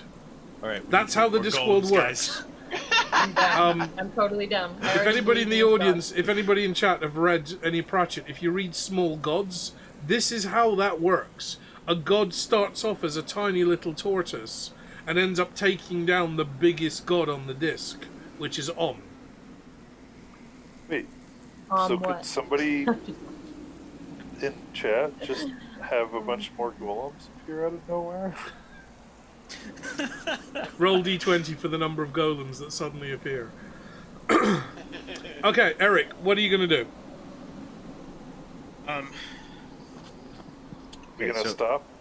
Yeah. Ahmed Al-Baboon is safe in the what's left of his carriage. He's not particularly happy about it. He's got a splitting headache, literally. He might have seen what the squishy insides of his head looks like. But he's alive, and he's in the carriage that's being carried aloft by 4 of your golems. I'm gonna tell the golems to slow to a stop. Okay. Yeah, and then also I want to relay all of the information that Google gave to anyone nearby. I'm not gonna yell it. Okay, if you're or actually, no, I'll tell Google to relay the information. Okay. To people. That'll be faster. Well, Google speaks Golem, of course. Yeah. Okay, the information is relayed. The golems slow to a stop, and they stand stock still, waiting for further instruction. Really hope that horse is still Brian. Still going. You've been scampering along behind everybody. You've managed to collect all of your armor and your items. You haven't put your armor back on yet. You're going to need at least 20 minutes for that. Well, it's still in the pouch. Oh yes, you stowed everything, didn't you? So you've got your pouch. Was your weapon? Were your weapons stowed as well? No. Okay, so you've got your mace. You've got the battle axe. You've got your pouch of holding. Any other items you were carrying at the time, you've got them, so assume you're back at your full complement of items and weapons. You see in front of you, because you're kind of doing your best to walk in break step as well, you see in front of you that the golems have slowed to a halt. And you've kind of slowed down your steps to more like a shuffle in the sand, almost to mimic sand sliding down one of the dunes.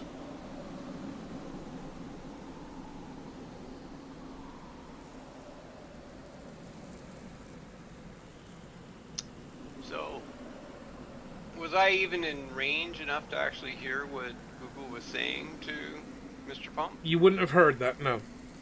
But that's why I told Google to relay to everyone.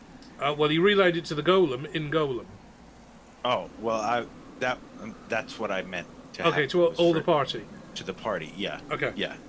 So the golems don't really need to know why. Yeah, they're just fodder, stop. aren't they?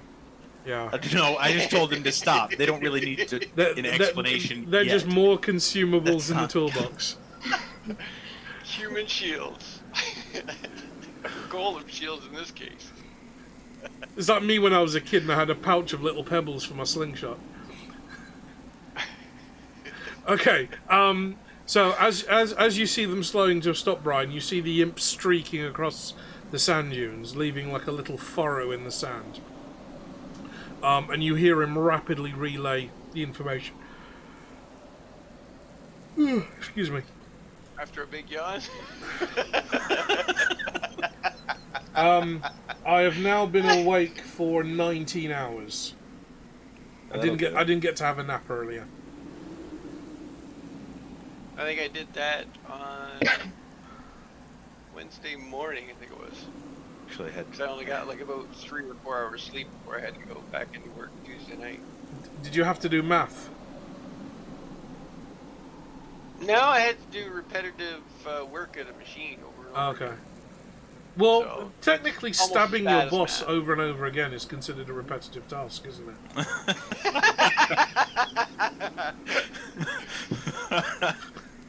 Wow, that got Eventually, Hey, I got a break eventually every the couple of blade hours. will keep going into the same hole. Eventually.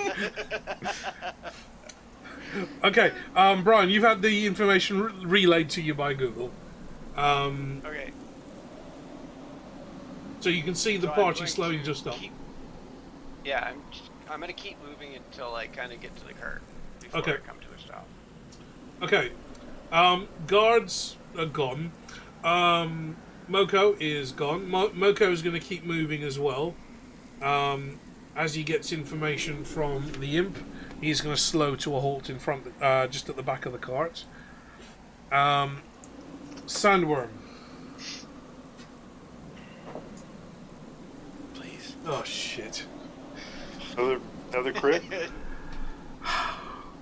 Right, hang on. Let me unlock the dice cam. That you didn't crit again, right? Rolled a 1, What didn't the he? fuck, dude? Jesus. Hey, How about it's like the rest of us can't get crits. Yeah, if they were I alive kind of to faked the it because they're both on crits. The other one is still from the crit earlier. I rolled the one at the bottom. I've lost dice cam. What did I do to my dice cam? No, come back, dice cam. Come back. No, dice cam, we need you. I've shoved it off the side of the screen, and now now it's gone. Oh crap. I've killed.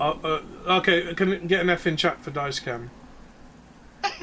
I've actually slid it so far off the screen that I can't actually click on it to pull it back onto the screen. You should be able to turn it off and turn it back on, can't you? No, I'm gonna have to delete it and re-add it into. No. Just Control Z a few times. It will move it back to You where it reckon needs to that'll be. do it? Yes. Oh, yeah, that's the. Oh, There you yeah, go. that's definitely 2 crits. Right. Okay. I don't care if that wasted my points. It just needed to be said.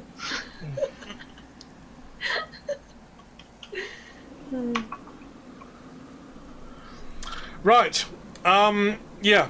Sandworm borrows down, taking the Clatchian soldier, almost taking Nigel the Barbarian with him, and you see just how long this worm is, because as it dives down, the tail is coming up, and it goes on for some time. Meanwhile, somewhere over in the distance, the sandworm emerges out of the sand again, while the tail is still disappearing down the hole. You hear a and then a crunch, way off in the distance, as it finds that horse that ran out into the sand. We're terrible people. Breaker of chains, freer of slaves, killers of horses. No, I didn't kill it. I didn't kill it. That wasn't me. I didn't do it. The only thing you didn't do was A, shoot it in the head, or render it down for glue.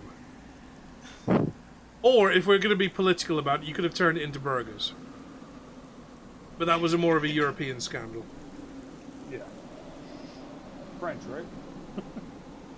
So instead of the Could've been burgers Swedish. being full of Swedish worms, the burgers would be Yeah, worms? I can buy horse meat over here pretty easily. Brian, that would be a 40-foot diameter, 1-inch thick burger. I don't know how big your barbecue is, but good luck. Just lay it on the solar panels and let it cook. In fact, Okay. 40-foot diameter. That is Just the size of the USS Enterprise bridge. Well, just take it up to the Arizona desert and throw it on some rocks. Yeah, where are you gonna get? Where are you gonna get a bun the size of the saucer section? And fucking how many sesame seeds is that gonna have on it? Can you imagine the size of the ketchup bottle? You'd need a pickle 10 feet across. And that's what she said. Right. Okay. The sandworm bursts out of the sand a couple of 100 feet away from you. And you hear the whinnying of a horse being carried on the wind and the crunch. Just as you hear that, you see the tail of the sandworm disappear into the hole that it created. And this is about 40 or 50 feet away. You see that the hole the sandworm created is starting to backfill with all the sand that was in the area, as it flows down and fills the hole as the sandworm erupts from the other side. So I have to ask, the sound of the horse dying, how does that affect Mr. Pond? It doesn't at this stage. I don't like that. Mr. Pump has already dispatched 2 horses. No, he knocked them out. He didn't kill them. That's also what she said. So as far as Mr. Pump doesn't necessarily see horses as sentient creatures. Okay. Mr. Pump has a very high opinion of himself now. Now that he himself is a sentient creature, most animals are beneath him. He doesn't have a fondness for dogs or kitties, but just the bun-buns. Now, if this had been a 20-foot-long bun-bun that had been destroyed by the sandworm, he would be emotionally distraught. Fair. At the moment, the loss of the horse is not affecting him directly. He's busy. He's busy commanding his small army. Yeah. Well, maybe not an army. You're about platoon strength. He's busy trying to be a god. It's hard work, man. I gotta tell you. Yes, it is. Okay, as you're contemplating godlike status, you hear a voice over your shoulder. Yes, it can be tough. What? Just one god speaking to another one. Who's that? do I see this? Where this voice came from? You just hear the voice over your shoulder. Was that? What? Out of character? Was that Death, or was that? That was Death. Does your Okay, hair yeah. stand up on the back of your neck there, Sam? Death comes for all, including gods. I don't know Right, how yeah. much you guys listen to the intros that I write, but the intros always lay out what's going to happen in the episode. You just don't know that until you go back and re-watch the intro. The intro always lays out what's going to happen in the episode. And a couple of episodes ago, when Death appeared in Cori Celesti, watching the gods play the game, Death did say, "I come for all," including gods. The only things that transcend the gods is death and fate. Which is why when Fate sat down at the game board, all of the gods that were playing bowed to her. All except Om, because he believes he's the only god. He believes all the other gods are false gods. Anyway. There's a pope and there's some weird things with children that we can't talk about. But death and fate are the only two things that transcend the gods. So you hear the voice over your shoulder. I come for you all, eventually.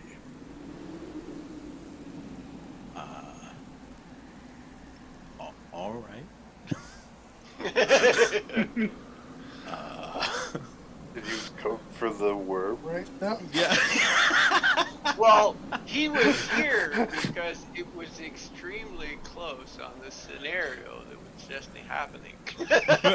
Only Mr. Pump can hear death. None of the rest of you know what's going on. I definitely don't. I stepped away for a second and there's Death here now? Are you still there? You must not have been there when I said that, because I said, Sam, is the hair Yes, on the back of your I'm neck still here. Did you have somewhere to be in a hurry? No. Who are you? Who do you think I am? A voice. I have been called many things. What do you think I am? Oh my god. Have you ever heard a voice in your head? I would imagine a golem does not have an internal monologue. No. Have you actually ever heard a voice in your head? wouldn't imagine I would have at this point. No. Because I want to say a dragon might have talked to you in your head before. Is that a possibility? Would the dragon have communicated with me? When you were working with him, no. He would have communicated with you verbally. Okay. He could have communicated with you psychically, but at the time you were just an automaton. That wouldn't have worked. Only when he gave you consciousness and he refired you in his dragon's fire, did you have any kind of awareness of your surroundings? Yeah. Up to that point, you were just like a robotic arm following programming. Okay. I was just curious. Because I know that would be a possibility. I just don't know if that actually Go on, Eric. Ask him the question. Okay, well... You've already asked it, so ask it out loud too. But I don't know if that would have been... If I would think that. Because I know that death is a thing. I know that things can die, but I don't know if death... I don't know if I think that death is a person. You would have heard the party talking about it, because Sam has had her near-death experience. Right. Mm-hmm. That's right. Okay, yeah. Because, acid, sparkly pools, don't go swimming. That's right.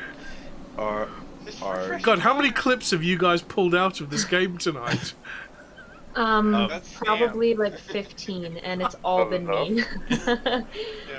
Are you deaf? I have the stream down like super low, so because I go by many names, but it's the Scythe, isn't it? It's a bit of a giveaway. No, I can't see you. Can I see him? No. It's just a voice, yeah. I don't... It's... I guess the voice really... a bit ominous. Go on, ask the question. Are you here for me? You hear a rustle behind you as if someone's reaching into the robe and retrieving something. The voice pauses for a moment as if inspecting something. He's holding up an hourglass. Yeah. No, not for you. Not yet. But eventually. You hear the rustle as something's tucked away inside the robe again. So, who are you here for? I am but a ferryman. One day I ferry all souls. Perhaps one day you will have a soul for me to ferry. Right now, you may be thinking you are having a near-death experience. But consider, maybe I am the one having a near-pump experience. Is that what she said? Yes, I believe she did say that.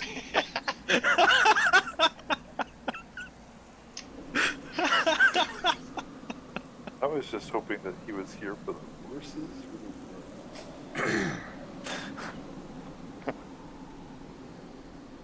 You hear, Eric, you hear a little squeaking sound coming from behind you as well. It's kind of like the squeaking of a rat. I'm sorry. One moment, please. What do you mean by that? Squeak, squeak, squeak.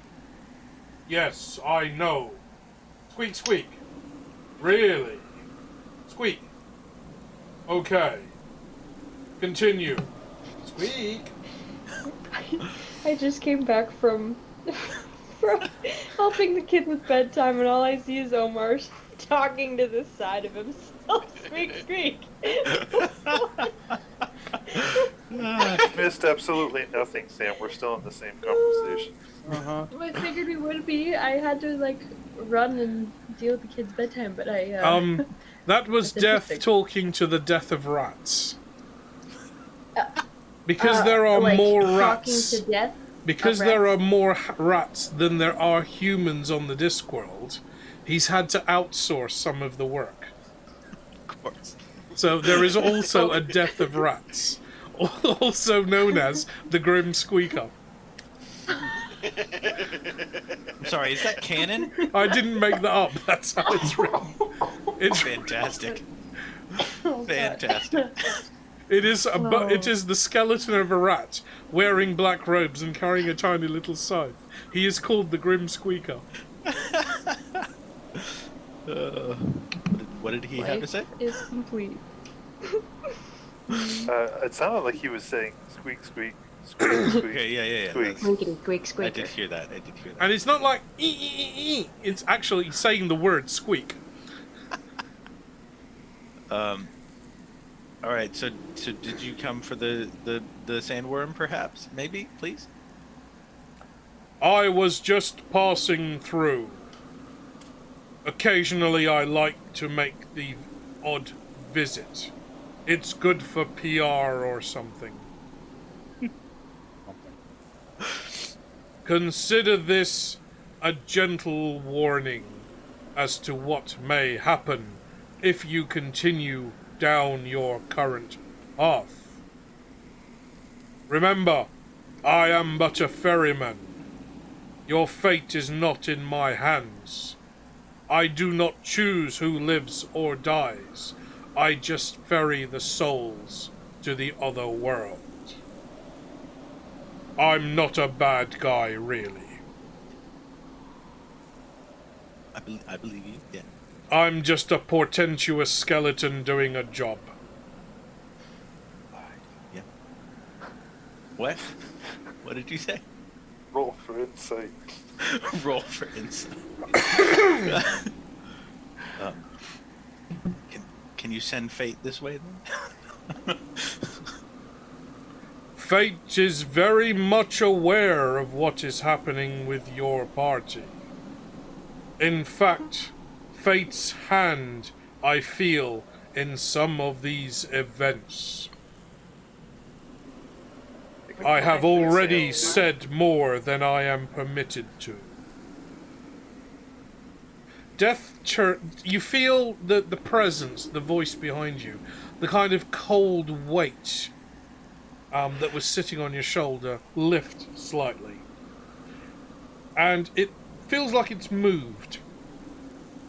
Sam, you feel a cold chill run down your back. And you, I am familiar with you. We shall meet soon enough.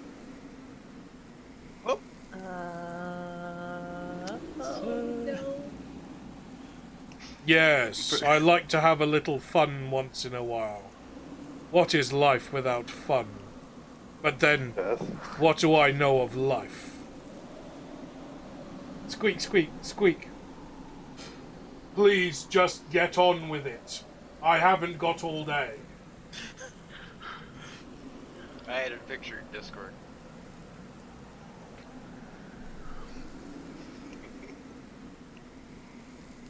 Oh my. Yep, That is fantastic. that's the Grim Squeaker. That is the death of rats. Even though technically a rat's tail has no bones in it, it just wouldn't have worked without the tail, would it? Anyway, have a good day. There is much to be done. Life stops for no man. Have a wonderful day. I hope the next time we see each other, it's still on great terms. Sam, you feel a For tea, tingling maybe? sensation, and then the presence disappears. If anybody's still in the chat, that was a little cameo by the Grim Reaper. And the Grim Squeaker. And the Grim Squeaker. The picture that... Oh, sorry, yeah, just to show you the picture that Brian shared in the chat. There is the Grim Squeaker.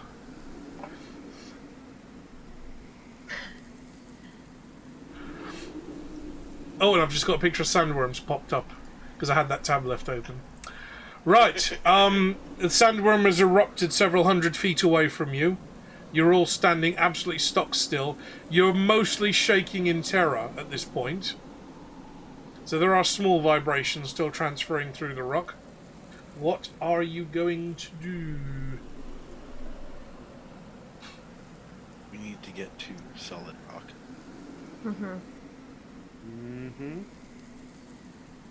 Okay. Can I get... How am I going to do this? Can I get dexterity saving throws? Dexterity saving throws from everybody in the party. We'll see how well you can break step walk for at least 1.5 kilometers. 13. 18.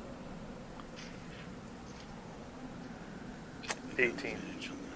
Oh, wait a minute, I have advantage on that. Oh, that's even better. 23. 18. I have no bonus too unless I'm wearing my armor. I'm going to have to roll for Bart. 14. Oh, for fuck's sake. Oh, no, you don't roll a 20? No, I rolled a 2. Okay. Of course. Well, the pass was only a Tell how much 10. you love us. The pass was only a 10. It wasn't particularly difficult. Except the 2. Oh, So right. does he have an Okay. inspiration point? Eric, you and the golems get through it. You start your odd stepped break step, shuffle step, slide, cha-cha. Slide to the left. Don't hop 3 times.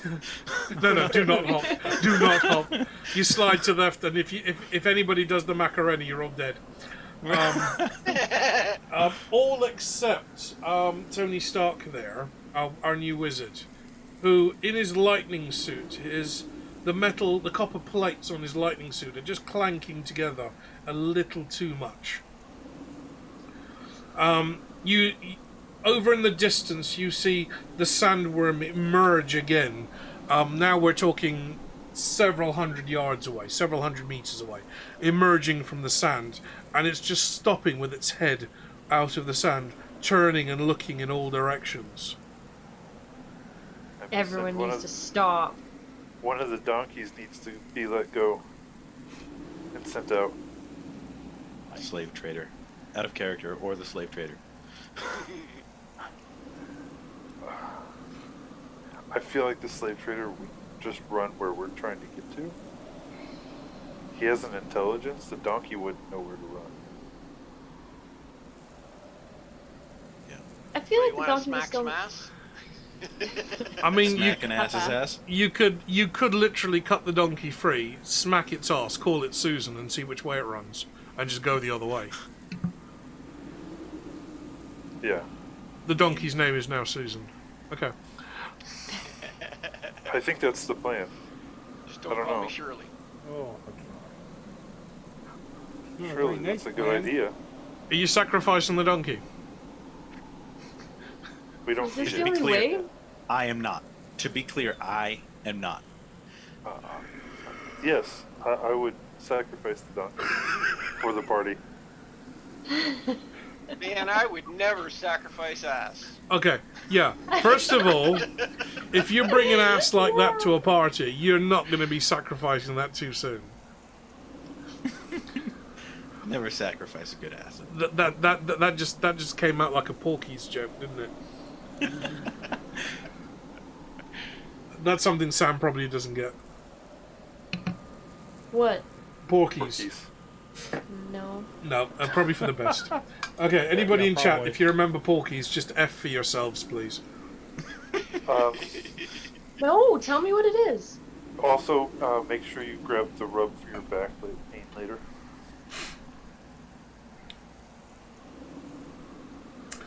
Right, are you sacrificing the donkey? Yeah. I mean, nobody else is on this.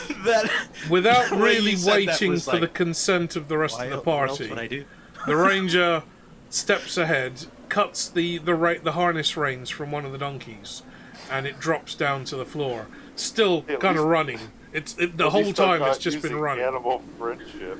And telling it to run towards You hear a ah of terror as the donkey goes like scampering over the sands.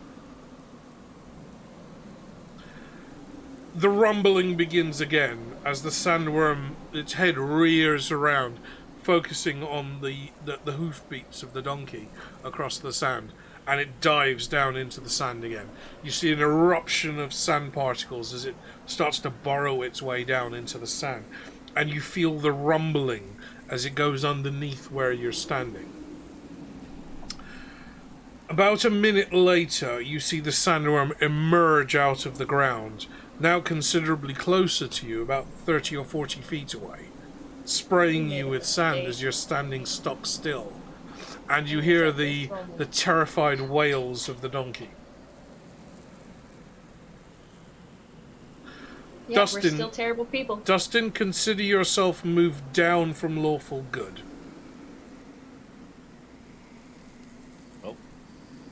You're very close to toying with lawful neutral at this stage. The Discworld has no place for lawful evil. It's not a trait within the Discworld, so yeah, that's the only warning I'm going to give you. And Mr. Pump as well. Because Mr. Pump is at lawful neutral as well. Okay, one donkey down. The sandworm is actually closer to you now than it was before.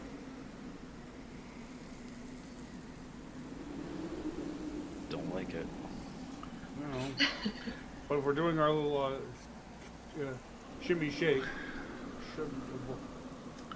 Well, after the cries of the donkey disappear, the sandworm dives back down into the sand.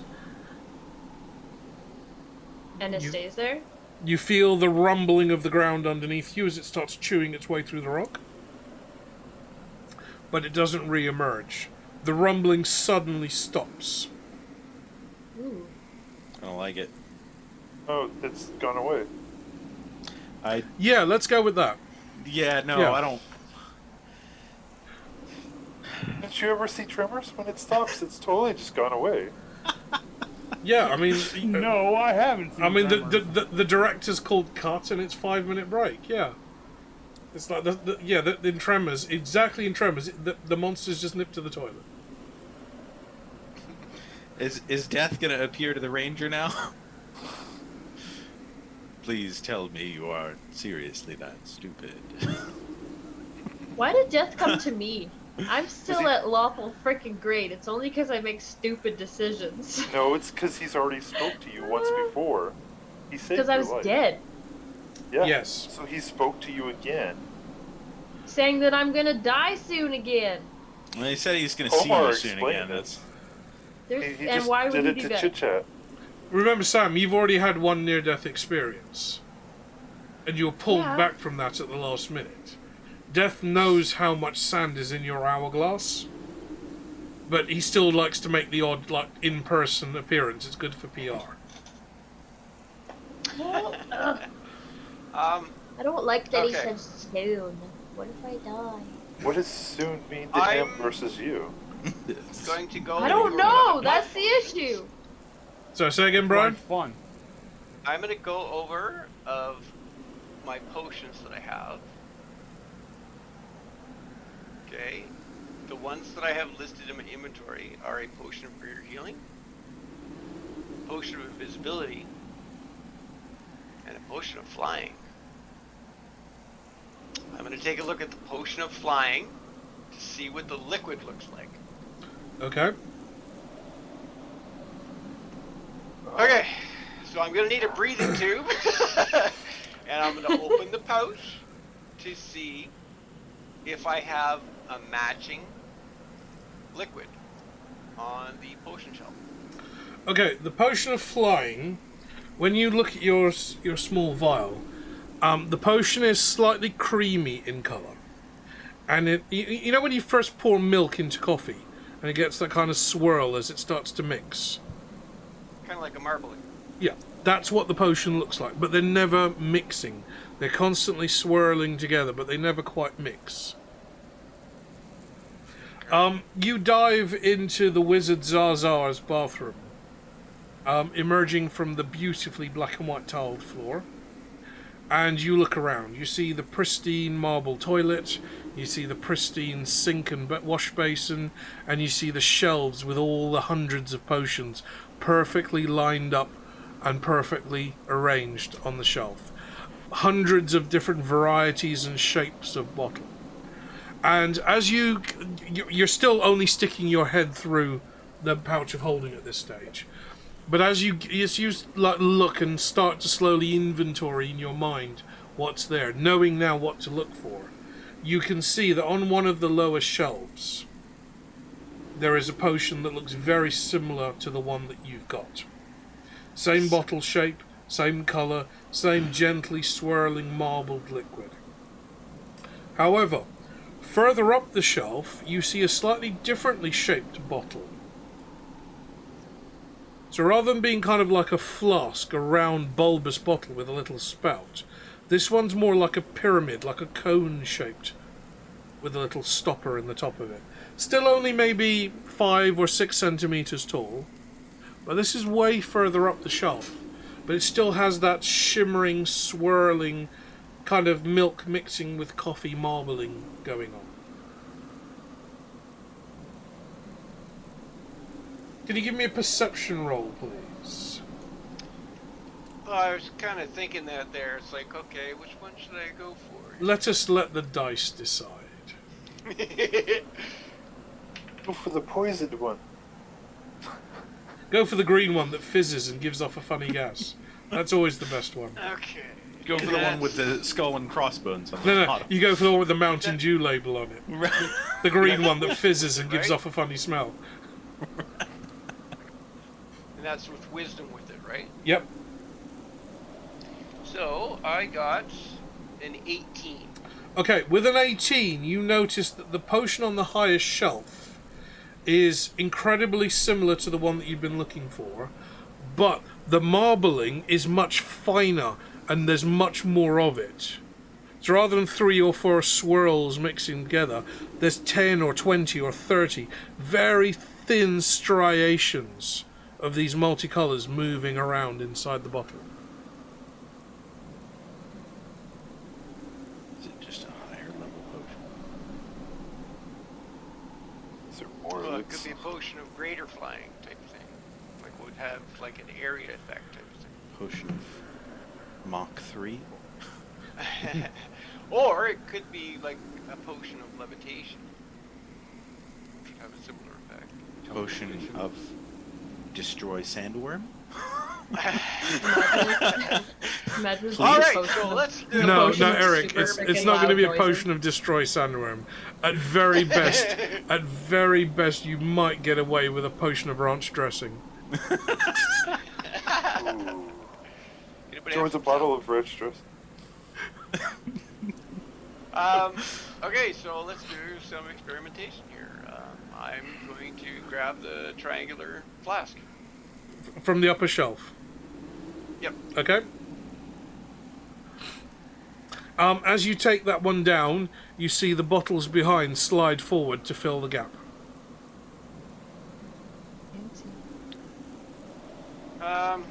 Okay, so are these like relatively large, or are they like the size of an ampule? Probably about maybe 7 or 8 centimeters maximum. So it's a very So small I could conical probably- flask. Well, which So I could- it'll contain no more than a mouthful. So I could probably hold like 4 in my hand. So have like 3 of them between my fingers and 1 in my palm. Yeah, yeah.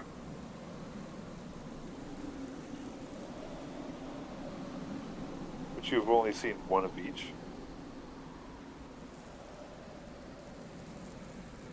What do you mean 1 of each? It One small replenishes. Oh. When I pull it off the shelf, another one replaces it. When I empty the potion bottles, put them back in the bag, they will refill themselves. Imagine like a vending machine where the little spiral Yeah. auger just pushes the packet of potato chips forwards. Yeah, just keep pressing the same code and I get the same potion. Does it get jammed? No, you'll have to reach your arm. I You have to hope reach not. your arm up inside the bag and try and grab the potion. Right, yeah. You shake it. But yeah, what I'll try and do is I'll try and take out 4 at a time. So we have 6 party members, and probably gonna have to do something with the golems as well. So like, how many golems were there? A dozen. Okay. So that's probably gonna be about 3 more trips into the bag. Well, But remember someone that I should have... probably test one out too. Not all potions are drunk. Yeah, you're not going to get all of them. You're going to have to use them and then Also, put the bottle back in. The golems don't have mouths. What? No, but what I was How do saying they though speak? is someone's gonna need to try and take one of the potions. Eric speaks because he's special. The other golems don't speak. They speak by creating vibrations. Yeah, that's what speaking golem is. Yeah, so none of you have ever heard a golem speak. You've heard Eric speak common because the dragon gave him a mouth and intelligence. Dang. You've not heard the other golems speak, you've just seen them act. Oh, so does them talking cause... We don't want them talking. Technically, yes, them talking creates vibrations in the ground, which could attract the sandworms. I'm glad somebody's finally figured that out. Are they talking right now? They're not talking, they're standing stock still waiting for your instruction. Okay, cool. So, But they not have all potions have to be drunk for them to be effective. Mark is really wishing that there was a potion filling that drinking horn of yours. I mean, if you want to go up and grab another one, feel free. No, I'm okay right now. I'm definitely not having any more booze. I'm going back to Are the you water. saying that they could apply this topic? He said not all potions need to be drunk. I would imagine it's like you throw it and it's like a splash. Yeah, some things like holy water you sprinkle on an item. You don't force a zombie to drink holy water, you just throw the ampule and it splashes over him and that does the damage. That's why things didn't go well in that game. But we're gonna have to test it out though too to make sure it's doing what we want to do. Sam, I can't remember, did I send you that little video clip of my granddaughter earlier today when we were in IKEA? Sam's got her Nike so she No, can okay. fly. I'm gonna have to forward you that because she was eating. She was kind of, she's like 13 months old, and she's kind of moved on to solids quite quickly.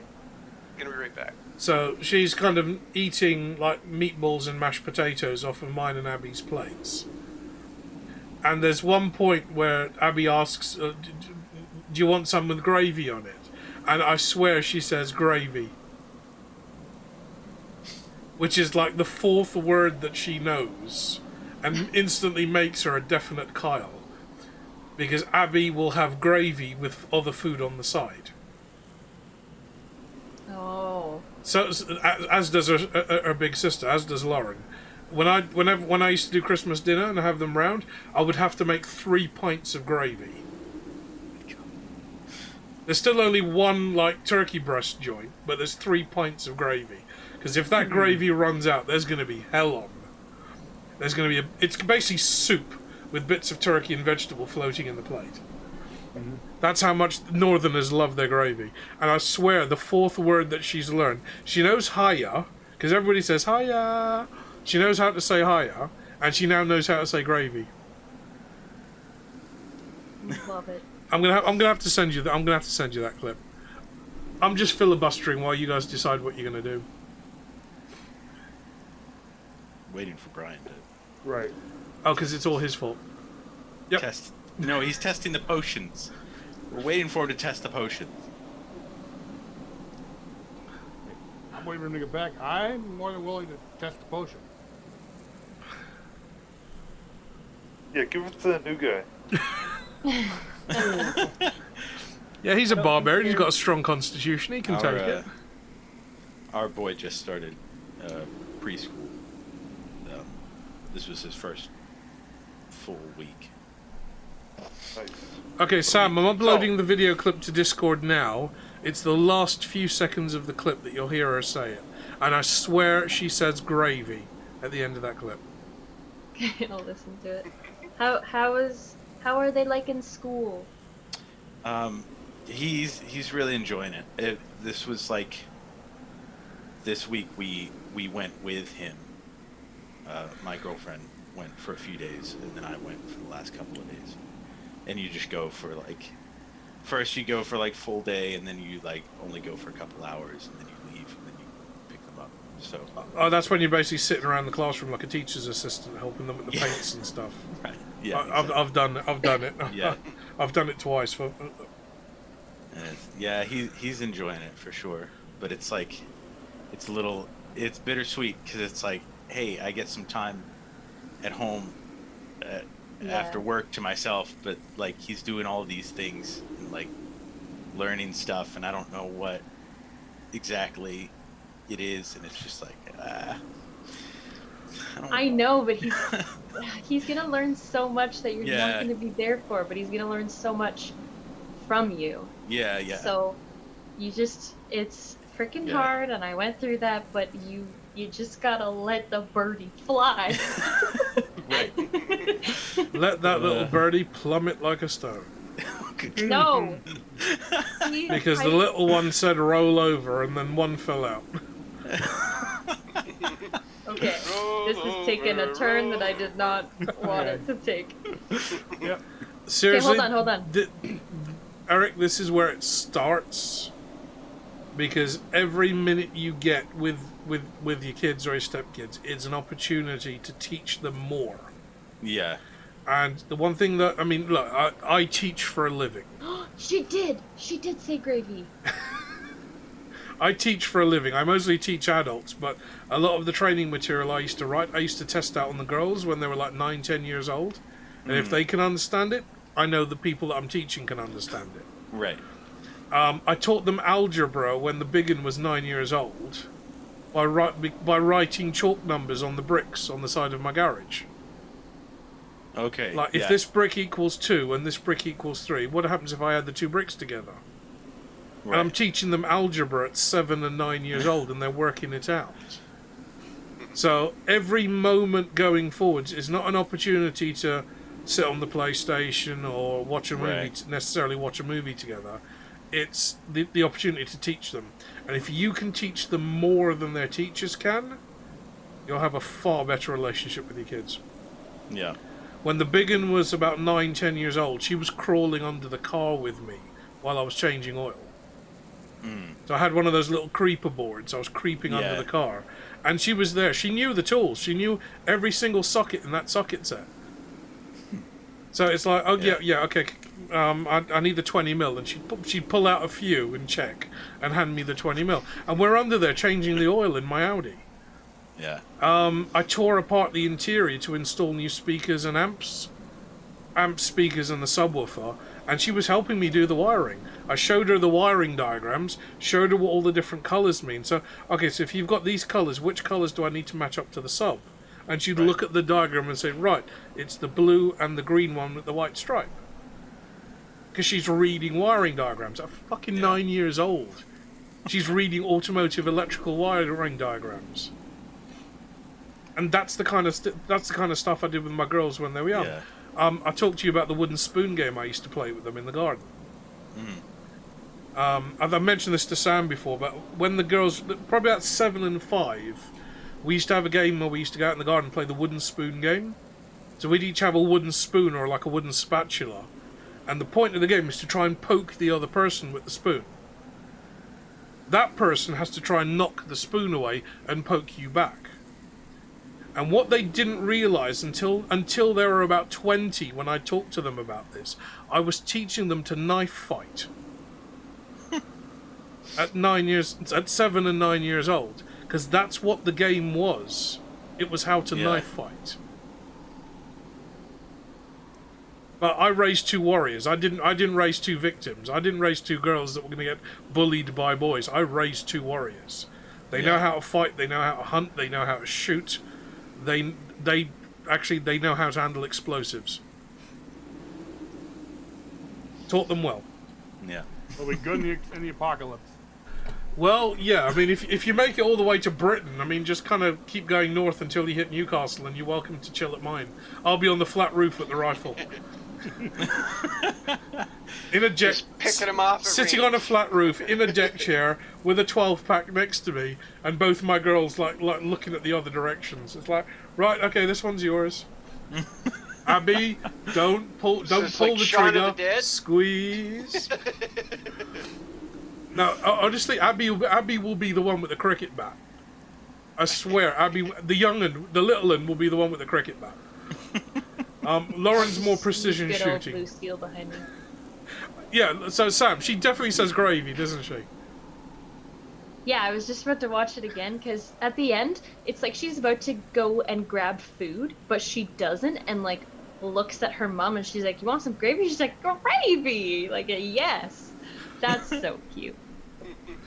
Right, okay, diversion aside, you've had the whole party's had time to think about this. Yep. The sandworm has dived back underground. You're all still standing stock still and motionless. From inside the cart, you hear a very trembly voice. That sandworm, he responds to vibrations. I know that's why you stop. If we stay still long enough, he will go. Or you use a thumper. You use something else to make noise. Okay. What are the chances that potion causes damage? They wouldn't be in Zaza's bathroom if they did. Okay. So hit me with it. Okay. Hit me, Claire. Hit me. Okay. Smash the potion over the golem's head. Okay. Yeah. That's gonna make a ruckus. Is it actually? Did he try to do it like at least a little quietly? Well, it's gonna be a tinkle of glass. You said the smash. I could have just poured it over your head. Well, actually, I don't know. How tall are you? About 9 feet. Yeah, that'd be a bit of a stretch because I am first height. Okay, I'll give you the benefit of the doubt. Brian, you 5'7". sprinkle a couple of drops onto the golem's feet. And Eric, you find yourself starting to rise a few inches above the ground. Okay. And then stabilize. You wobble, you kind of lose your balance a bit and wave your arms around frantically trying to regain your balance. But you're kind of floating a few inches above the ground. Okay. Now, does he have control of his direction? Yeah. Can I move easily? Okay, after a minute or two, and it does take you a minute or two to get the hang of this, it's kind of like riding a Segway. If you lean forwards a bit, you move forwards. If you lean back, you stop and then start moving backwards. And is there a point at which leaning too much is like I just fall over? Do you want to find that out? No, I don't. But like, I need speed. Can I go fast? No. Damn it. He has the need. Not with just a few drops, you can't, no. Brian, can I get a perception roll from you, please? Because otherwise we're going to be here all bloody night. I know what I want to do if I can go fast enough. Technically, if you can make 1,000 paper cranes in your lifetime, great luck will be bestowed upon you. That's the Japanese legend. That's what this thing is. He's I got- 999 away. I got So 8. what? 8. Yep. Okay.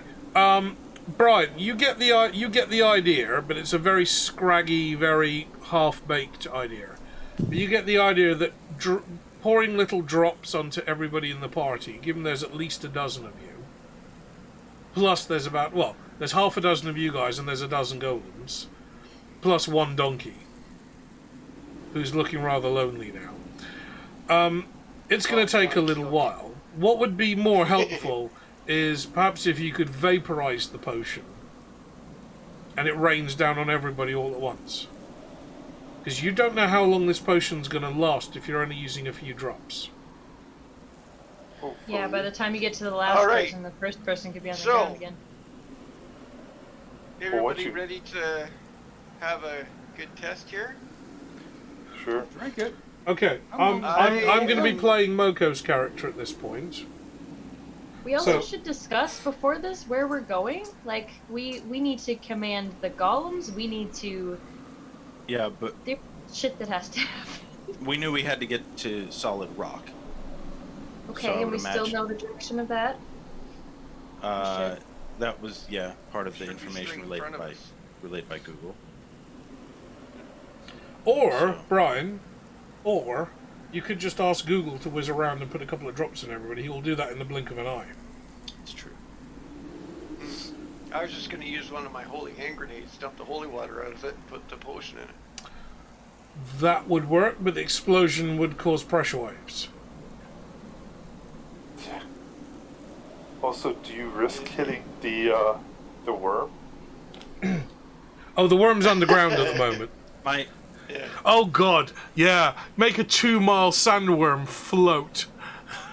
my idea was if I could go fast enough, I could fly away the other direction.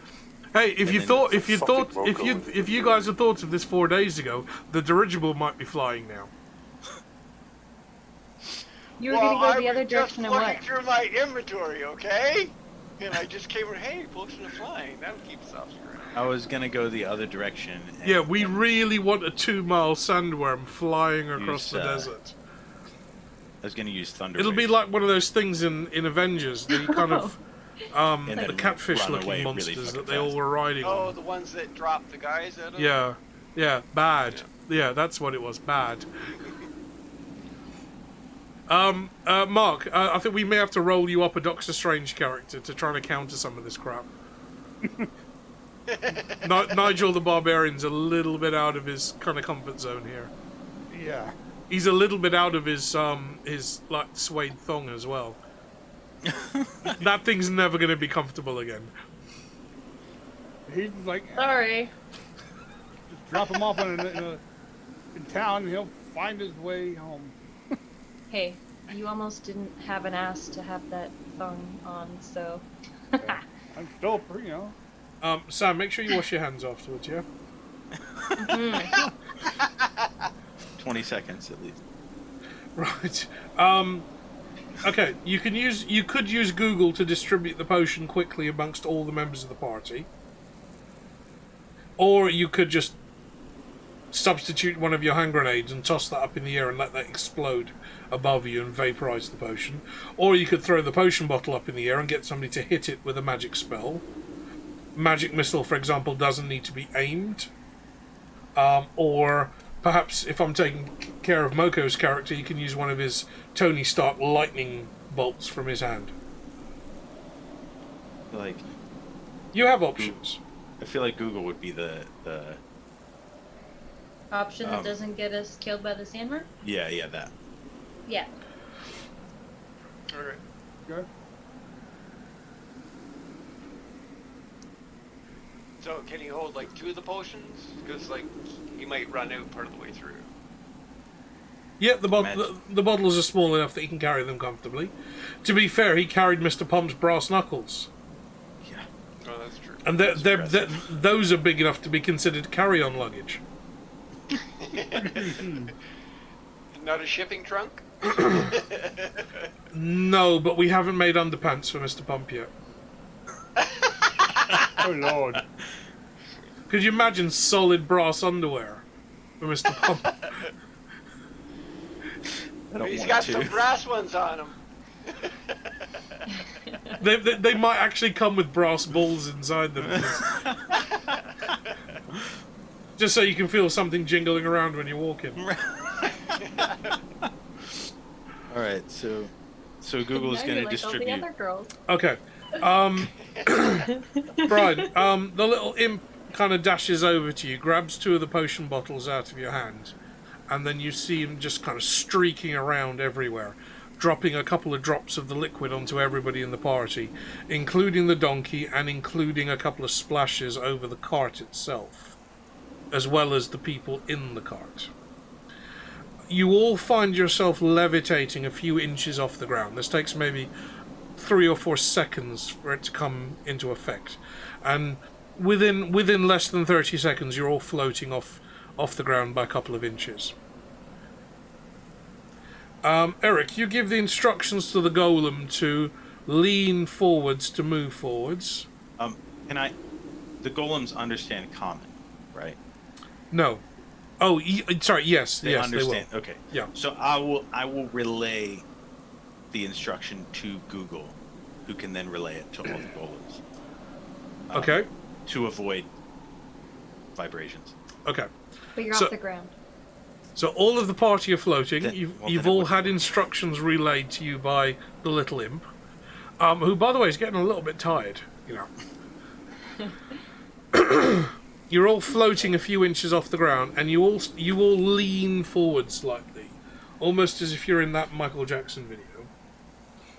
And you all start floating forwards over the sand, just gliding gently, like a little ghostly apparition of a dozen golems, 6 humans, a donkey cart. And a donkey. Called Don Quixote.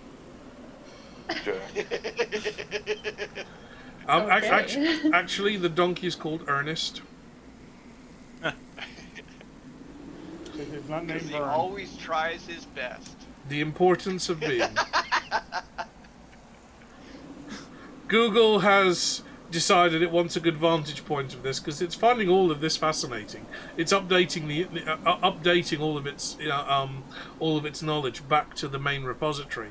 So it's sitting on top of the donkey's head, just kind of enjoying the view as you go gliding over the sand. You can't make much speed. You're moving at maybe a brisk walk. So it's going to take you some time to get to that rocky outcrop. Meanwhile, you haven't felt any vibrations or heard any movement below you.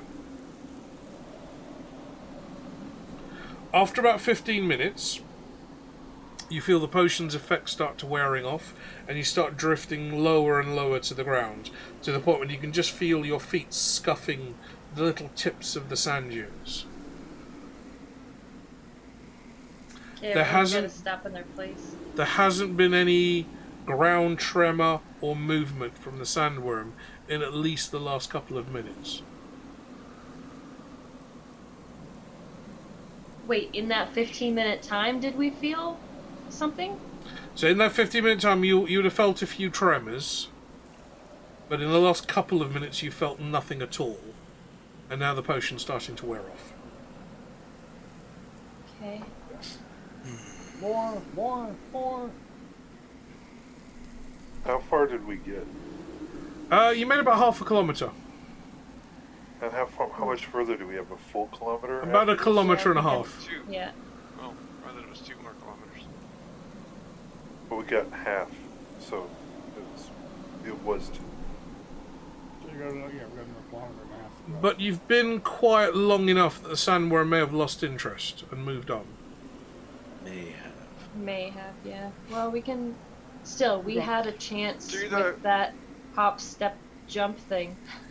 Yeah, do the hokey shuffle pokey. step again for a little bit and see if there's any reaction at all. Okay, you continue doing the break step walk for another quarter kilometre, and you feel no ground tremors at all. Do it in front of the quarter.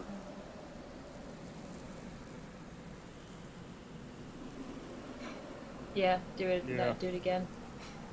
Okay, you do the same again. You feel no ground tremors. Now we got a whole kilometer left. From the cart, you hear the slave trader Ahmed al-Baboon speaking in his kind of querulous voice, because frankly, any courage is drained out of this guy long ago. Most of it's still stuck to the palm of one of the golems. If we continue like this, the worm, he has lost interest. Okay. The Let's city, give this guy the talking a city little is better. Wait. the city is not far. Bismir is well defended. Whole city is on granite. Okay. Sandworm cannot attack granite. I'm gonna go over to him and cure wounds on him. We're right back. Okay.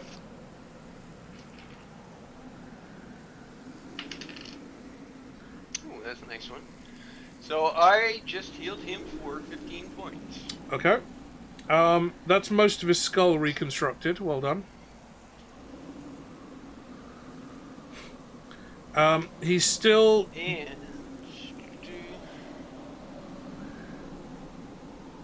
Okay, I heal myself.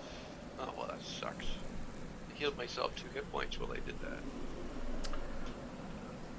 Because when I heal someone else, Yes. I have Blessed Healer, which heals myself for 2 points plus spell level. Okay. So that gives you what? 4 points of healing? Or actually, no, that'd be, yeah, it'd be 3. 2 plus it's a level 1 spell. So 3 points. Yeah, you would have got 3 3 points points. back. I was gonna say minimum of 3. I mean, to be fair, Brian, you can stick your head into into Zaza's bathroom and grab some more healing potions. Mock, just for your FYI, Brian's pouch of holding, Sam's bag of holding had a certain characteristic to it. Brian's pouch of holding looks like a black and white Victorian bathroom. So when he stuck his head into it, it's the perfect black and white porcelain bathroom, absolutely pristine, with a huge rack of shelves filled with potions. There's some odd bits of crap lying around on the floor that he's just tossed in the bag, but mostly it's this pristine, first-class hotel bathroom. It's so Victorian, it's got separate hot and cold taps. Nice. Because whichever Top wizard stands on created the that pouch did not want to get caught short at an odd opportunity. I've been there myself. Because if you gotta go, you just gotta go. Good. And most wizards are severely uptight, so they've probably got some form of irritable bowel syndrome.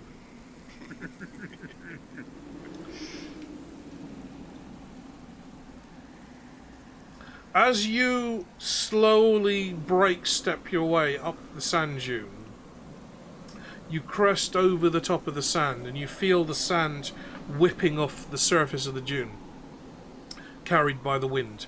As the wind rolls over the tip of the dune, the sand kind of flares out like a little halo effect as it floats down on the other side. Ahmed al-Baboon, still shaking slightly, in the back of his the wagon, points a shaky hand. Out there, Bismir. That is where the slaves go to be sold. City on granite. Sandworm cannot borrow. This all sandstone, too soft.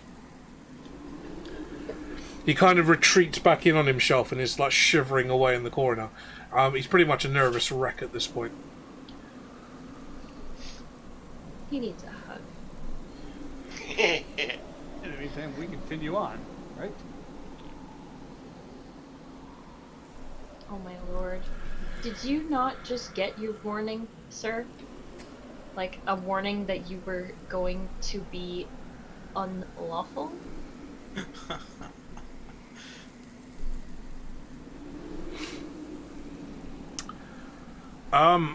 Dustin, that's probably going to be a party decision. Yeah, no. That's not a personal decision. It's just an idea. Technically, okay, so I'm going to have to float this one to the rest of the party. Dustin's asking if we're going to sell him to the slavers. Right, 'cause, yeah, you can't He is technically the slave master, so he's selling slaves that he's found to other people. Right. So he would be the one doing the selling. So if you're going to be selling him, you're going to be selling him to maybe rich noblemen or noble folk that need workers around their properties. In his condition, would he be any good? Well, technically he'd be well known in the city to begin with, and you guys are the strangers, even though you're rolling up with a small platoon of golems. Technically, you guys are now an invading force.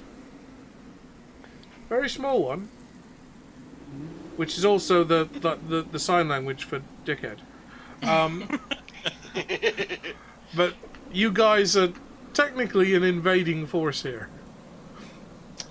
with Thanos leading it. Thanos and his band of wizards, as you float into the city as an invading force. We're just like the cultists in Dark Alliance. All right, good word. You've got to... see, again, this is something that I've said from the beginning. I wrote this adventure to have multiple points of view. You can play as the good guys, you can technically play as the bad guys. So you can do this entire campaign but playing the dragon priests, when your goal is to stop these weird humans. And there's always another point of view. So whatever you think your actions are, they can always be interpreted in a different way. So you guys portraying to be the bad guys have a small platoon of golems. You come out of the desert having conquered a sandworm, floating into the capital city of the sword. No, we're not floating anymore. And, to be fair, we... Hey, all Eric has to do is that, and he's got gauntlets on his hand. Yeah. No, it was just an honest question, but Yeah. I think we just let him go and hopefully You just take him home and tuck him in. Pretty much. It's tricky, because we can't just he go lets up and us be into like, the- oh, we were captured, that's why we were here, because, like, they are the we saved him sellers. from a sandworm. Yeah. I mean, maybe we Is he need to, gonna say that? maybe we need to talk to him before we. Yeah, like, is he This gonna is say a that? discussion we need to have before we just enter the city. Thanos, breaker of chains, freer of slaves, defeater of worms. Just, like, hypnotize him to say that Yeah. long as it constantly doesn't- before we I go almost wish that you had... Eric, I really almost wish that you had sacrificed yourself to the Sandworm so you can thunder wave your way out from inside him. Because that I know, would... part of me is missing how that would have turned out. That would seriously, that would have been a legendary action by your character. If it had worked, that would have been classified as a legendary action. And if this was an Or a official That would have D&D been 3 game, inspiration points. if this was an official D&D game, that action would be recorded on your character on Wizards of the Coast's own servers. God damn. If you ever play at a Forbidden Planet comic shop, they do official D&D Alliance games, Yeah. and all those games are recorded with Wizards of the Coast. So whatever actions your character does, if they do a legendary action, you have a player number and your Yeah. character name, and that gets recorded on Wizards of the Coast server as a legendary action for that character. That's so cool. I've only ever done one, and that was with my fighter, Boone. And that's when he got his Giant Slayer skill. They'd attacked a village of giants. One of the this is from an airship. One of the wizards had cast Flood, swamped the whole village in water. The Ozid wizard had cast Blizzard down on it, frozen all the water in place, freezing the giants in about 1.5 feet of water. Boone, for some bizarre reason, I don't know, but this is when I first got these crystal dice. Boone jumps down off the airship, lands on a thatched roof. I rolled a d20, got a crit. So he stuck the landing down from the airship. He then dropped down into the main building where the Queen of the Giants was. Had to roll to see if I stuck the landing. Got a crit. He then basically, I'd said, right, I'm going to Torval and Dean myself. I'm going to skate over the ice and attack these two giants that are frozen in place. 2 more crits. The last one, I'm going to skate over to the other side, attack the giant witch, because the battle axe I had was a giant slaying axe, so it did crit damage every time I used it against a giant. So it was pretty much double damage all the time. Killed the dragon, killed the giant queen with another crit, so it's quad damage I'm doing to these giants. I'm felling giants with a single blow. Skated back, like sliding on the ice, skated back over to the other side of the room and attempt to plant the axe in the ice and lean on it in a pose. And that's when I rolled a 6. So you leaned on it and fell over. Yeah. So 6 dice rolls, I got 5 crits. The whole table was in uproar. The managers were coming downstairs into the basement from the shop above to find out what all the noise and cheering was about. And because this was a D&D Alliance game, that got logged on Wizards of the Coast server. So, you know when I post on Instagram that we're doing D&D, I've got my little minifigures? Mm-hmm. There's one guy in a red trench coat that's got a pistol crossbow in one hand and a small battle axe in the other. That's Boone. The axe was a giant slaying axe, and because it was a legendary action, I was allowed to name the weapon, and I called the axe Torval. Torval and Boone, Olympic figure skaters. That's why I trust my dice. As awesome as that would have been, the way that you were rolling for that Sandworm, I don't think it would have worked. In this adventure, saving throw. Rolling for in that this Sandworm adventure, defense. probably not. Yeah. Yeah. Boone was a dex fighter, so I was like +6 on my dex at that point. But yeah, it was just saving throw after saving throw, and the DM. Actually, Sam, you may have seen a guy in Joni's stream called Niskratos. Yep. That's my DM. He works at the Forbidden Planet comic shop in the city centre.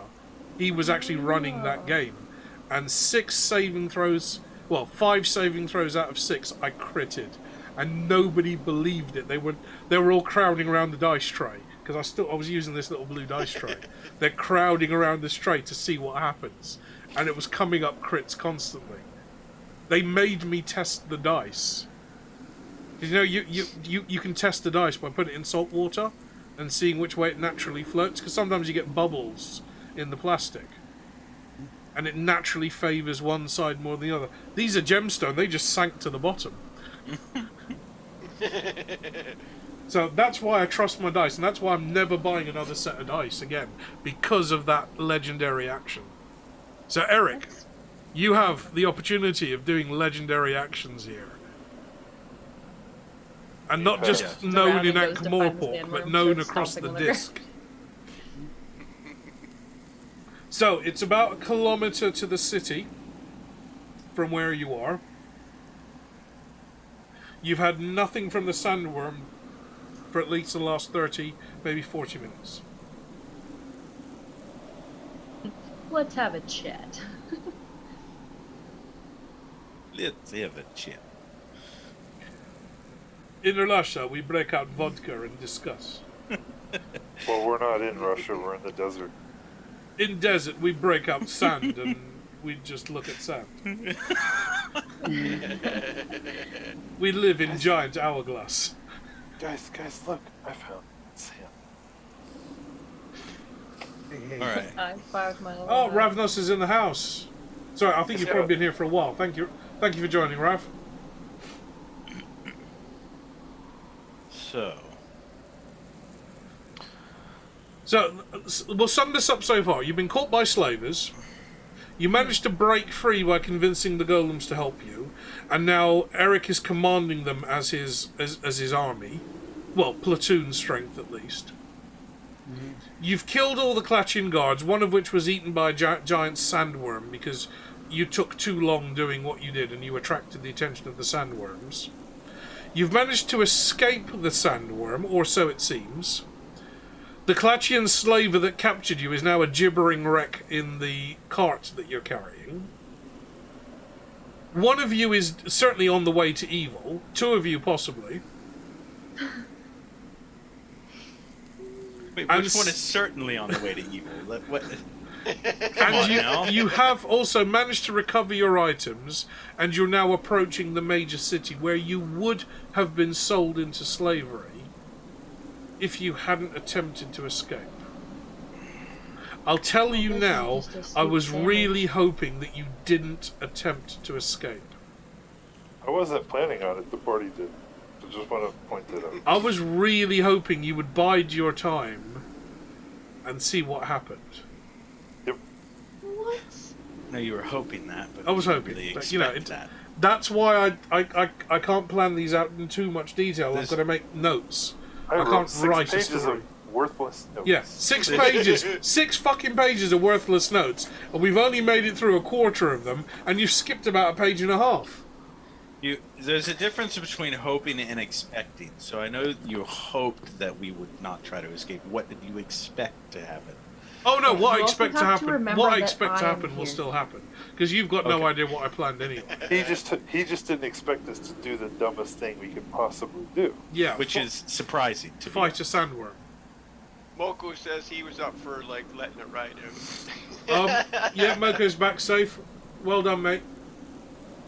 We're still kind of chewing this one out, so yeah, if you, feel free to jump back in anytime. Yeah, it's Even only I like said in the beginning, 4:12 I was for like, Eric it right now. Yeah.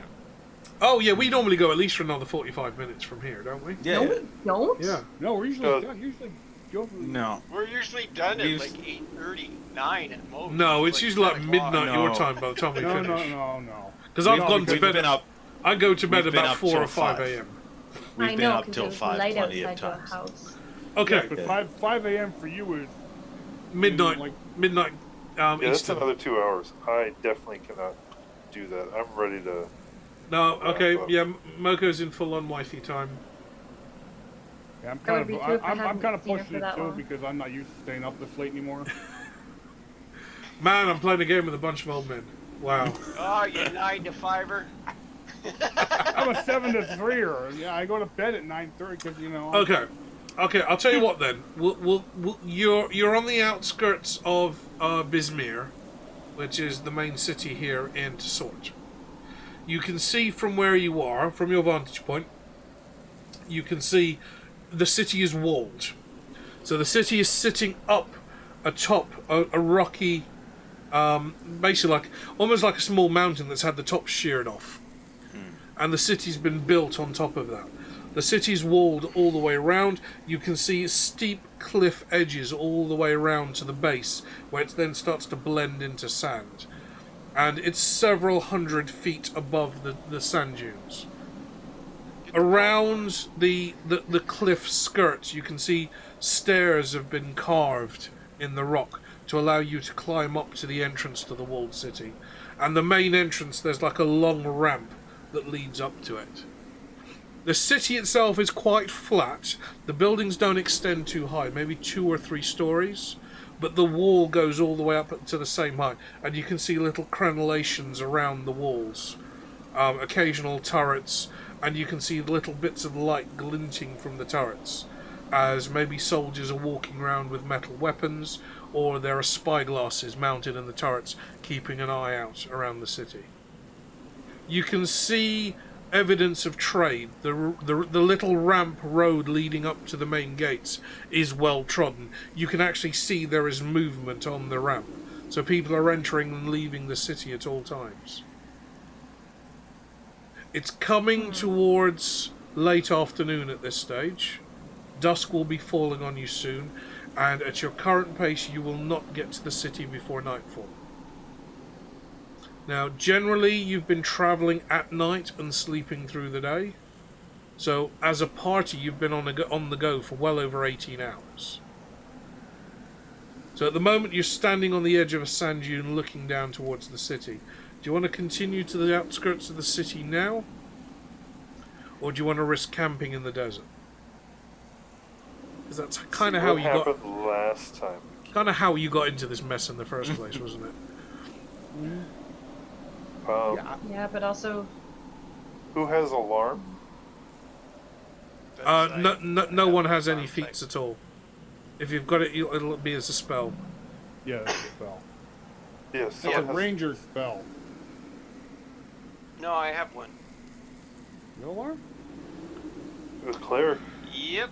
It is. I didn't take it because Guardian somebody of else. Faith. Guardian of Faith. Yeah, Guardian of Faith will do the same thing, yeah. It'll alert me, but it also attacks the person that tries to enter the radius. Unless you make it a chihuahua. 3 attacks.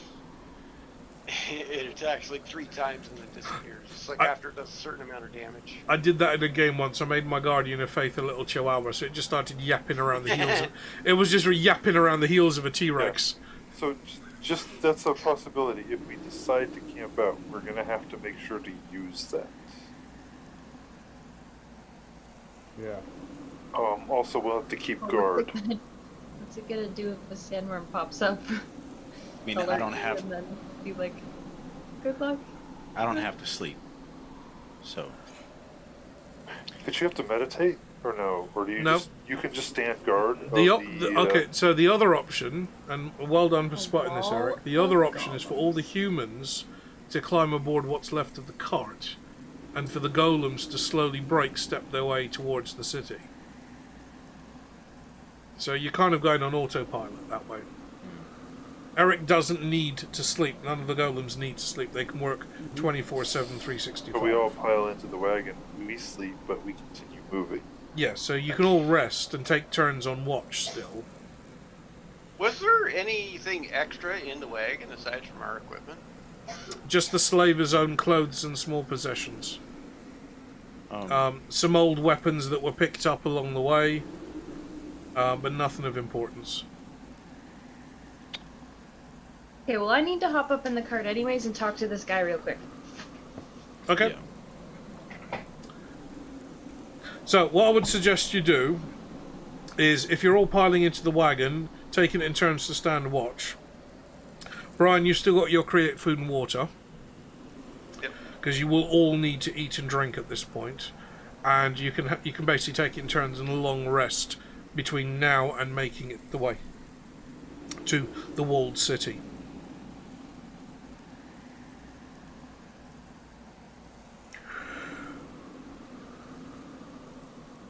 Okay.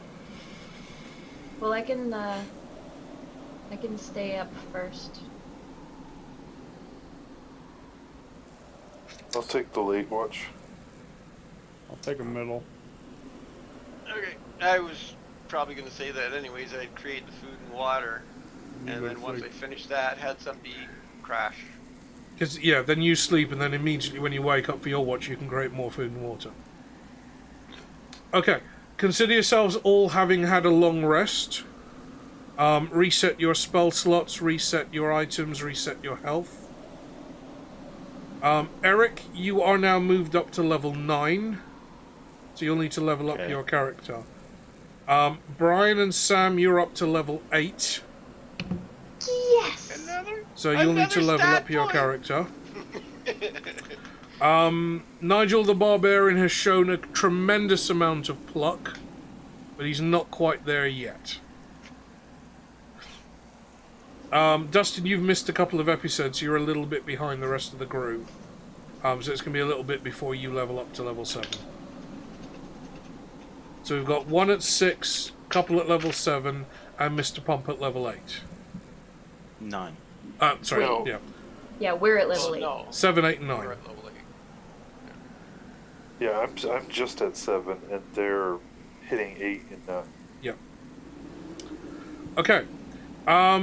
You are approaching a walled city. It's pretty much going to be kind of the Ankh-Morpork feel again, but not quite the same. This is a desert city. The way that the Discworld describes most of Klatch, Tsort, and Ephebes is think of the Mediterranean and North Africa. So you've been trekking through Morocco and Tunisia, and you're coming into the edges of Egypt, into those kind of desert regions, moving from mountainous terrain down into desert. Ephebes, which is on the other side of you, is more like the Greek civilization, as you're curling back around the Mediterranean. So most of Klatch and Tsort, think Egypt, think Turkey, around about the late Middle Ages, around about the 12s and 1300s. The Romans have been and gone. There's other stuff going on. Across the river from you would be across the Djel River would be Djeli Baby, which is the kind of Egyptian civilization within the Discworld. I'm going to pull the map up in a second. Just give me 1 minute to find the map. So, Klatch is very much Turkey. Tsort is very much a kind of Tunisia kind of empire. You've got Djeli Baby, which is following the river Djel. That's very much the Egyptian empire. And as you move into Ephebes, you're moving around the Mediterranean into the likes of Greece.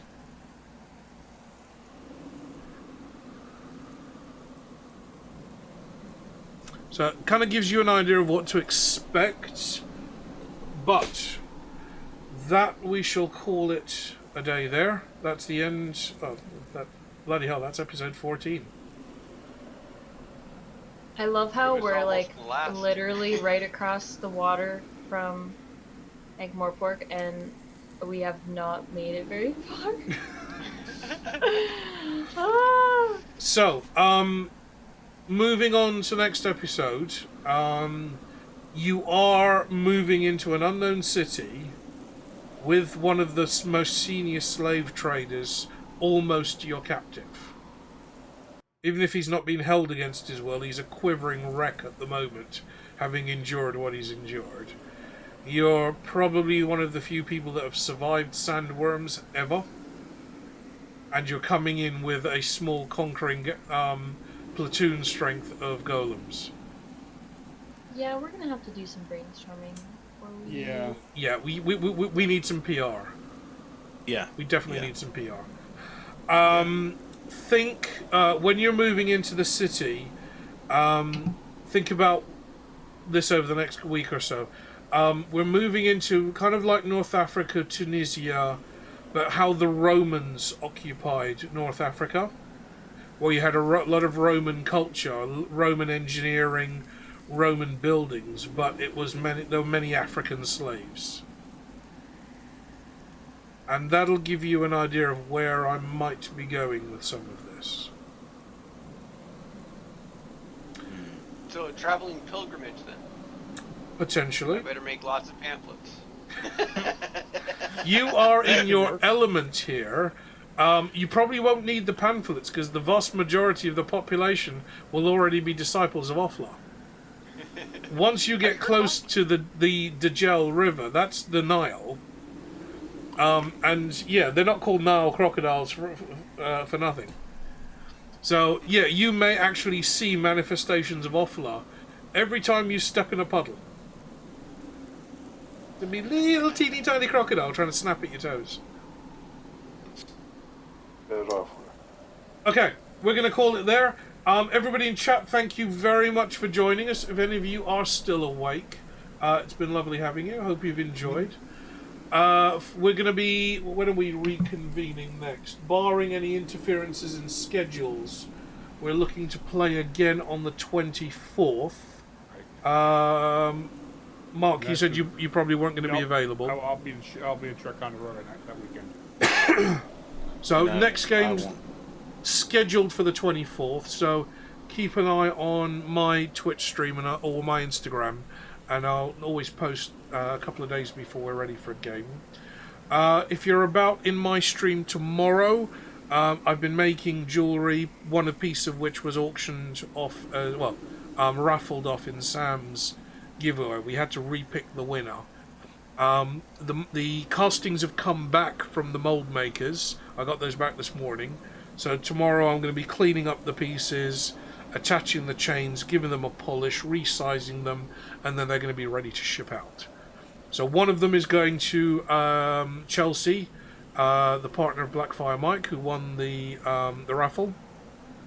I've got one going to a friend of mine, and I've got 2 more that are yet to be determined. Let's say friend of mine, one's going to my neighbour, because the piece was actually made from her heirloom silver. And then we've got 2 more that I'm pretty much putting up for sale in my Etsy shop, which I haven't made yet. I need to get started on that. Right. Everybody else, thank you very much for joining. I hope you've enjoyed this. This was one giant combat adventure.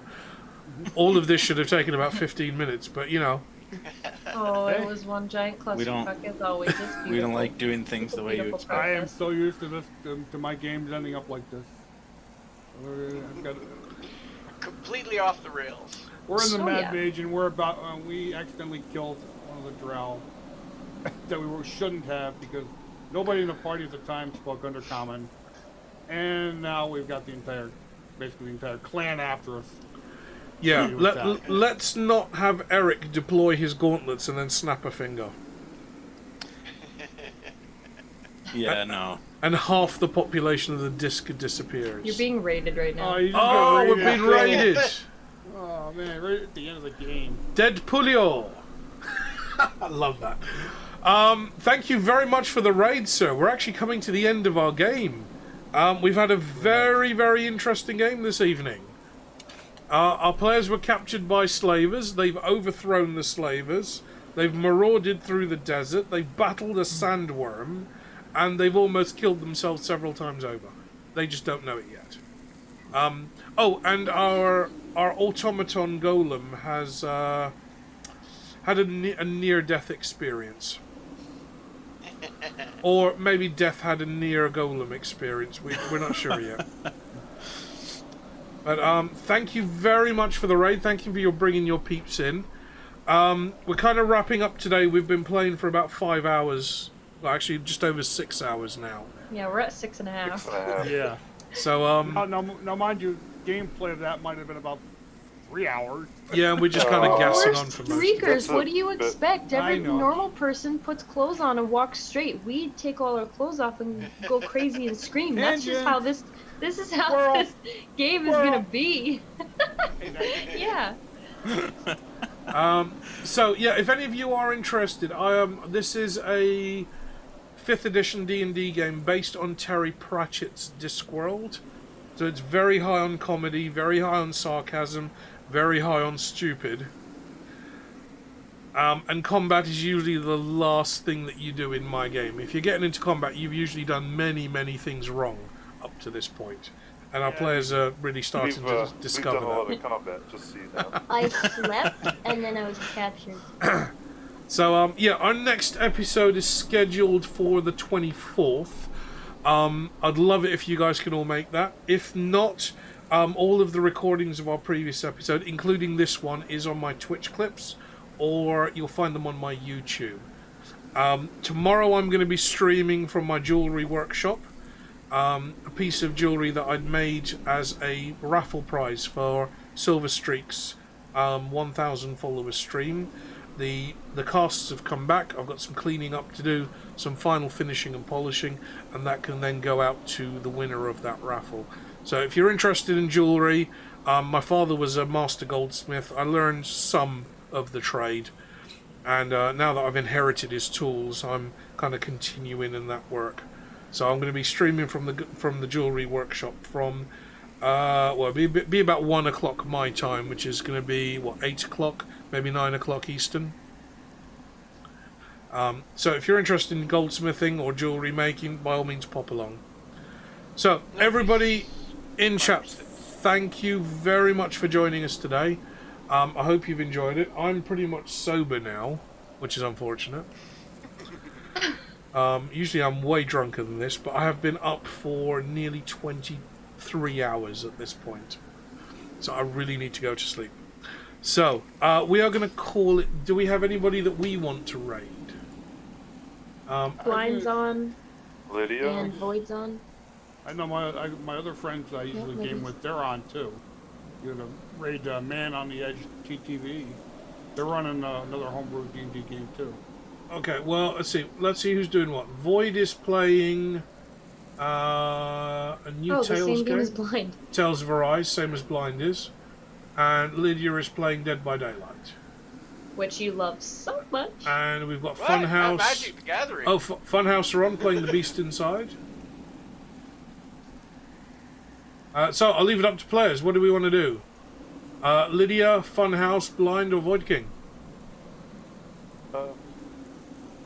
Void. I was just gonna say, going into a Tales game would probably be best with this kind of stream. Whether that's Blind or Void, I don't care. Well, Void's got 1 and Blind's got 2. Yeah, so Void it is. Just fuck it. Okay, so we are gonna raid and run. Void King. Hang on. Gotta type this out properly. Yes, Void King 89, isn't it? Ooh, we need to sub stream elements again. Stream No. Elements. It's tier 2, that's why. Oh, yeah, it's right. You do have to sub it. Yeah, it's not working on either. Because the bazooka should be coming up. Yeah. Oh, the chicken bazooka. It's just because you have to sub your stream elements, which fucking sucks, but I don't think I've ever done that, actually. I always have to, and then it works again. So yeah, stream elements is a mob, but then you gotta pay them $5 a month to sub it. That's ridiculous. Yeah, they always get you with that recurring monthly charge. So, let me turn off the Desert Wind sound effects, because we don't need those anymore. Yeah, I forgot I had mine on after a while, and I was like, "What? Oh, That's just been kind of blowing away in the background as white noise, isn't it? I didn't hear it. I like it." So, we have survived the desert, we've survived the slavers, we've survived a giant sandworm, and you're now approaching the city of Bismir, where you've got a fair amount of explaining to do. Because pride amongst the city is the Klatchian version of Commander Vimes, known as 71 hour Ahmed. Okay. Because he That's how once long he stays famously awake. pursued a culprit for 71 hours non-stop. Great. And we know Commander Vimes and our rogue did not get along so well. So, we're going to call it there. We're going to go say hello to Void, who's a friend of the channel. Everybody in chat, thank you very much for joining. I hope you've had fun. I hope you've joined me again tomorrow. And you've gone. And we're already there. We're going. And we're out. Yep, and we're ready.